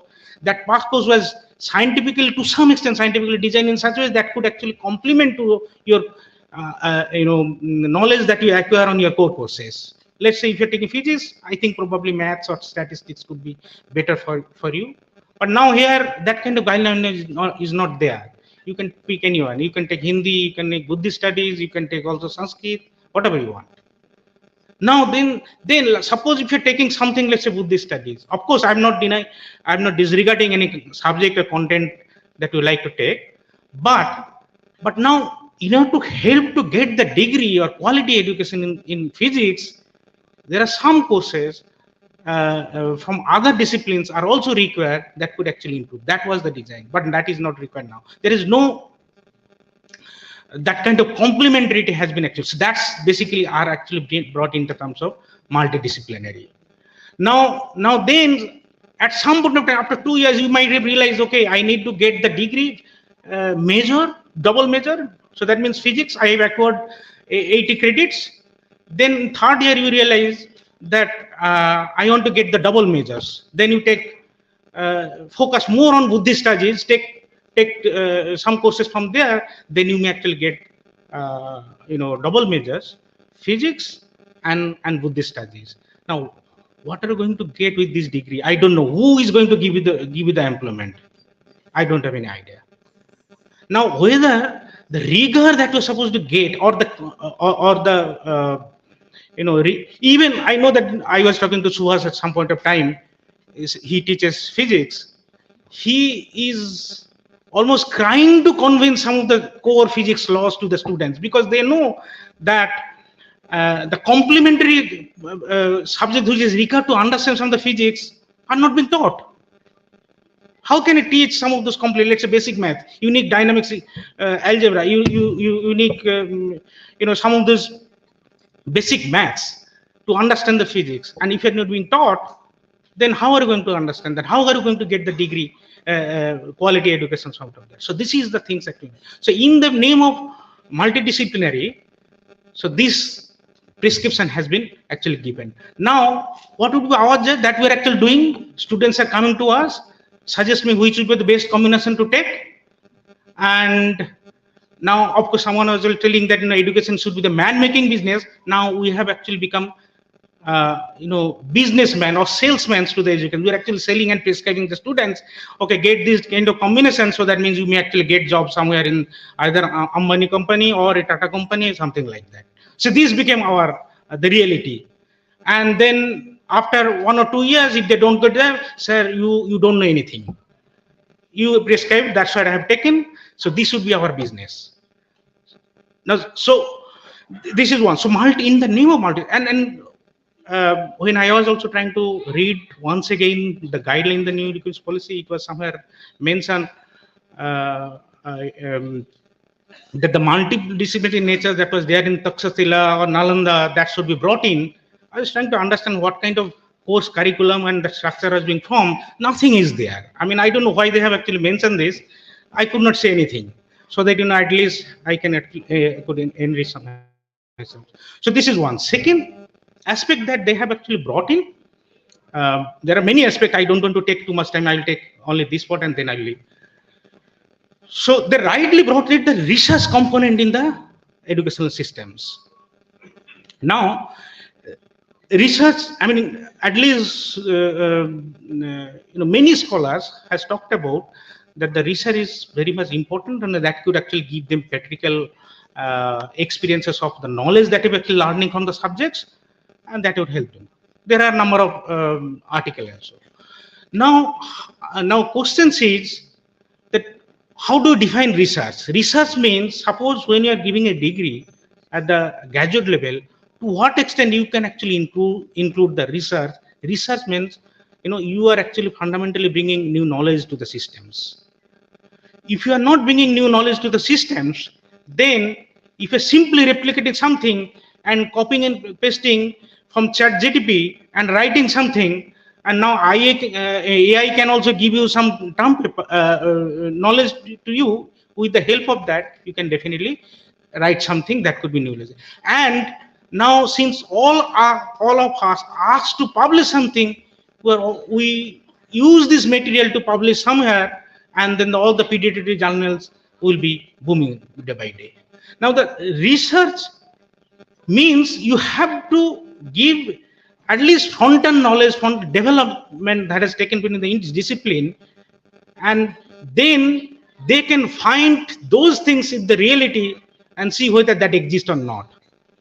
So that cannot be done at the undergraduate level. You can definitely talk about the internship, but again, for the internship, now the internship possibility is also there. Now with the internship means, so that means students will be coming and will be going somewhere in industry or some sector to get some practical experiences. Now with the CUT, we are also experiencing this kind of problems, that now with the CUT in Delhi University, you know that Delhi is a bit costly. Those who are coming from the rural area, they even don't find proper place to live during the entire education period of study. Now how they can actually find a place to get the internship? Though, of course, those who are coming from rich family, they have their connection, they have their own linkages, They can find internship somewhere in the better places. But the students who is not, now even if you, let's say, get internship somewhere in Gurgaon, or let's say somewhere in Rajasthan. Now the students who is coming from the poor family, somewhere Bihar, UP or Madhya Pradesh, how can they know effort to spend money to get the internship done? And if you don't get the internship done, which involves almost 12 credit, substantial population, you cannot actually pass with the DCS degree. Now, in spite, now the idea is that this internship can actually help them to improve their absorbability. Now, when we are going to do some internship degree, what kind of task is being performed by you? They are simply asking to tabulate something, and you write something, a passage, simply like that. There is no effective knowledge is taking place. Now, with these kind of things, can you really improve the knowledge, and can you also create, at least the skills that could help them to get the employability after that? I think this is not possible.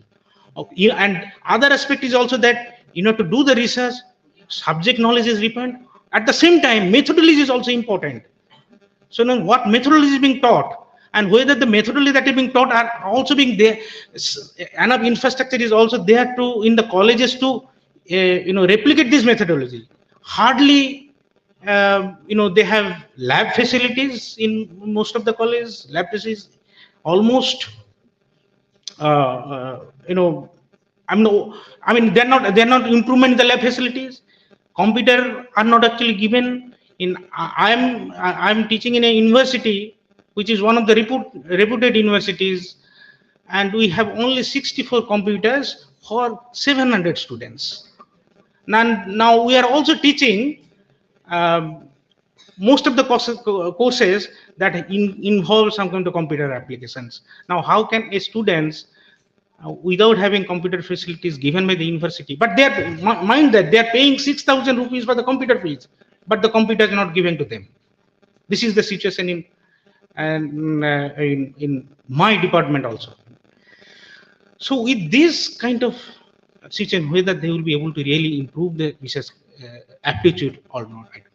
Now, of course, we have been telling that US has been quite successful, UK has been successful. Why can't we replicate? Now, do you know how many universities there in US?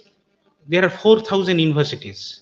How many of them are under QS ranking? Only 100 and plus. So that means 3,900, we don't know them. And we are telling that in the US, giving all the universities giving. We know some of the universities, Harvard, MIT, and how they have been successful to some extent using this kind of framework for us, because they managed to hire good higher academic staff, renowned academic staffs. MIT has currently in MIT 9 Nobel laureates been teaching. Of course, why they have been teaching. Of course, they have been remuneration is quite high. At the same time, the infrastructure size, students ratio is less than 20. Without giving these resources, how can we actually make this kind of program successful? You cannot actually make this. On the other hand, what is the reality in our university? Most of the universities, if you just go put step outside of Delhi, almost 70% colleges, 70% teaching staffs are contractuals, and they are being underpaid. Many month salaries not being given. And I was also hearing from some of our colleagues, he was telling that one girl teachers, after surgery, after 2-3 days, she was forced to join, otherwise she was not getting salary. Now, if their life is uncertain, and they are not also getting seat to seat somewhere in the colleges, so that they could also discuss with the teachers. If that is the situation, if that is the infrastructure feasibility, how can we actually provide proper educations? Now look at that, whether we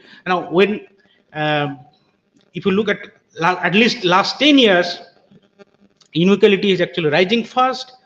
whatever wealth has been accumulated, only 3% of the wealth has actually moved to the 50% of the populations. So their income is not actually rising. And then how can they actually afford the day by day the cost of education actually are rising. Now government could definitely afford, still already mentioned that the 2.4% of GDP is being spent in our country, but there are countries, more almost 112 countries, who is actually spending more than 3%, including Sri Lanka. If Sri Lanka can manage to spend more than 3%, why can't we do? And we have already seen 61% has been slashed for the UGC budget. Now that's also the danger that I'm thinking how, what could curriculum will be coming for the postgraduate level. Now, last sentence I'm going to make, that the way the flow, of course they have copy pasted everything from US and the UK, implemented it without improving infrastructures. They're trying to reduce content from the postgraduate department and bringing everything to the college department, so that higher education expenditure can be seen day by day.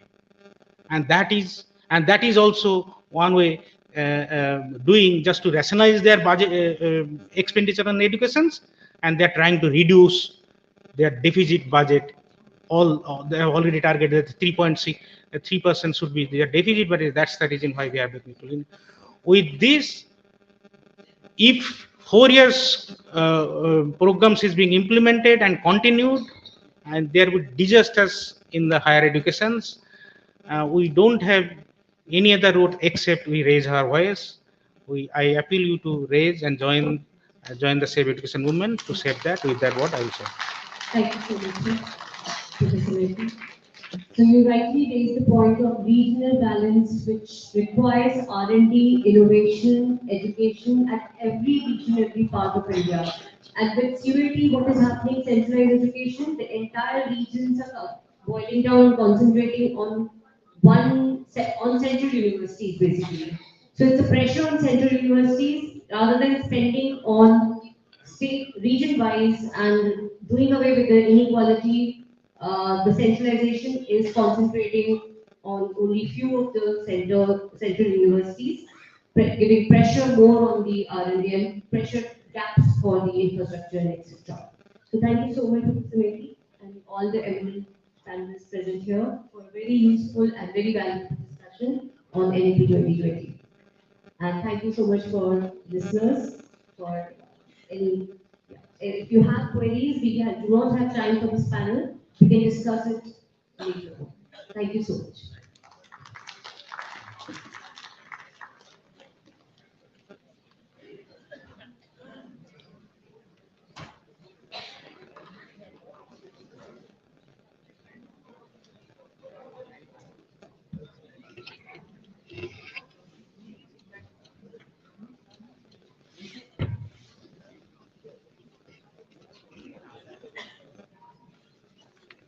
Actually, time is constrained, so we have to switch over the next program, that is next panel discussion.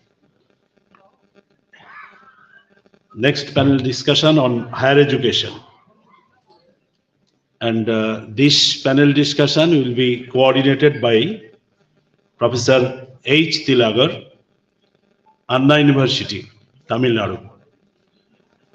And other panelists are Professor Devashish Chakraborty, Commonwealth Fellow, United Kingdom and Visiting Fellow, University Leicester. Dr. Nandita Narayan, retired Professor, Delhi University. Professor Navneet Sharma, Central University of Himachal Pradesh.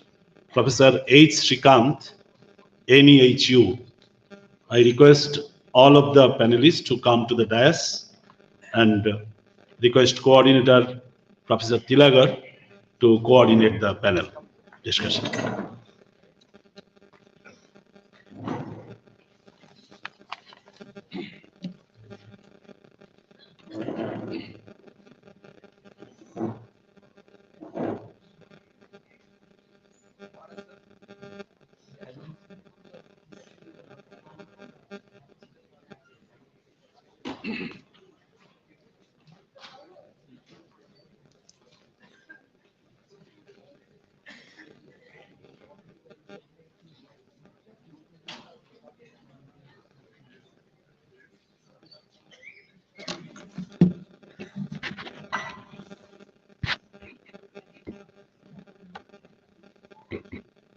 Hello.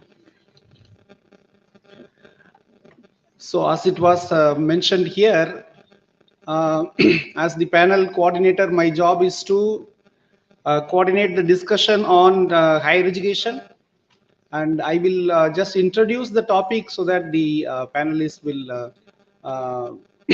elaborate on each one of the aspects of this topic, higher education.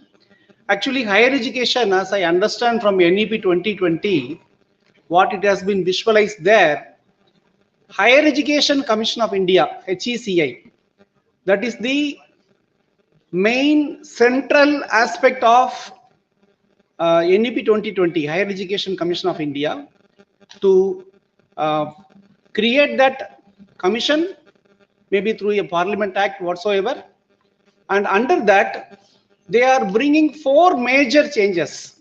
One is Regulatory Council, second one is Accreditation Council, then Grants Council and General Education Council.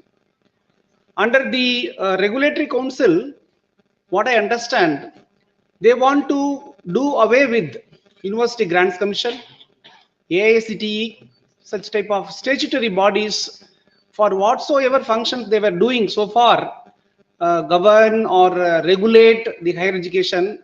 All these bodies will be done away with, and a new regulatory council will be formed. Then Accreditation Council, NAC, National Accreditation Council, NAC, NBA, such councils will be given more and more priorities, importance, and even it may be in future handed over to the private agencies also. Such kind of contemplations are going on, and the entire quality of higher education will be already it is going on. It is not a new phenomenon anymore. Entire quality of higher education will be defined by the accreditation agencies, and we know what kind of impact it has already created in the higher education. Now that is again given more importance. And then Grants Council. So far UGC is supposedly the fund granting agency, and we know what is going on in UGC presently, but that will be dissolved, and Grants Council will be formed. And then General Education Council, under which they have formulated National Higher Education Qualifications Framework, NHEQF, and under which they are defining the achievements of each and every semester of each and every degree program, what is expected from the student in each and every semester and each and every year, in that way. So if it is going to be a 3-year program, during the 6 semesters, what they are going to study, what is expected in each semester that they have to undergo. This way, National Higher Education Qualifications Framework defines the curriculum structure and says what is expected from a student in each semester.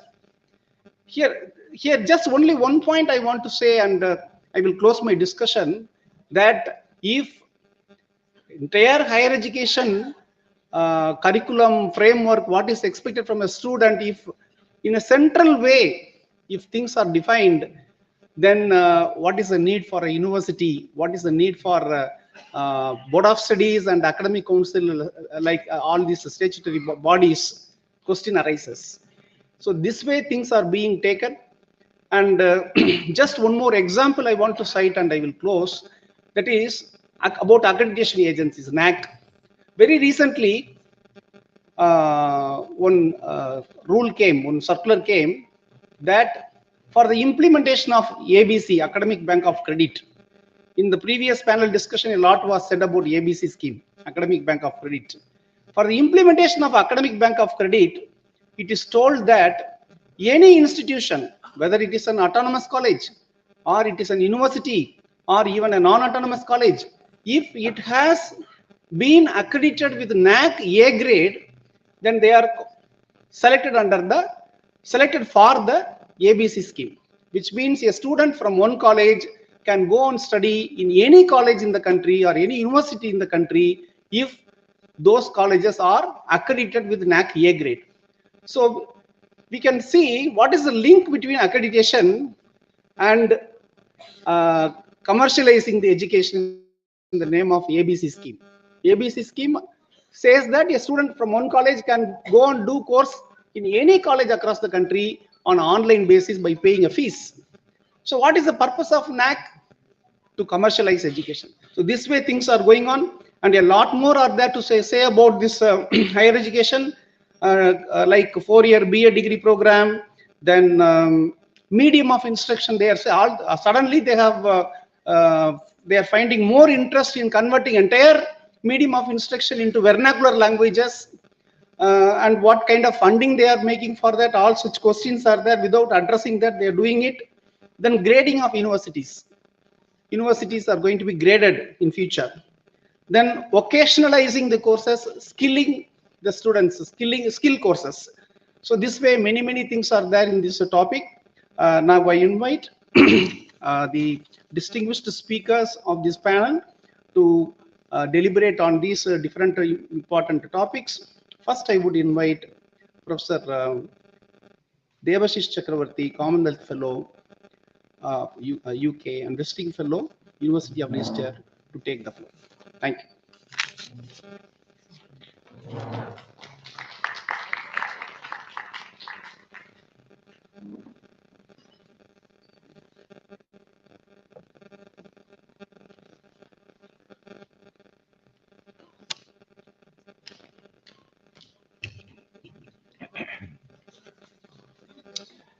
Distinguished panelists, delegates, and audiences present here. We have gathered here at a particular time, at a particular historical time. If this education policy is not resisted at this moment, generations and generations of the students will be affected in near future. In this regard, I need to start my little talk by quoting Milton. In Areopagitica, he said, "Give me liberty to speak, to utter, and argue freely according to my conscience." I am afraid whether the future generations will know what Milton said, and even if they know, whether they will be able to speak like this. Whether any individual, any citizen in India will be able to speak like Milton, "Give me liberty to speak, to utter, and argue freely according to my conscience." The whole attitude of the government is that they want to kill the conscience of the citizens of the country, of the students. While discussing the education policy, I need to draw your attention. Can we discuss education policy as an education policy only? Every education policy is connected with the socio-economic and political situation of the country. You know, education cannot be education, culture, and all these things is not supra-class. It is basically, in a class-divided society, education also serves a purpose. The Britishers, they developed an education system to continue their colonial rule. When the Britishers have gone, the colonial rule has gone, the Congress came to power, Jawaharlal Nehru became Prime Minister. What shift has taken place from that colonial education policy? We need to ask the question at this present juncture of time. We need to ask the Rajiv Gandhi and their followers, when you came to power, what change you have made from the colonial education policy? You opened the door for the privatization of education. And what happened as a result? As a result, we see the people who are basically buying land, selling lands, those who are promoters, they became the chancellors of the university. They are becoming the honorary doctorates of the university. They are recruiting professors.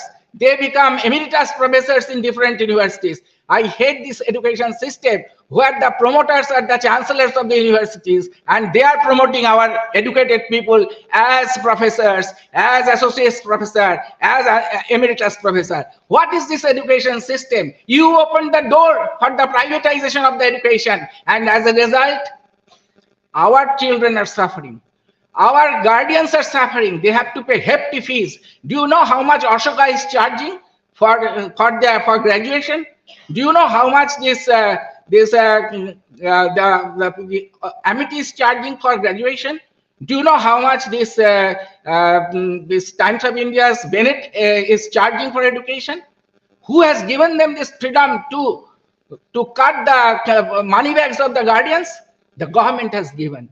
Who is making profit out of their education policy? The corporates. Ashoka, they are talking much about the standards. You know how they are treating their faculty members? If their research goes against the government, you know very recently it happened, 6 months or 8 months back, he has to go. Even the vice chancellor has to go if he writes in the newspaper something that does not support the powers that be in the country. What is this? What is this nasty education system we have inherited? Forget about that. Whatever Rajiv Gandhi has done, we have tolerated that. But whatever Modi ji has done, unique. He's just following the paths of Hitler. Whatever they have done, what they have done, national jingoism. How the fascism came in Germany, they created national jingoism, and that party came to the power. They created national jingoism. Same thing is happening there. Now politics is not only limited in the field of politics. Politics is not only limited in the field of mandir and masjid, not in the temple, but also in the schools, in the colleges. Everybody is a victim, and the present education policy is an embodiment of that nasty education policy, which is actually, we are all victims of that education policy. In a nutshell, I want to tell you that this is that education policy by which they will dehumanize us. They will basically dehumanize us. They will create national jingoism. They will teach our students the entire emphasis on, say, saffronize the education. There is only one color in the universe, saffron color. Saffronize the education, saffronize our history. Why the Mughal period has vanished? How can you distort the history by by winning the election? Can you rewrite the history? Can you just do like this?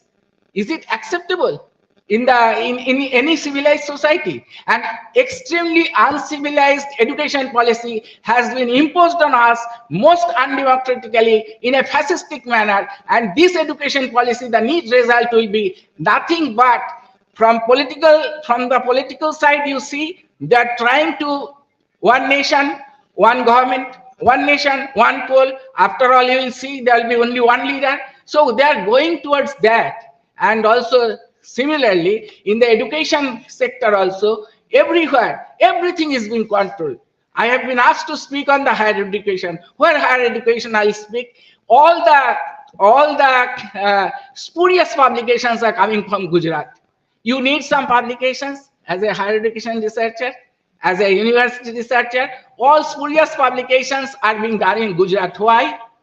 Why you can't stop it? Why they are not coming from Calcutta? Why they are not coming from Delhi? Why Gujarat is the center of all spurious publications? Simple question. The simple question has a simple answer. They only use education, publication, everything to mint money, making money. Anyway, I hope you feel I am trying to politicize the discussion. Not at all. It is more politicized than what we are thinking. In fact, we are not actually knowing what dangerous scheme they are going to do. Let me concentrate on some of the policies. Many people have already discussed on the saffronization of the thing, but let me come back to the point. But the basic point that I want to raise here is that the education is not supra-class. Therefore, the present government, the way they are implementing the policy, this policy is also just for the corporates. This policy is meant for the corporates, of the corporates, and by the corporates. Everything is for the corporates. Even the higher education grant, they have said the grant will be supervised by the Prime Minister. A separate body has been created. 70% fund will be given by the corporates, 30% by the government. You tax us, Our tax will be given for buying the arms, etc. And our money cannot be spent for our education. Our money cannot be spent for our health. Our money cannot be spent for our well-being. Then what for you are taxing us? Corporate taxes will never be increased, but the taxes on common people will be increased. And then the funding for the higher education, one body, instead of having the bodies like DRDO, instead like so many bodies we have now, so the researchers, they take grant from the concerned bodies according to the very varied nature of their funds. Okay, humanities, social science professors, they get fund from another body. So there are different bodies. Now all bodies will be concentrated into one body, supervised by no other than one Prime Minister, Modi. He will inaugurate he will do Pran Pratishtha to the temple. He will kill the people of Gujarat in a riot. He will give Pran to Ram Lala.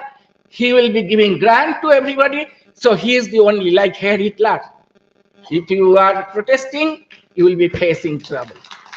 So here Modi, everywhere. Next time, I have been told by one of my, I was staying in Jamia guest house. I was told the director of the center of the, in the Jamia University, some of the head of the departments have posted big Modi's photographs. I said, why? He was a mass communicator in the Center for Mass Communication Research. Really? And I told him, please give me a photograph. I want to see what mass communication Modi did.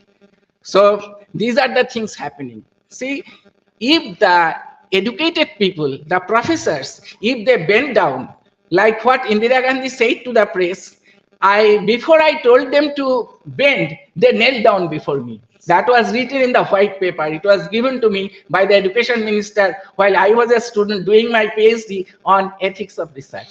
Now, if the professors knelt down before Modi, before he asked them to bend, what will happen? Can we give the safety? Can we protect our children? We cannot. So it is time for us. I'm not talking point by point. That needs time. I have a 10-page document to present before you that I leave with the committee for all the delegates. Because whenever I work on this, I take up every project as a research project. So I was going through it, but then the irritation came that these people nowadays, whatever they're doing in the name of tradition, in the name of Indian tradition, this has been discussed, the Indian knowledge tradition, etc., all rubbish. Let us say all rubbish. Britishers, when they found that Bengali young men are becoming revolutionaries, they tried to stop English education in Bengal. Vidyasagar protested against it. They wanted to force us to teach Sanskrit. But Vidyasagar protested. He said, by teaching Sanskrit, our society will not progress. Don't forget those stories. Don't forget those stories that the history of education movement of Aurobindo, etc., that Jamia, Jadavpur University, etc., were established out of the freedom struggle. There is no mention of the freedom fighters. No mention here. History starts with Manu Samhita and then from Manu to Modi. So I don't want to take more time. So from Manu to Modi, our future has been written. The way Manu has said, you do, and today from Manu to Modi. So what I should say, the road to progress is Manu to Modi. If you want to save our children from Manu to Modi, it is high time we unite. It is high time we develop this Save Education Committee's movement to all the states, to all the colleges, to all the universities, to all the schools. I shall be with you, I promise. And with this, I want to finish it. Thanks for throwing light on the different aspects of higher education which have been dented with corruption and communalism and things like that. Thanks once more. Now may I invite Dr. Nandita Narayan, a professor at the university. to deal with aspects of higher education with the implementation of NOP.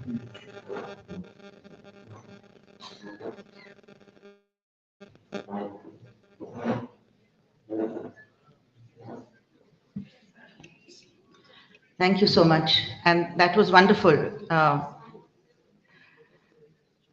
In fact, even before I heard him, I was going to start by saying that the two recent events which sum up the national education policy and higher education in particular, how it is being affected by it. One is, of course, the recent budgetary announcement about the more than 60% cut in the budget for the UGC. That sums up the way in which corporatization, commercialization is taking over. And under the diktats of the WTO GATS, we find that the government is withdrawing from the higher education sector completely. And the second event that sums up what is happening is the 22nd of January. I think there was a quantum change in the way in which the atmosphere in the country and was projected to be, and in particular in the universities. I'm in Delhi University, I've just retired after 42 years of teaching, and I've never seen anything like this. What is happening now? It was creeping up.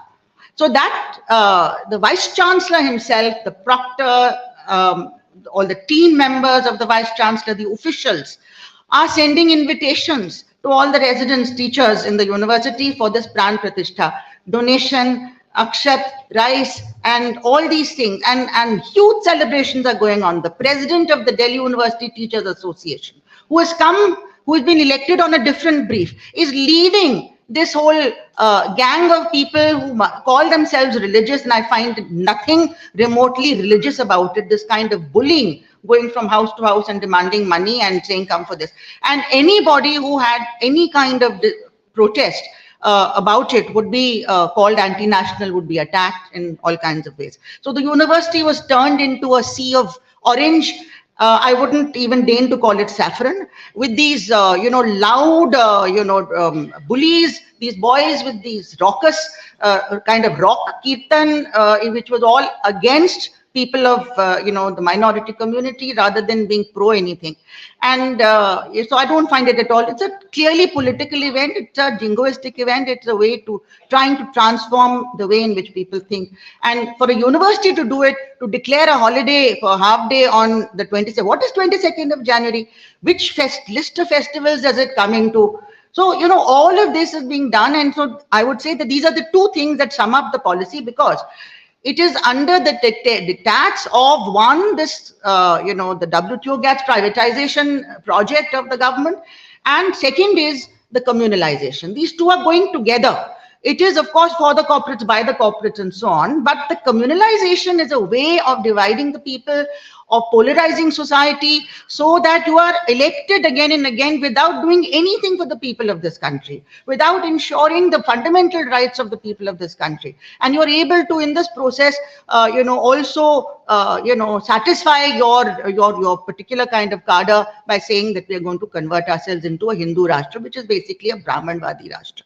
So coming from there to the, the basic idea of higher education, the four things that, if I'll just take another few minutes, because you've put a deadline of 6 minutes.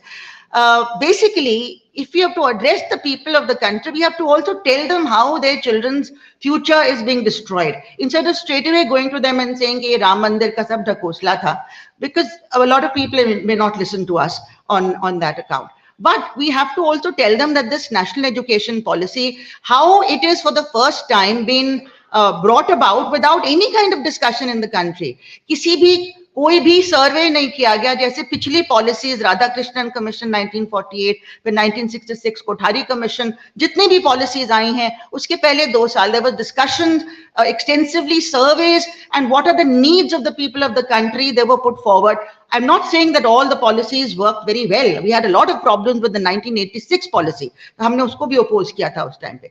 But that homework was done. This time nothing has been shown. There's a committee and they dreamt that this should be the policy, and that is what the policy is.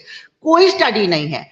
The second thing is that the essence of the whole policy, if you cut through the rhetoric which is there in the 66 pages, is that centralization. The power of the states has been taken away, and deregulation, that instead of 50,000 higher education institutions जो आज हैं, there will be 15,000. आप merge करेंगे, closure करेंगे, जैसे business में होता है, corporate world में होता है, merging and taking over, and there will be 15,000 large, in so-called 3,000 to 5,000 strong higher education institutions, or they will all be functioning under boards of governance, which are boards of governors which are a law unto themselves. कोई regulation उन पे लागू नहीं होगा, वो तय करेंगे कि स्टूडेंट्स कैसे एडमिट होंगे, फीस क्या होगी, कॉस्ट स्ट्रक्चर क्या होगा, सर्विस कंडीशंस ऑफ टीचर्स क्या होंगे, क्वालिफिकेशंस क्या होंगे टीचर्स के, उनकी रेम्यूनरेशन क्या होगी, and they do not have to be accountable to anybody. This 15,000 private shops, all our public funded education system is being completely privatized through this whole process. जो भी बचा कुचा public funded education है आज के दिन में, higher education is just about public funded higher education is just about 50 or maybe 55% of the overall higher education institutions. तो ये आपका जो crux है, इसमें अगर आप देखेंगे higher education किसके लिए, किसको entry मिल रही है, first of all, किसको access मिल रहा है इसमें, उसको क्या पढ़ाया जा रहा है, what is the content of education, who is teaching him, is he going to teach himself, self teaching होगा क्या, टीचर का कोई रोल रहेगा कि नहीं रहेगा. So who are the ones, what is the recruitment policy, how many teachers are you going to have, and so who's going to teach the students, and finally what will be the governance mechanism, what education governance will you have, और क्या हमारा ये atmosphere university में होगा जहां पे critical thinking promote हो सकती है, जहां पे एक डेमोक्रेटिक स्पेस होगा जिसमें टीचर भी डेमोक्रेटिकली इंडिपेंडेंटली अपनी आवाज रख सकता है, लिख सकता है, पढ़ सकता है, बता सकता है स्टूडेंट्स को. ये होगा कि नहीं होगा? इन चारों चीजों में हमने देखा that nothing, for example if you see what is happening in our university which is going to be the model for the whole country now, हमारे जो कोर्सेज बन रहे हैं वो हर जगह थोपे जाएंगे, कि आप सबसे पहले देखिए कि एडमिशंस में क्या हुआ. एक्सेस की बात है, एडमिशंस में एक सीयूईटी के थ्रू जो एडमिशंस हो रहे हैं उससे हमारी पूरी डाइवर्सिटी हिंदुस्तान की खत्म हो गई है. I found in my first year class when the first batch came that there were not even one student in my class from West Bengal, from the south, from Orissa, from the northeast, only from 3 states. My entire teach in St. Stephen's College, only from one state. और जब Christian Kota वाले बच्चे भी आए, we thought चलो अब तो south Indian देखेंगे. Even when the South Indians came through the Christian quota, they were all Hindi-speaking South Indians. You'll be shocked to hear, because they've all been settled in the north of India. You didn't get anybody who was settled from the heart of the south. So where is the diversity gone, which students learn more from each other, from the linguistic, cultural, religious diversity that you get in our central universities? वो आपने एक blow में उनका ये बहुत important part of their education आपने खत्म कर दिया. और साथ में जिस तरह से people have talked about it, so I won't dwell on it, rank commercialization, class 12 का एग्जाम टोटली डिवैल्यू कर दिया, सारे स्टेट बोर्ड्स को डिवैल्यू कर दिया, सीबीएसई के ऊपर आपका सिलेबस बेस था, और इसके साथ साथ जो कोचिंग माफिया है उसको कितना आपने इनकरेजमेंट दिया. आपका rural population, urban poor population, marginalised sections and women were pushed out of the whole system. As a professor had just told you from one of our colleges, ANDC, and I think other colleges, we have experienced in the very first year of this CUET admission, the number of girl students came down by 30%. This was a report in the Indian Express. Nobody is paying attention to it. Is the CUET working or is it not working? Hamari seatein bhi khali ja rahi hai. We're not able to fill up our seats. It's a waste of resources. So this is the first thing that has happened. Your CUET is based on multiple choice questions, which does not test your reading, writing, and logical skills. You develop over 12 years, and students from various sections somehow manage to that class 12. उनका आप 12 साल का education trash करके एक exam के ऊपर पूरा उनका admission based है. That's the first thing. The second thing is, what is going to be the content of the education? The cost structure, the FIUP, is totally unreasonable. Why that 4th year was imposed? In fact, when our vice chancellor was saying, we have to do it, ऊपर से आ रहा है. Although the cabinet has, the parliament has not passed this policy, why were we being forced to implement it? Because there is no autonomy of any kind in any university. Vice chancellors are appointed for the explicit purpose of implementing a particular political line, and that is what they were doing. They will push through bully all the statutory bodies and say ये आपको करना है, CUET करना है, FIUP करना है. हमने कहा चलिए अगर आपको करना है तो existing 3 years which is working quite well, add a 4th year to it. No, they changed everything from top to bottom. They reduced the credit content of the main courses by 30%. That it used to be 80%, 75%, it came down to 50%. इतना ज्यादा dilution. हमारा teaching time उन्होंने reduce किया bye 40%. जो papers हम लोग पढ़ाते थे 5 पीरियड पर वीक में, वो हमको 3 में पढ़ाने पड़ रहे हैं. क्या हम मैजिशियंस हैं? We can't do it. Students are not following anything. Most of their time, they have 7 courses per semester, is spent on value-added courses and skill development courses, which you heard about in the previous session, which is an utter waste of time. Teachers who are qualified in one discipline are forced to teach yoga and Vedic mathematics, which has no mathematics and no Vedas in it, as far as I can see. Sanskrit teachers are also teaching that course quite appropriately. So it's become a joke. We're getting sapped, our energies are going, and the students are learning nothing. We are losing our jobs because workload is not there. So साथ में आपका जो digitalization का threat है, it is through the ABC regulation and the regulations which have come on Swayam, which is these the Swayam portal will have these video lectures, courses which students can pick up. They can pick up online courses. They're not expected to actually go to universities elsewhere, but they pick up online courses offered by universities across the country, and those can constitute up to 70% of what their degrees. What kind of degree will that be? Speakers have spoken about this in the past, so I won't dwell on that, but it is a complete dilution. We have seen in the 2-year period when, because of COVID, we were forced into online teaching, what a disaster it was. Nobody learned anything. Even in the best of circumstances, जब आपके पास laptop भी है, connectivity भी है, बिजली भी है, जो नहीं है, अगर वो है भी, तो एक स्क्रीन के सामने बैठ के आप कुछ नहीं सीख सकते. एक जो लाइव ह्यूमन इंटरेक्शन होता है टीचर और टॉट में, और स्टूडेंट्स का आपस में होता है, that is where the true learning takes place, where the dialogue takes place, where critical thinking is developed, where joint exploration takes place, where community consciousness develops. That is completely gone. Your extracurricular activities, your personality development, कैसे होगा? Values आपके कोई अलग से ऊपर से नहीं डाली जाती हैं. किसी सब्जेक्ट को एक सिंसेरिटी के साथ पढ़ने से, उसको ऑनेस्टली क्रिटिकली पढ़ने से, एक्सप्लोर करने से आपका वैल्यू सिस्टम अपने आप बढ़ता है. एक different kinds of people when they meet and you deal with differences in culture and language and so on, that is when your value system is developed. Not by saying that you will be taught how to be a good person or you will be taught how to be happy. Happiness course. Teachers are unhappy, students are unhappy, and we are teaching them how to be happy. It's the biggest irony in the world. So this is what they've done to our course structure, in which there is communalization also, which has been introduced. These courses are forced on us, and we are told in the committee of courses that what you have decided is not relevant. A bunch of people like Latmars will sit there and say, caste word nahi aana chahiye, differences nahi aana chahiye, discrimination nahi aana chahiye, gender nahi aana chahiye. Mahadevi Verma ka wo lekh hata do, iska some Dalit writers in women writers, unka lekh hata do. This is what we are being told. Ambedkar ko niche karo, Savarkar ko lao, and this is being forced on us. Iqbal ko hata do. Vice Chancellor says Iqbal is anti-national. Sare jahan se acha jinhone likha tha. So it has to be removed from the course. This is what we are facing in terms of the syllabus. Then the recruitment policy. In the recruitment policy, I've already said that there's no emphasis on teachers. They want digitalization automatically reduces the number of teachers that you require. Our workload is going. But even apart from that, the recruitment policy in which they have brought in 2018 gives 100% weightage to the interview.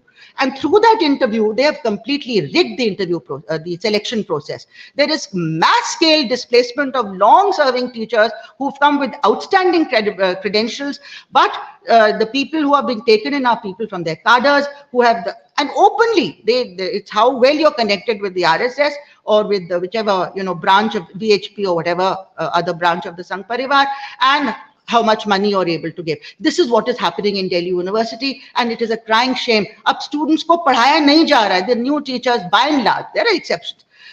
By and large, the people who've come through this route are talking nonsense in class. colleges like Hansraj and Ramjas and IP College have plummeted. They used to be on the top. We would never ask our friends to send their children to those colleges because वहाँ पे पढ़ाई लिखाई होना बंद हो गया है. So this is what they've done overnight almost to our, the quality of recruitment. And then you have the question of governance, as I just mentioned to you. When you have these boards of governors, you have no elected representation in the new education policy in these boards of governors. No representation of teachers by rotation, which we have now. We have both election and rotation in our academic council. We have none of those things there. What will be the voice of the teachers there? And then when hire and fire conditions are there, when everything is in the hands of the management, then why will teachers speak out? Today I can speak because I know that my services are protected. It's not easy to just fire me. But even in today's world, or even few years ago, in any autonomous college in our country, you would not find a single union. You would not find any dissent in any of them, even if they're otherwise considered quite reasonable. So, ab jab ye dispensation hai, and then you have this kind of autonomy of the management, what kind of independent thinking can a teacher exercise? How can he articulate whatever he feels? Even academically, even in the classroom, it will not happen. He will be constantly monitored by certain kinds of students and he will be targeted, which is already happening. So this is what we are up against, friends, and unless we are able to fight back. And my last thing is, how do we fight back? How do we fight back? How do we change this government? You saw what happened in Madhya Pradesh. You saw what happened in Chhattisgarh. You've seen what is happening to various chief ministers. You've seen what, irrespective of whatever you may think, you know that they're winning elections. So unless you strike at the heart of this totally bogus system of EVMs, you're not going to get anywhere. You have to demand a return to ballot paper. Anything less than that is not free, fair and transparent, and the election commission in any case is not independent. जब तक हम वो लड़ाई नहीं लड़ेंगे, हमारी सारी लड़ाइयां बेकार है. कुछ नहीं हम कर पाएंगे क्योंकि सरकार को पता है कि इस सरकार को वापस आना है 400 पार or whatever. They're so confident, right? And unless we are able to strike at the heart of it, EVMs have been rejected by all advanced countries in the world as being open to manipulation. The more technology advances, the more manipulation is possible, whether it is to something like Pegasus or other kinds of manipulation which is done by the software that is put in by the engineers which are privately hired by the election commission, or whether it is the Bharat Electronics, where you have out of 7 directors, 4 are office bearers of the BJP. कौन सी independence आएगी? Election commission members are selected by a committee in which 2 members out of 3 are from the ruling party. So where is the independence going to come? What do you expect? They're going to be so fair and honest? You saw what happened in Bombay, even with ballot papers. So at least the minimum thing is we must demand a return to ballot paper. We can at least see where our vote is going. If they try to capture booths, we can see it and we can fight against it. But if we don't fight this battle now, it'll be too late tomorrow. And I'll end with that. Apart from that, बाकी हमारा अभियान तो चलेगा ही. But that is one of the most important battles that we have to win. वो अगर हम नहीं जीत पाएंगे, तो हम इस सरकार को बदल नहीं पाएंगे, और ये सरकार नहीं बदलेगी तो हिंदू राष्ट्र तो डी फैक्टो ऑलरेडी कर दिया इन्होंने. लेकिन और बहुत ज्यादा बुरा समय हमारा आने वाला है. Thank you so much. Thank you so much, what more we can expect from a professor who has experience in the implementation of NEP 2020 in the last 2 to 3 years, and hands-on got the experience in each and every aspect of, starting from governance to curriculum syllabi to every aspect of the thing Madam has experienced and placed very nicely before us. So next, may I invite Dr. Navneet Sharma, Central University of Himachal Pradesh, to deal upon higher education because of the implementation of NEP 2020. मैंने बोला ना, I meant Chandigarh. Bombay में कुछ और ना, I know. I meant Chandigarh. Bombay में तो कुछ और. निशान तो कहीं भी लगाया जा सकता. निशान का क्या है? और अगर कीचड़ नहीं होगा तो कमल कैसे खिलेगा? तो कीचड़ फैलाना उनका काम है. खैर, Dr. Nandita Narayan has spoken many things. साथियों, शुरू तो मैं मित्रों से करना चाहता था, फिर मुझे लगा आप लोग छोड़ के भाग जाएंगे, फिर मैंने कहा साथियों से शुरू कर लेते. मुझे लगता है ये जो राष्ट्रीय शिक्षा नीति है ये भी किसी तरह के ईवीएम से ही लिखवाई गई है, क्योंकि इतनी विभत्स शिक्षा नीति और नहीं लिखी जा सकती, इतनी खराब शिक्षा नीति और नहीं लिखी जा सकती, और खासतौर पर उन लोगों से ये उम्मीद नहीं की जा सकती जो उस शिक्षा व्यवस्था के उत्पाद थे जो इतनी खराब नहीं थी। तो एक बार कस्तूरी रंगन साहब खुद पैनल पर बैठे हुए थे, तो हमने उनसे कहा कि भाई आपकी कमेटी में एक भी ऐसा नहीं है जिसके पास पीएचडी एजुकेशन हो। भाई एजुकेशन एक विषय भी है, इसमें कोई पीएचडी आपको पूरे हिंदुस्तान में नहीं मिला जो शिक्षा पर बात कर सके। तो अगली बार जब आप मिसाइल बनाने की कमेटी बनाएं तो मेरे पास पीएचडी एजुकेशन है, मुझे उसमें रख लेना। तो वो केवल मुस्कुरा कर रह गए। पर खैर कुछ चीजें हैं जिनको मतलब मुझे लगता है आज के युवाओं को समझना बहुत जरूरी है, और ये समझना बहुत जरूरी है कि केवल एक राजनीतिक एजेंडे का मामला नहीं है। आपकी भावी दुनिया कैसे होने वाली है, आप लोग किस तरह की दुनिया में जीने वाले हैं, ये शिक्षा नीति ने तय किया। एक वानगी देखते हैं, एक for an example, I may be very crisp in another language, but I'll be very sorry if I'm not saying in that language, because that will convey much more ideas. So I'll be preferring more in Hindi, but I'll just say the gist in English. एक वानगी देखते हैं कि मान लीजिए आपने MBBS में admission लिया। इस नई शिक्षा नीति में यह व्यवस्था है कि अगर आप 1 साल बाद छोड़ना चाहें तो कंपाउंडर, 2 साल बाद छोड़ना चाहें तो नर्स, और पूरे 3 साल कर लिए तो डॉक्टर। तो ये मल्टीपल एंट्री मल्टीपल एग्जिट का सवाल। आप अगर बोइंग उड़ाना चाहते हैं और आपने 6 महीने बाद कहा जी अब और नहीं पढ़ेंगे, तो आपको हेलीकॉप्टर उड़ाने का लाइसेंस दे दिया जाए। How do you imagine this idea of multiple entry multiple exit is to work? ये नहीं पता है कि हमारा बीए 3 साल का होगा या 4 साल का होगा। 1 साल में करेंगे सर्टिफिकेट, 2 में डिप्लोमा, तीसरे में डिग्री। डिग्री में अगर 75% से ज्यादा है तो डिग्री विद ऑनर्स, और अगर एक पेपर रिसर्च का पढ़ लिया तो degree with research with honours. तो एक ही डिग्री में कितनी सारी डिग्रियां हैं, आप इसका अंदाजा नहीं लगा सकते। ये मतलब भारतीय जनता मूर्ख है, मतलब उसको ये समझ नहीं आ रहा है कि उसको कितना नायाब तोहफा दिया गया है इस राष्ट्रीय शिक्षा नीति।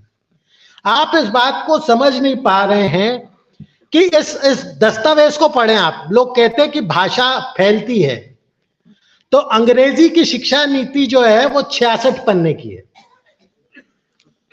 और जब वो हिंदी में अनुवाद होती है तो 140 पन्ने की हो जाती है। तो या तो जो अंग्रेजी में लिखा है वो हिंदी में नहीं आ पाया, जो हिंदी में लिखा है वो अंग्रेजी में नहीं आ पाया।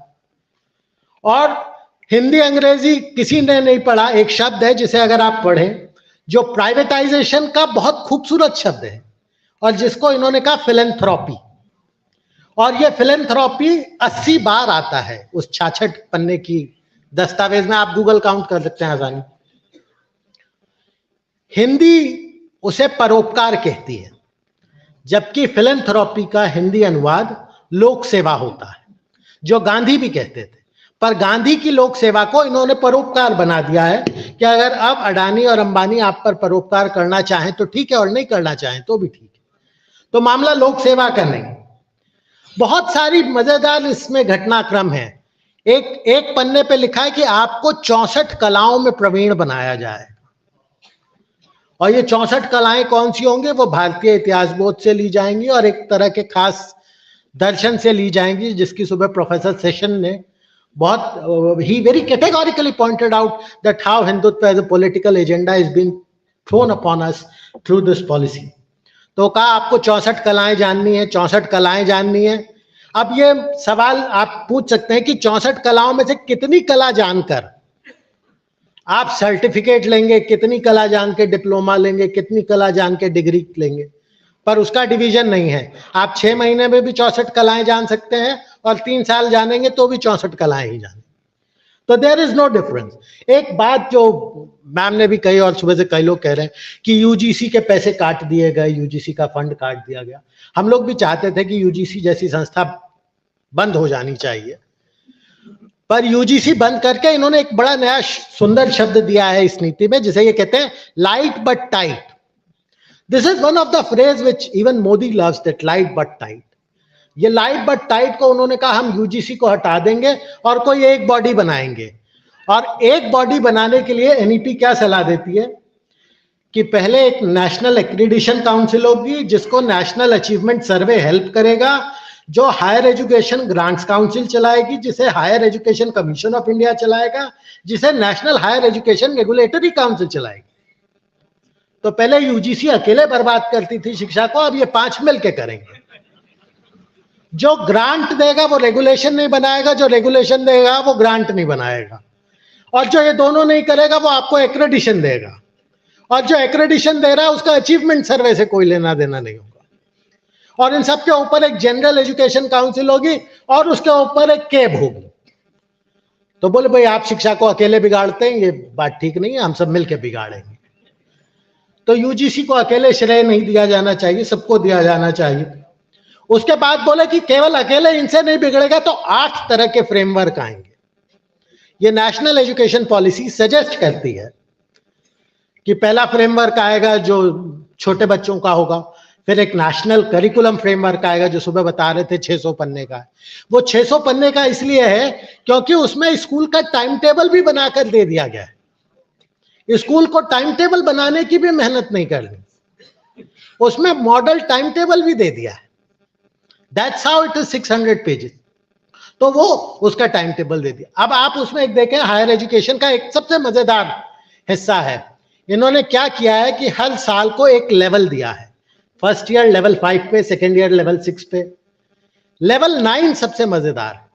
आपका अगर 1 साल का पीजी डिप्लोमा है तो भी लेवल 9 है, 1 साल की पीजी डिग्री है तो भी लेवल 9 है, 4 साल का बीएड है तो भी लेवल 9 है, 3 साल की एलएलबी है तो भी लेवल 9 है, एलएलबी के बाद एलएलएम किया तो भी लेवल 9।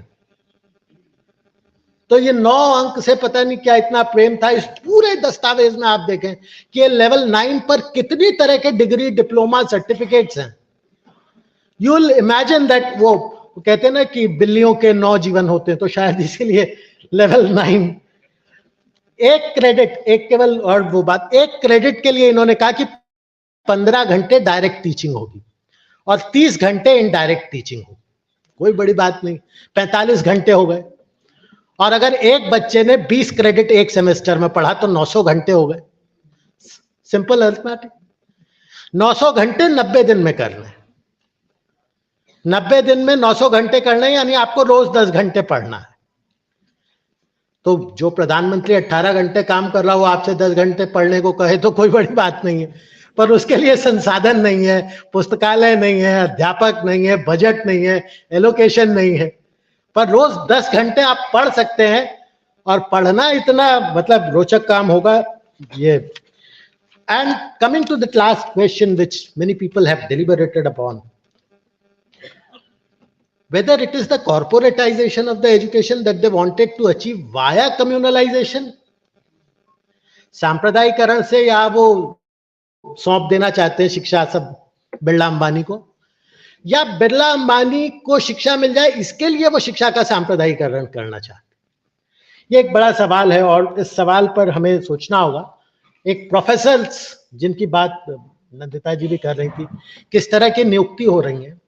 एक प्रोफेसर, जानी मानी प्रोफेसर, एक महिला विश्वविद्यालय की कुलपति थी, उन्होंने एक जगह भाषण में कहा, आप लोगों को ये जान के आश्चर्य नहीं होगा कि जितनी इस देश में हनुमान चालीसा नहीं लिखी गई उससे ज्यादा तो एनईपी चालीसा लिखी गई। लोगों ने इतनी तारीफ की। वो मैडम कहती हैं कि मोदी जी इतने विजनरी थे, उन्हें पता था G20 हमें मिलेगा, इसीलिए एनईपी 2020 मिला है। तो आप कल्पना नहीं कर सकते, मतलब तारीफ का पुल कैसे। और बाद में वो मैडम वाइस चांसलर से यूजीसी की सेक्रेटरी हो गई। अब तो देखिए फल तो मिलता है ना। वो अलग बात है कि आप कहते थे कि विद्या से मुक्ति मिलेगी, सा विद्या या विमुक्त है, तो बोले मुक्ति मिलेगी, हम तुमको मोक्ष के लिए मंदिर दे रहे हैं, तुम खाली मुक्ति के पीछे क्यों पड़े हो। तो आप ये सवाल जो नंदिता जी ने उठाया, ये आपको तय करना है। एक पीढ़ी ने मंदिर के लिए वोट दिया, उसको मंदिर मिला। अगर एक पीढ़ी शिक्षा के लिए वोट देगी तो उसको शिक्षा मिलेगी। वो आप ईवीएम के मार्फत देंगे तो वो भी नहीं मिलेगा। तो ये तो आपको तय करना है कि आप। और ये जो केवल एक छोटी सी बात और कहकर, केवल उच्च शिक्षा का मामला नहीं, स्कूली शिक्षा तो उससे भी ज्यादा बुरी हालत में है। अभी क्या किया है, एक छोटा सा उदाहरण देते हैं कि इन्होंने सारे विषयों को 4 डिसिप्लिन में बांट दिया है। आर्ट्स एंड ह्यूमैनिटीज अलग कर दिया है, कॉमर्स अलग कर दिया, साइंस अलग कर दिया, मैथमेटिक्स एंड मैकेनिक्स अलग कर दिया, और ये कहा है कि हर बच्चे को 16 क्रेडिट पढ़ने, यानी कि हर डिसिप्लिन से एक एक सब्जेक्ट लेना है। वहां तक का भी गणित ठीक है। इन्होंने क्या किया कि साइंस के फिजिक्स, केमिस्ट्री, बायोलॉजी एक जगह रख दिए। अब आप फिजिक्स, केमिस्ट्री, बायोलॉजी अगर ले लें, उसके साथ फिर आपको 2 डिसिप्लिन से और लेने, तो आप मैथमेटिक्स भी लेंगे या इंग्लिश भी लेंगे या हिस्ट्री भी लेंगे या डांस। तो जो साइंस पढ़ने वाला बच्चा है उसको 20 क्रेडिट पढ़ना पड़ेगा और बाकियों को नहीं पढ़ना पड़ेगा। तो जो मूलभूत गणित है उसके बारे में भी नहीं सोचा गया। जैसे यही जो मल्टीपल एंट्री मल्टीपल एग्जिट वाला सवाल है, अगर आप सर्टिफिकेट करके निकलना चाहते हैं तो आपको 4 क्रेडिट का एक ब्रिज कोर्स भी करना है। तो आपने फर्स्ट ईयर के बाद 4 क्रेडिट का ब्रिज कोर्स किया, सेकेंड ईयर के बाद 4 क्रेडिट का ब्रिज कोर्स किया, और अगर पूरा बीए 120 क्रेडिट का था तो आपके पास ये 2 एडिशनल ब्रिज कोर्स हैं।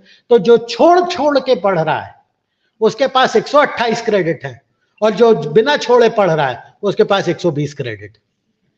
तो ये कैसी शिक्षा नीति लिखी गई है, इसका क्यों विरोध होता है, इससे क्या करना चाहते हैं, इसके लिए बहुत सारे सवाल हैं।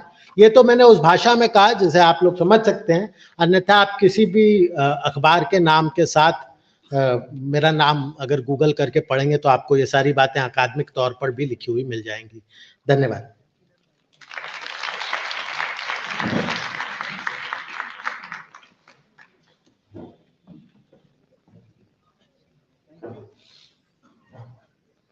Thank you, Professor Navneet Sharma, for showing quite well that how on every aspect of NEP 2020 on higher education, they have made a mess out of it.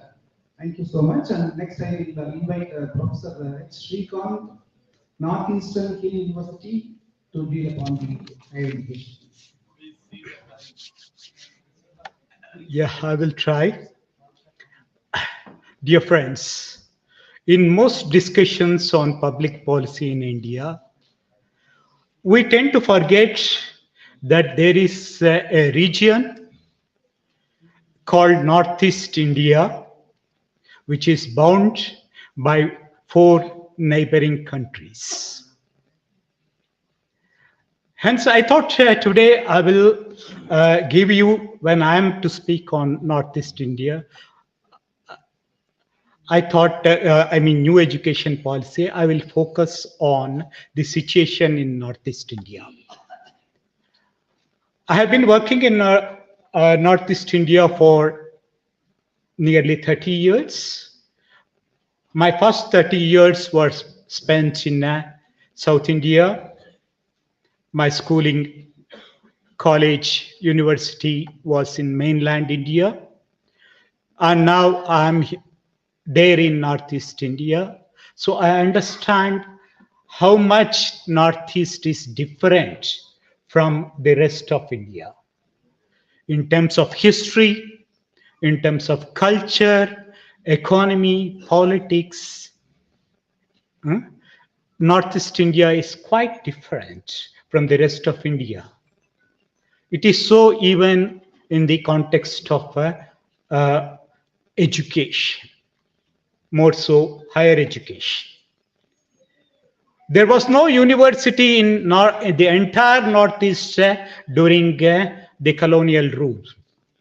There were only some colleges started by the missionaries and some by some enlightened nationalist intellectuals, and they were affiliated to Calcutta University.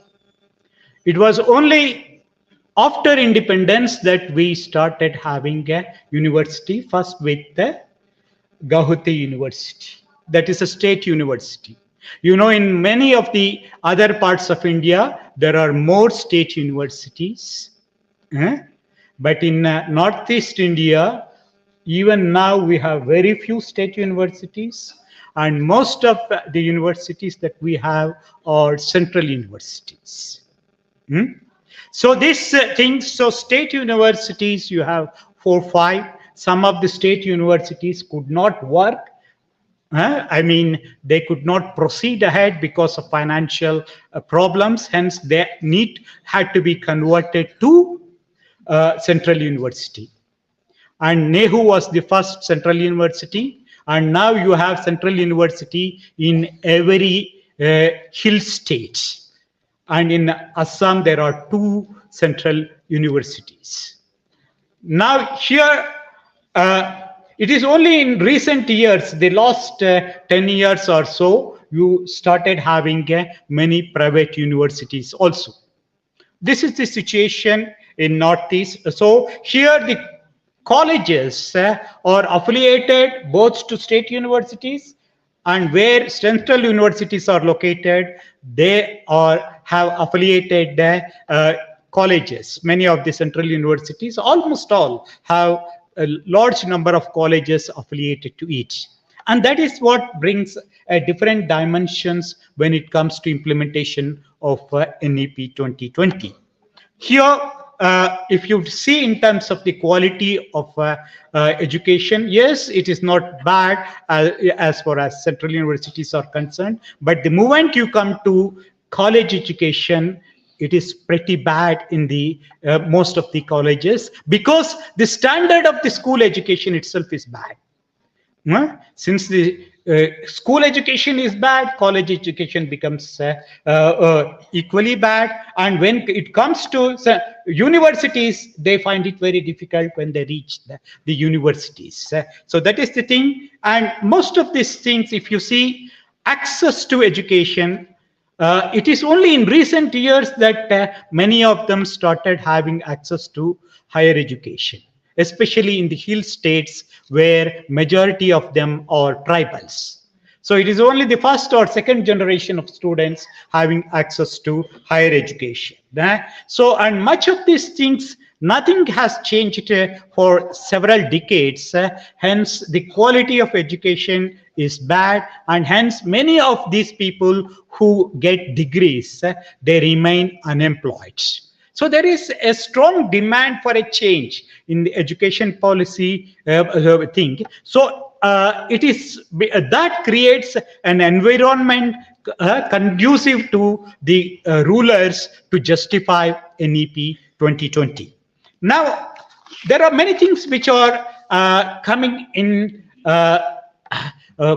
to support the NEP 2020 in Northeast. One, almost all the states in Northeast India are either BJP ruled state, 4 of them are BJP ruled, and in 3 they have allies, and only in Mizoram now you have a different government which is neutral.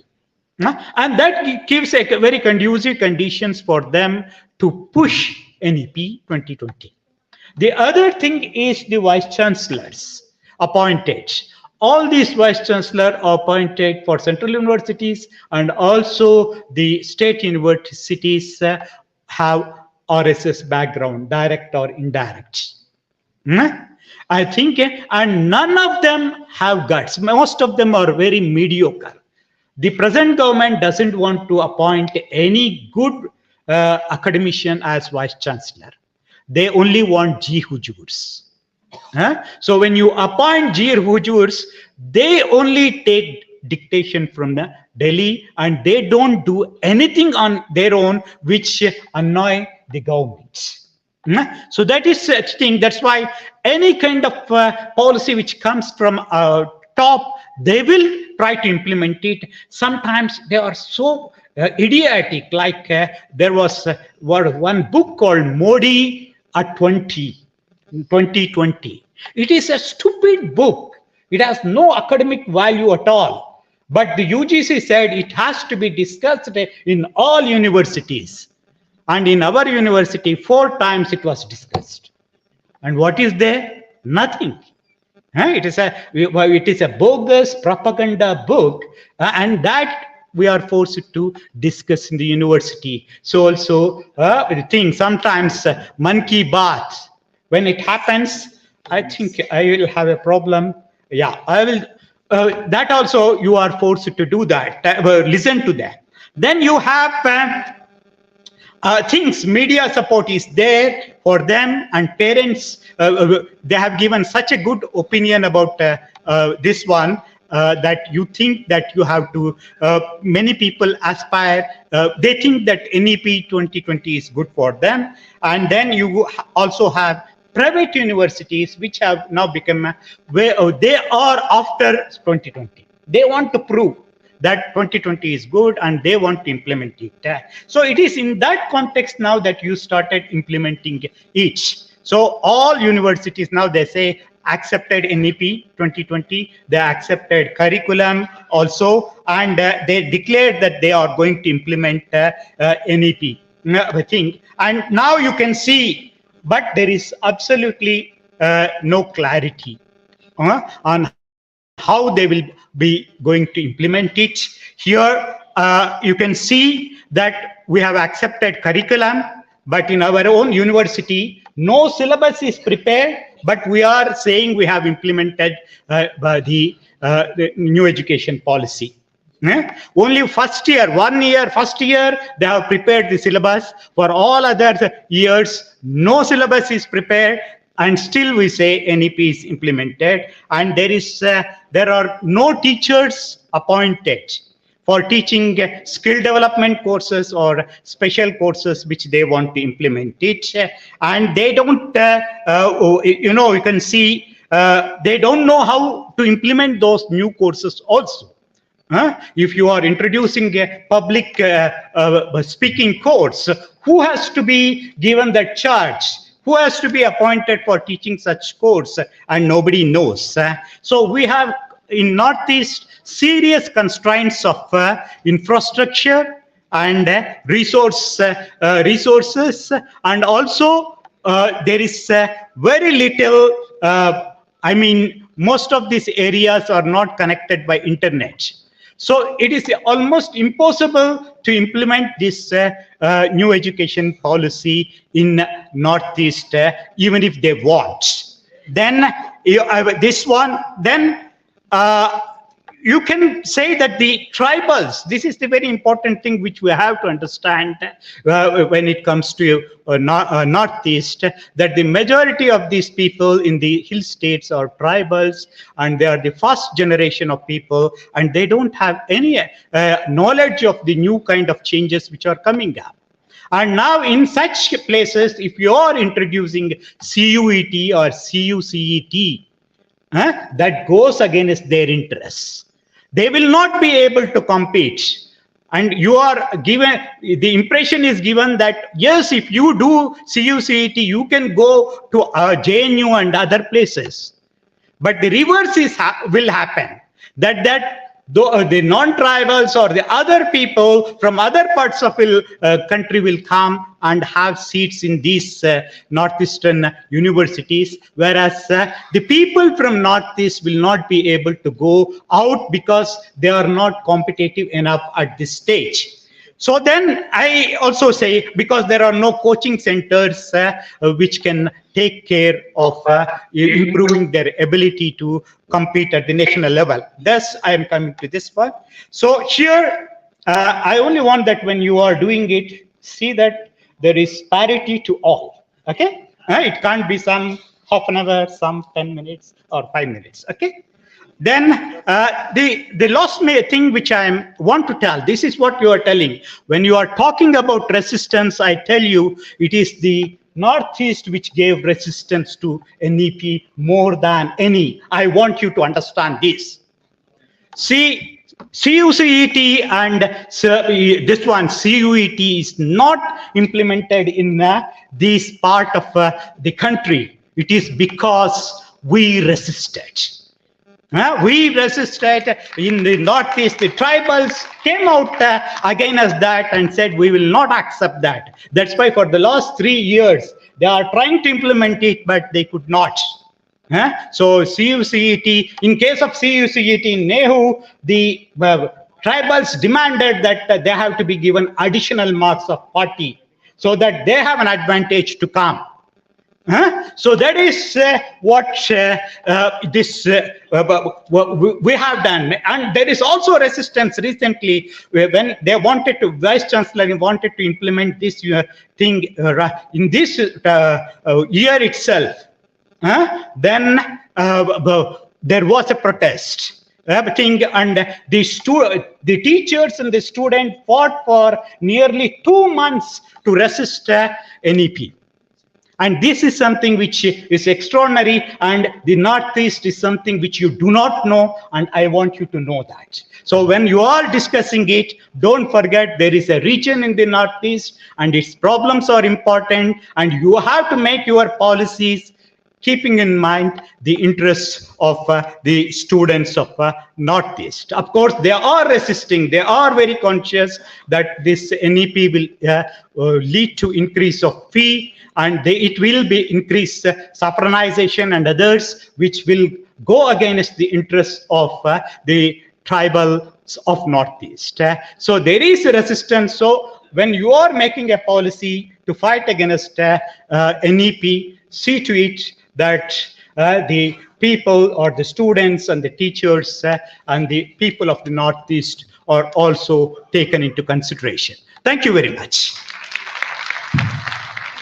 Thank you, Professor Srikanth, for bringing so many facts and important information about the northeastern states, and particularly the development which has not yet taken place on par with the other parts of the government in the country, how northeastern states are deprived, and not only that, how northeastern states are resisting NEP 2020, which is again a very heartening information for us to know. Thank you so much. And I think because of want of time, further we cannot extend by taking questions and things like that. So here we will conclude the session on higher education. Thank you.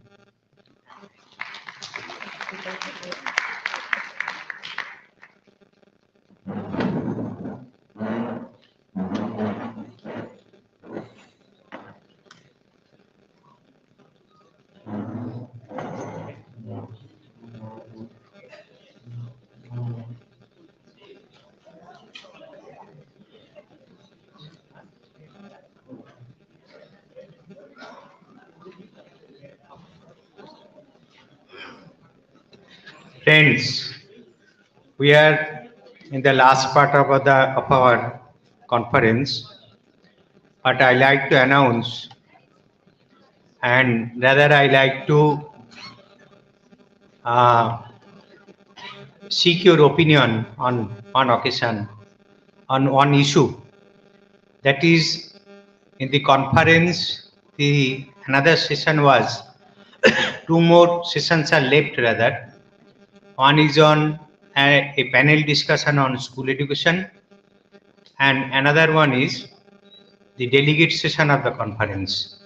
But our hall, this auditorium is permitted to use up to 5 p.m. and we have already requested the hall authority to extend some time. So for that, I have already talked with the panelists on school education that this particular panel discussion, whether we can stop or not, we can drop or not. And my request to you all that there were already discussions from the morning and so many speakers spoke on this issue, that is the school education, that is the entire NEP and all the aspects of NEP were discussed. So my suggestion is to you that we are forced to drop the panel discussion on school education. But the last one, that is the delegate session, that is obligatory for us. So we have to hold that session, that is the delegate session of the conference. So we have we are going to start that session, that is delegate session of the conference. And our Honorable President, Prakash N. Shah, he has been here, you have seen from the very start of the conference, and he is not here now. Tomorrow there is AICC meeting. He's here. He is. Oh, okay. So can you come here to preside over the conference? You please.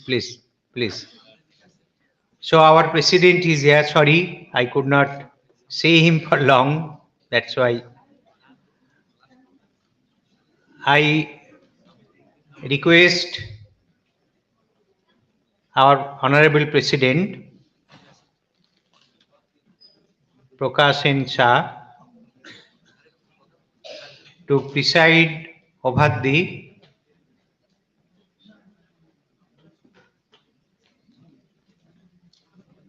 delegate session. Huh?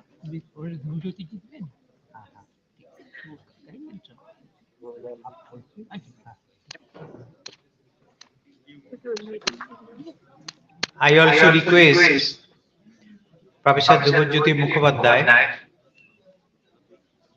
our senior most member of the presidium, to come over the dais. And President, Honorable President Prakashji also told me when he came up to the dais to request Professor Mukherjee to come over here. So I also request Professor Dubajyoti Mukhopadhyay to come over here. So we are going to start this delegate session.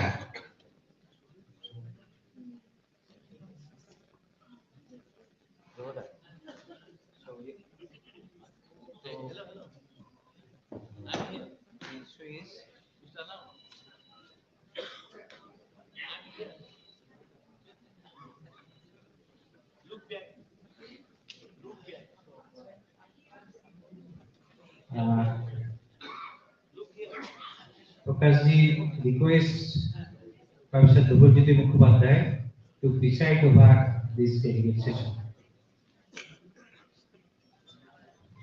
Thank you, Prakashji. I will try my best.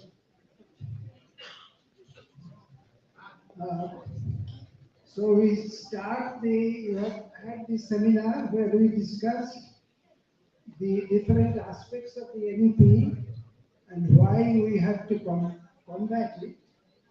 And the Self-Education Committee has a pledge to fight against the implementation of the NEP. And to carry out this task, we have to make our organization strong and steel so that it can carry out this task which is given to us by the people of India.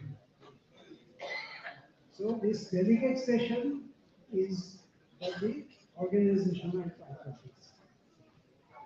So the first item in today's session, the delegate session, is the placing of the report of the last year's activity by Dr. Tarun Kanti Nashkar, who is the General Secretary of the All India Self-Education Committee after the demise of our first General Secretary, Professor Anishka.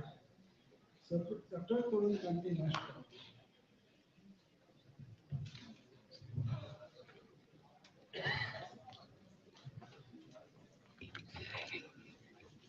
Honorable President, the organizational report is already printed and it is already served or given in the folder to all the delegates. And you have seen that when I assumed as General Secretary, rather through a very to that situation, that is after the demise of our previous General Secretary Professor Anish Rai.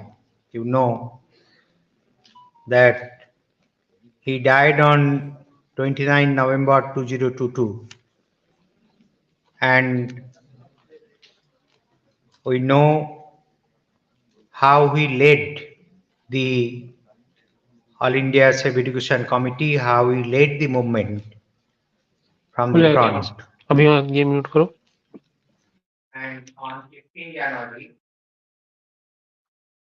an online meeting was convened, and that meeting elected me as General Secretary of this August body.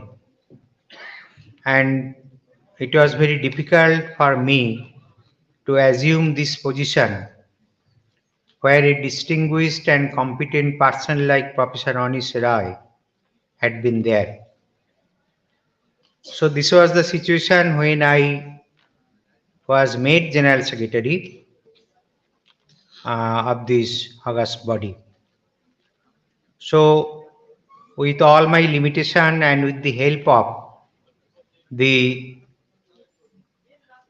members of the Presidium, all other senior leaders, Honorable President, I have tried my best to conduct, or rather to help the different chapters, different state chapters, the district organizations to carry out their program of action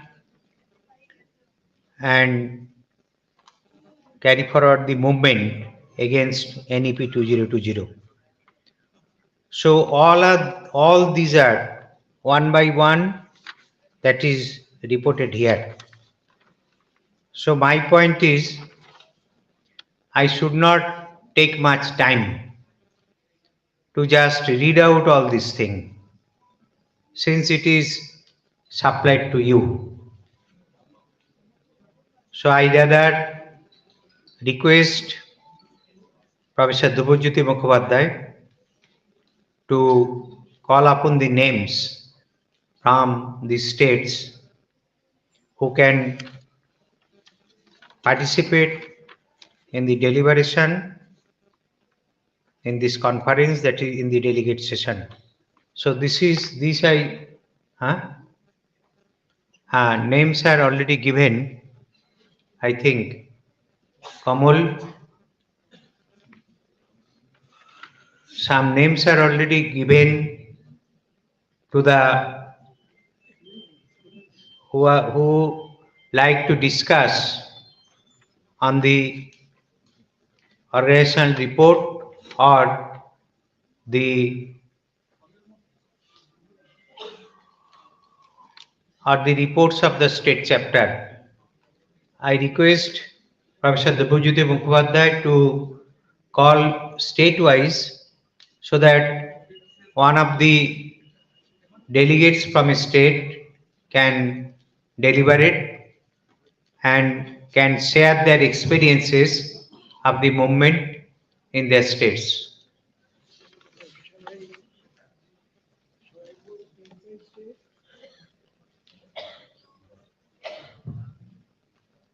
So let's first start from Assam. Alphabetically, Andhra Pradesh comes first. So from Andhra Pradesh, who will speak?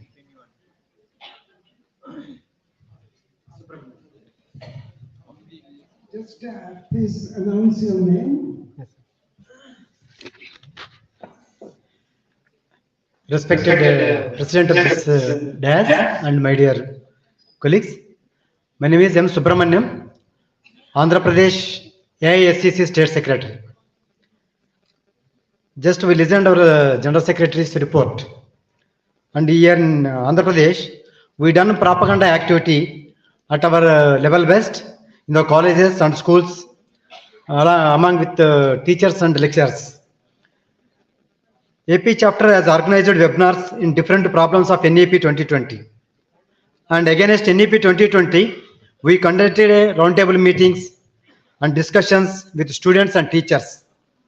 When we discussed about this NEP 2020 with the teachers and the teaching community, more than 80% they are agree with our arguments and they are totally opposing this NEP 2020. And also, only on the name of this banner NEP 2020 against the NEP 2020, last November we conducted a state level conference. That conference has got tremendous response from the students, lecturers and intellectuals. Our general secretary also was attended this conference.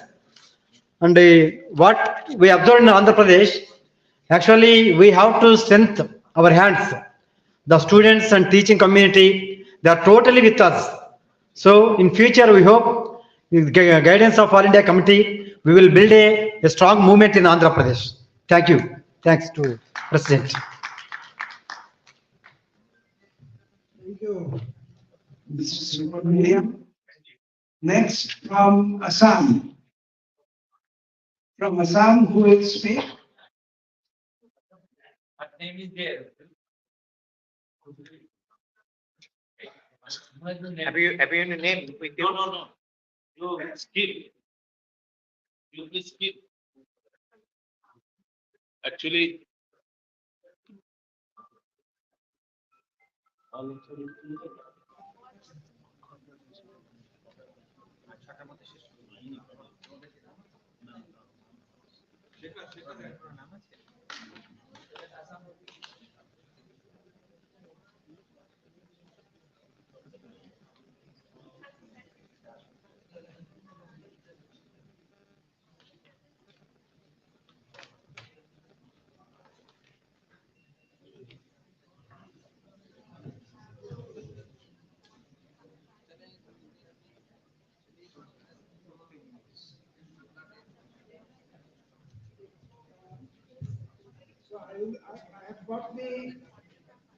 I have got the names, the people.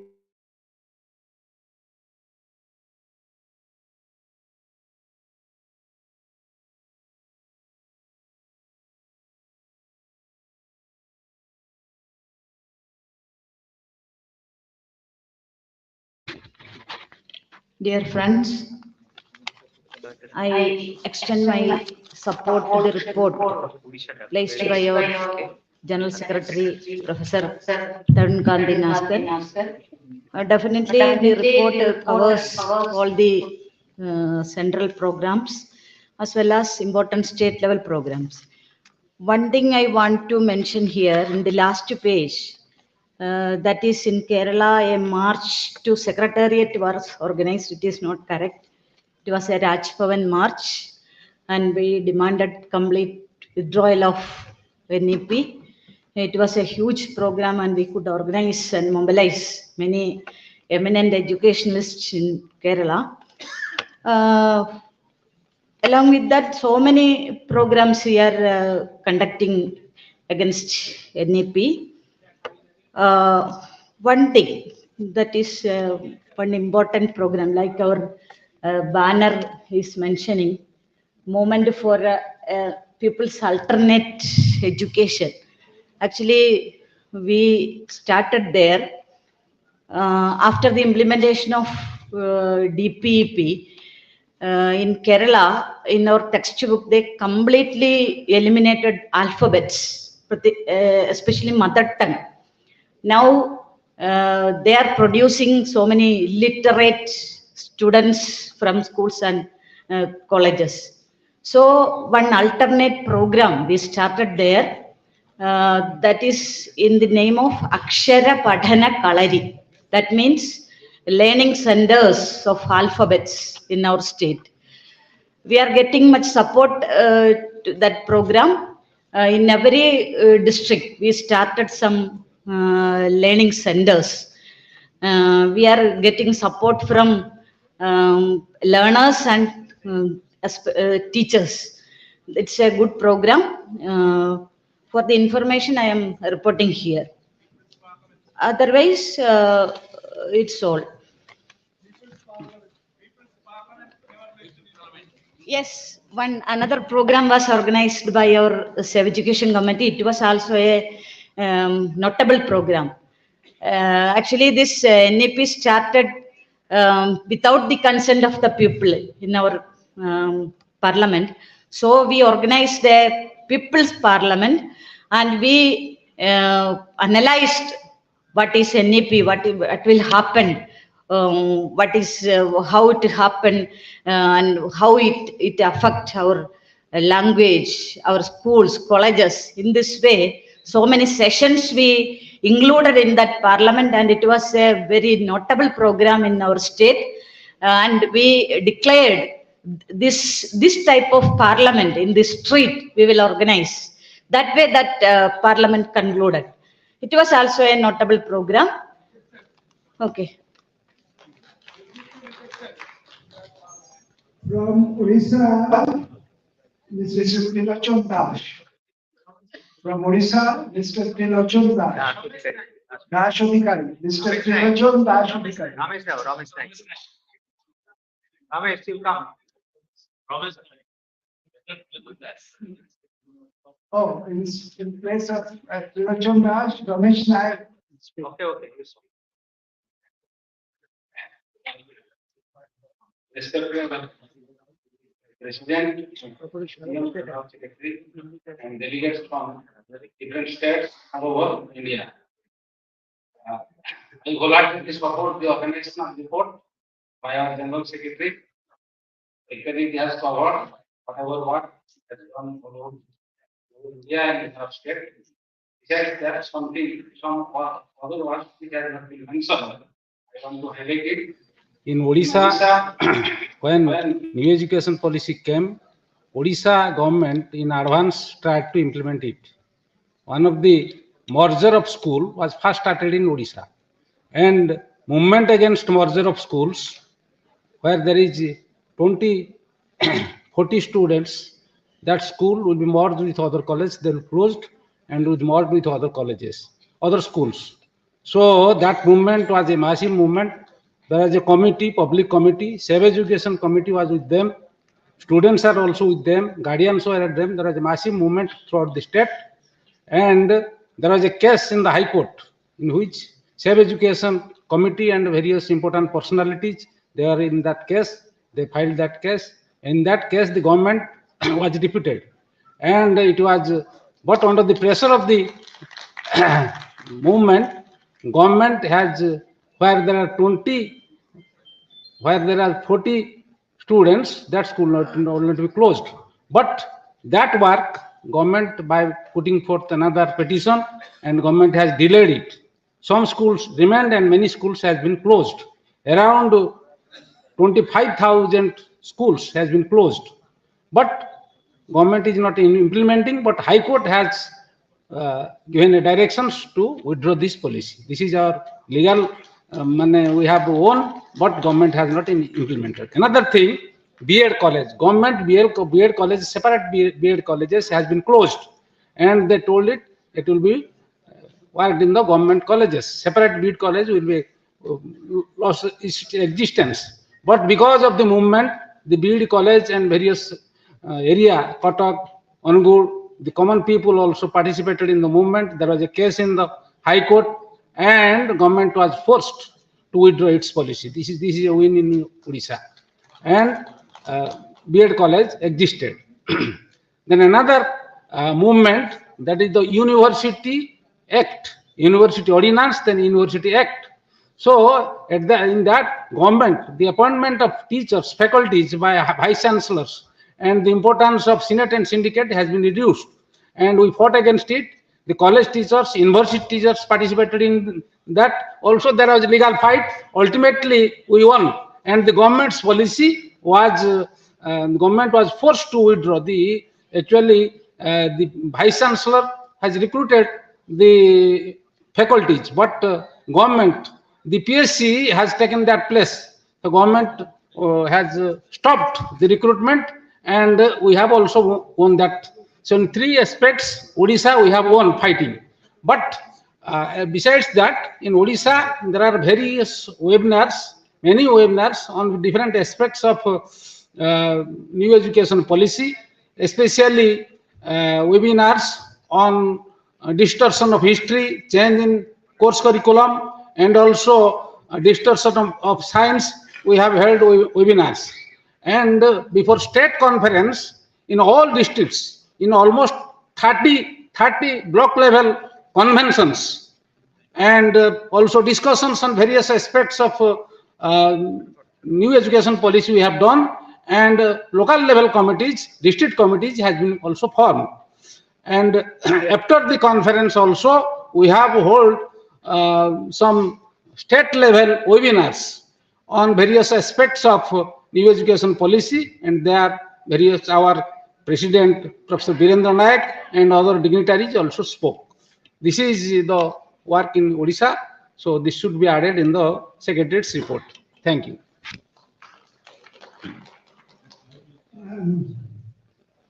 Now I request Srimati Sharada Dikshit to speak for Delhi.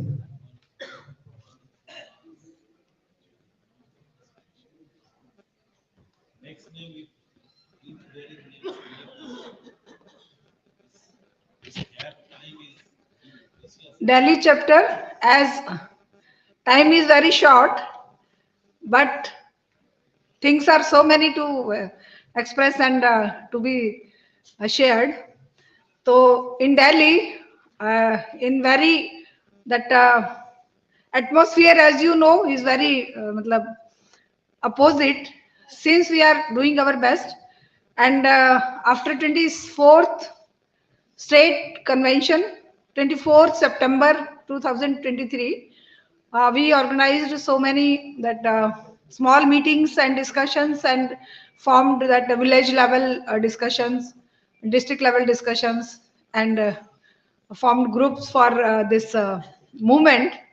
And now we can say that we have spread over this movement to the masses, and even bastis or JJ colonies or areas which are required to be discussed with education, because ये लोगों को तो केवल जय श्री राम के नारे से बाहर निकालने का जो प्रयास हम लोग ऑल इंडिया सेवा एजुकेशन कमेटी दिल्ली चैप्टर कर रही है, उसको लोग एक्सेप्ट भी कर रहे हैं दिल्ली में, प्रेज भी कर रहे हैं और साथ भी आ रहे हैं.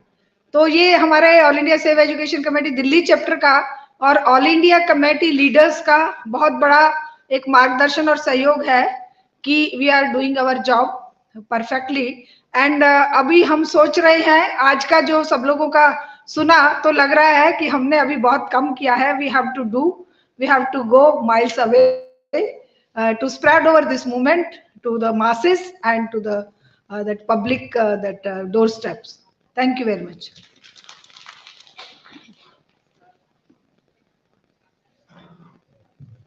There are several other states, but because of the lack of time, I would request the representatives of the other states to submit their report in writing. If they want to add anything to the General Secretary's report, please give that in writing. They will be incorporated. So I cannot give you time to place your views. I'm sorry for that. So I have to go to the next agenda, which is the election of the new committee, which is to be formed at this session. So I require names to be proposed for the new committee. A panel of names will be proposed by Professor George Joseph. No, Professor Chandrasekhar Chakraborty. Professor Chandrasekhar Chakraborty. Okay.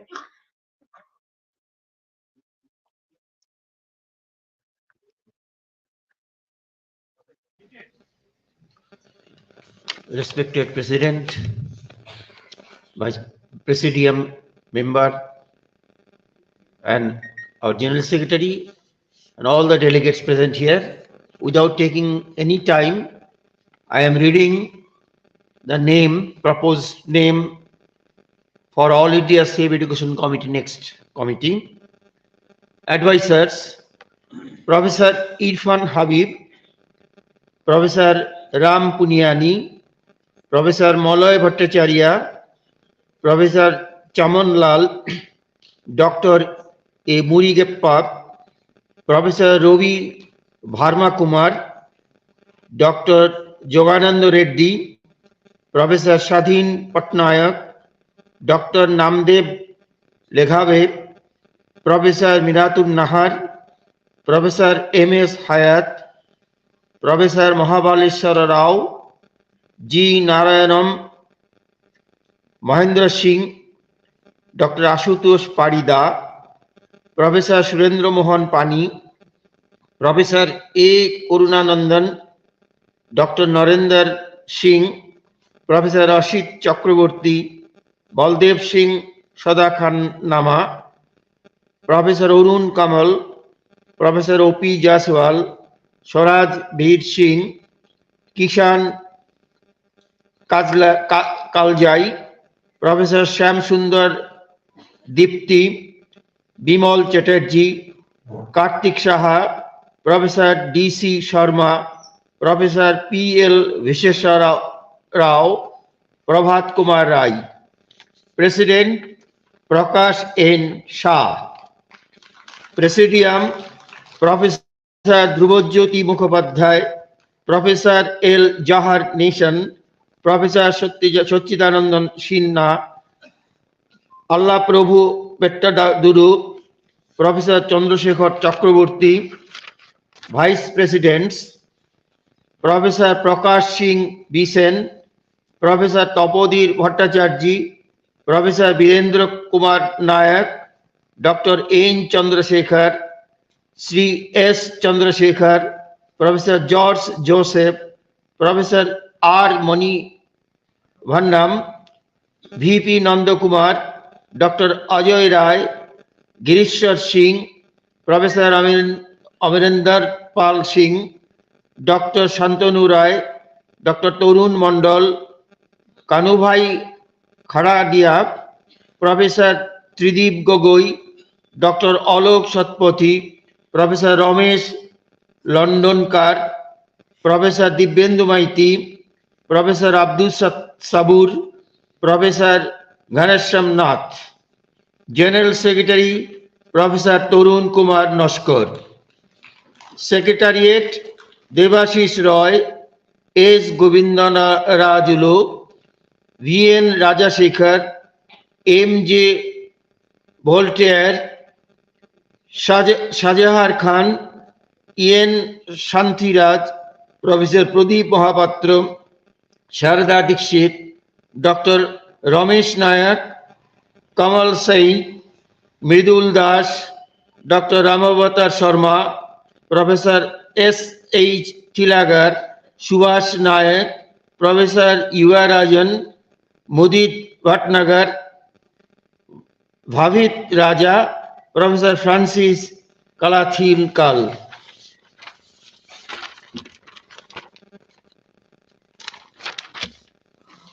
Executive members, Professor Pooja Sharma, Surendra Raghuvamshi, Ritu Kaushik, Sadashiva Sahu, Vishwasu Das, Chanchal Ghosh, Rajendra Verma, Sadhana Mishra, Ramprit Raj, P. Teja, Om Prakash, Mahendra Sahu, Ananta Mahato, R.K.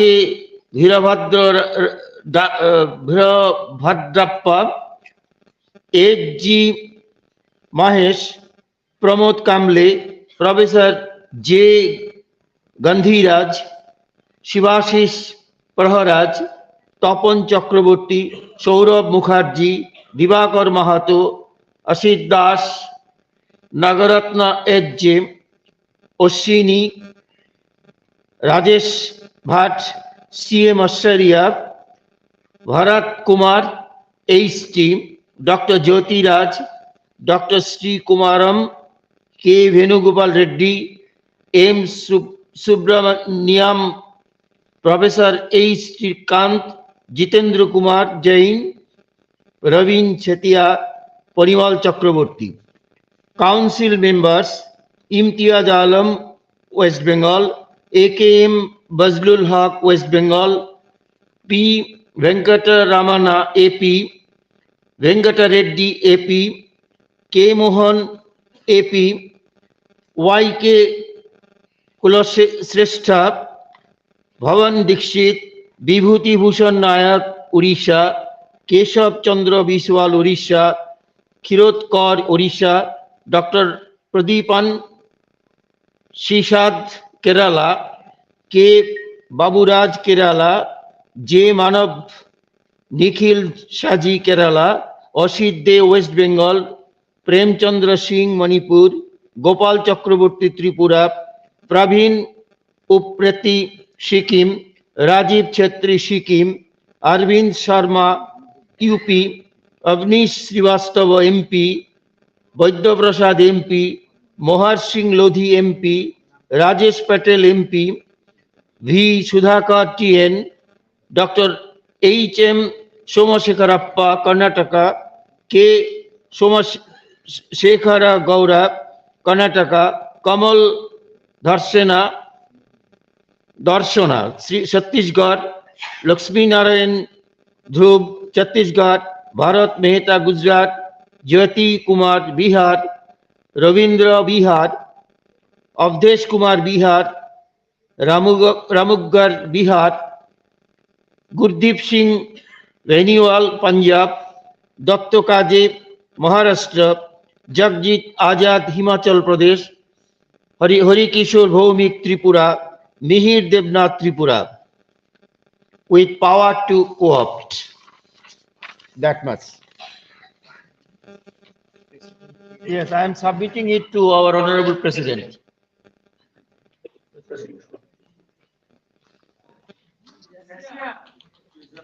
So,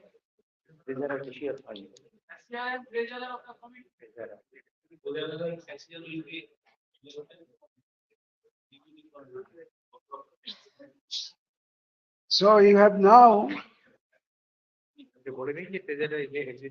yes, the panel of names for the new committee has been proposed before you. The treasurer will be elected from within the executive committee, by the executive committee. You have now before you the main resolution, the report, and the proposed panel for the committee. So this has to be formally approved by you. So first, I place before you the main resolution. I hope the main resolution will be acceptable to you. There is one small amendment in the there is a small amendment in the end about the list of stars in number 2. It is written constitute an independent education commission, after which there should be an addition that education commission with educationists as members. So that should be added. So with that addition, I place before you the main resolution. I hope this will receive your support. Those who are in opposition to it, please raise your hand.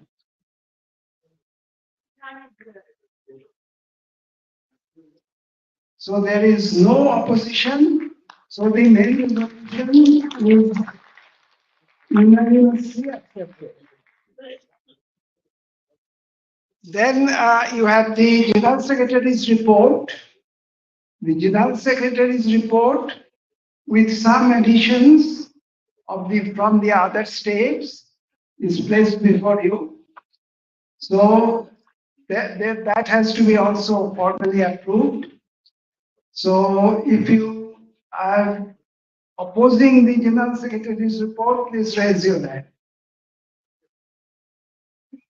So the General Secretary's report with the necessary additions is also unanimously accepted. And the last is the new committee. The panel of names have been proposed and placed before you. So if you have any opposition to any of the names, please raise your hand.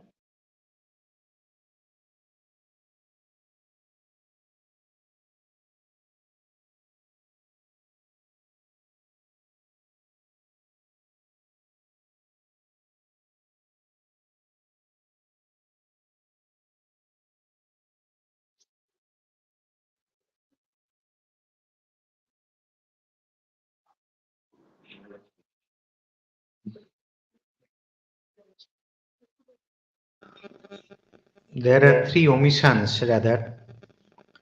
All these things are done under very pressurized situation. So some names are dropped rather inadvertently. In the existing committee, the treasurer was Biswajit Mitra. So he should be continued. So I propose his name. And also Uma Maheshwari and T. Murugayam, they should be in the executive committee. So these three names, that is Biswajit Mitra as treasurer, he is there, he should be continued. And these two names in the executive committee from Tamil Nadu inadvertently just dropped. So these three names I propose. So the panel which has been placed before you with the addition of these three names. If there is any opposition to any of the names, please raise your hands. Otherwise, this panel of names is unanimously accepted. Thank you. So that brings us. I have it. Announcement. Okay. So the meeting will end with the announcement by Dr. Tarun Gambhir. Honorable delegates, at the end of this conference, and it has started from 10:30, now it is almost 6. So throughout the day, you have participated. And tomorrow, you know, there is an executive committee meeting. And I request all the members, all the executive committee members, that means members from president to executive committee, all are requested here to attend the meeting. That will be in CBCI Center.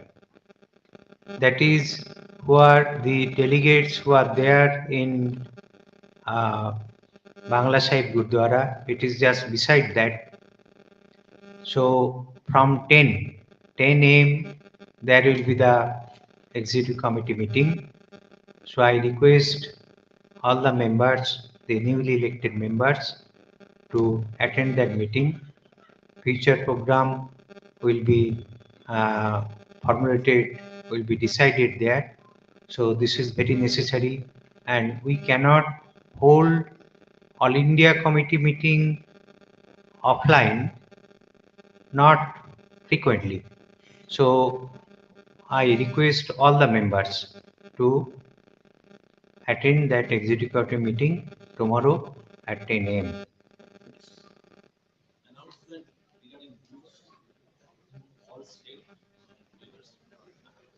And you also know that the new book is published, and this new book is there in the counter in the in the auditorium, just outside the auditorium, in the counter, the new books are there, and the state chapters already requested how many copies they like to take from here. So I request the secretaries of state chapters of AISCC to take the number of copies they previously announced or previously informed. Thank you. There is a pen here left, probably some by some speakers.